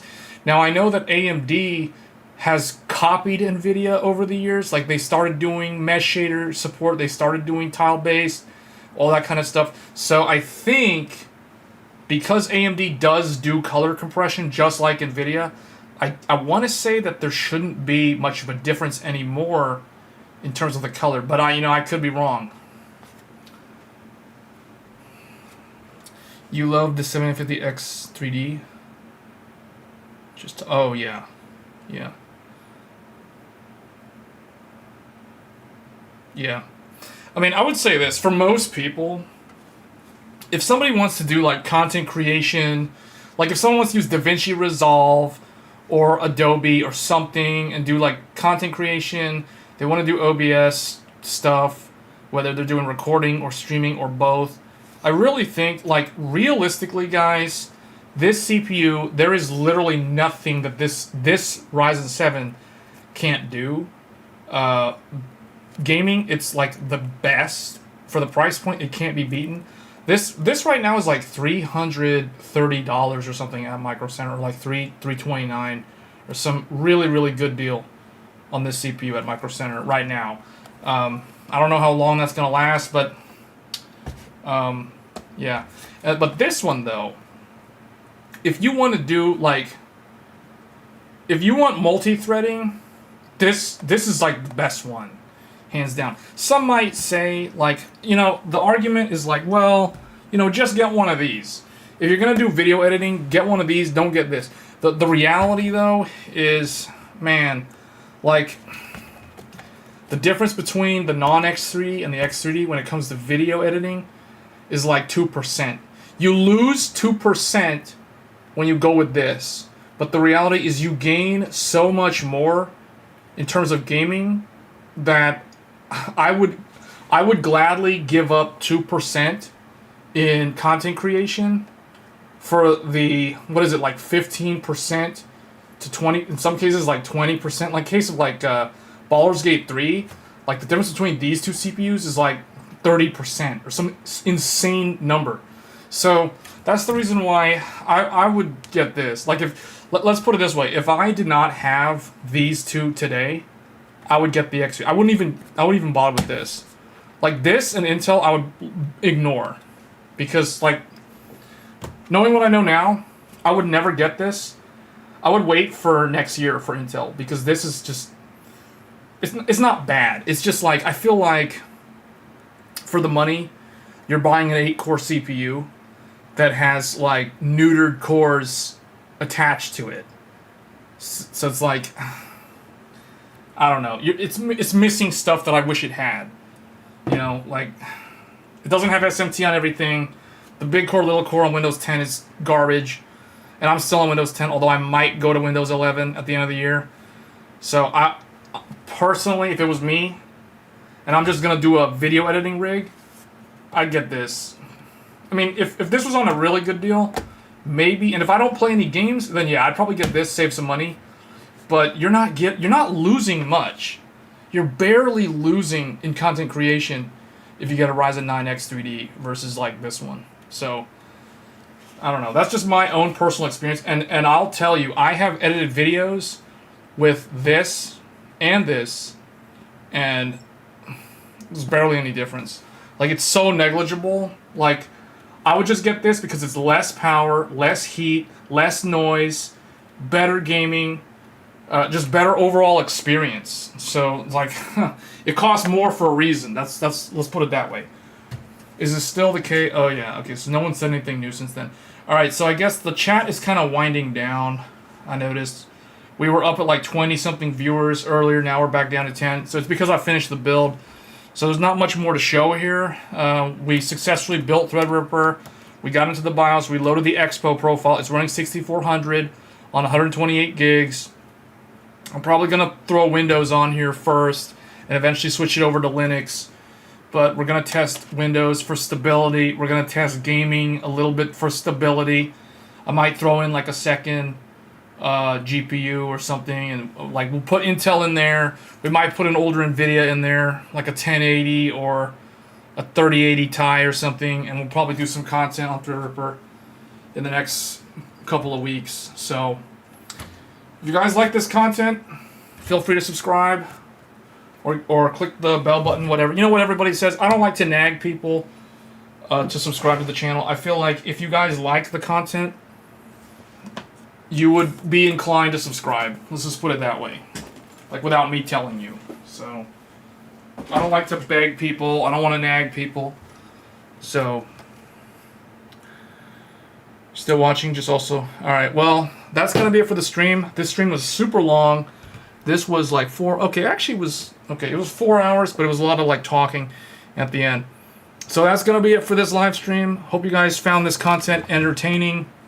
And yeah, I'm just happy that everything worked out. I wasn't sure if the cooler was going to be compatible, but it seems like it works. We're only running at 34 degrees Celsius. 34 degrees Celsius, and it's been sitting here in the BIOS for like 20 minutes or whatever. So I think we're good. Hope you guys like the content, and I will catch you guys in the next one. Thanks.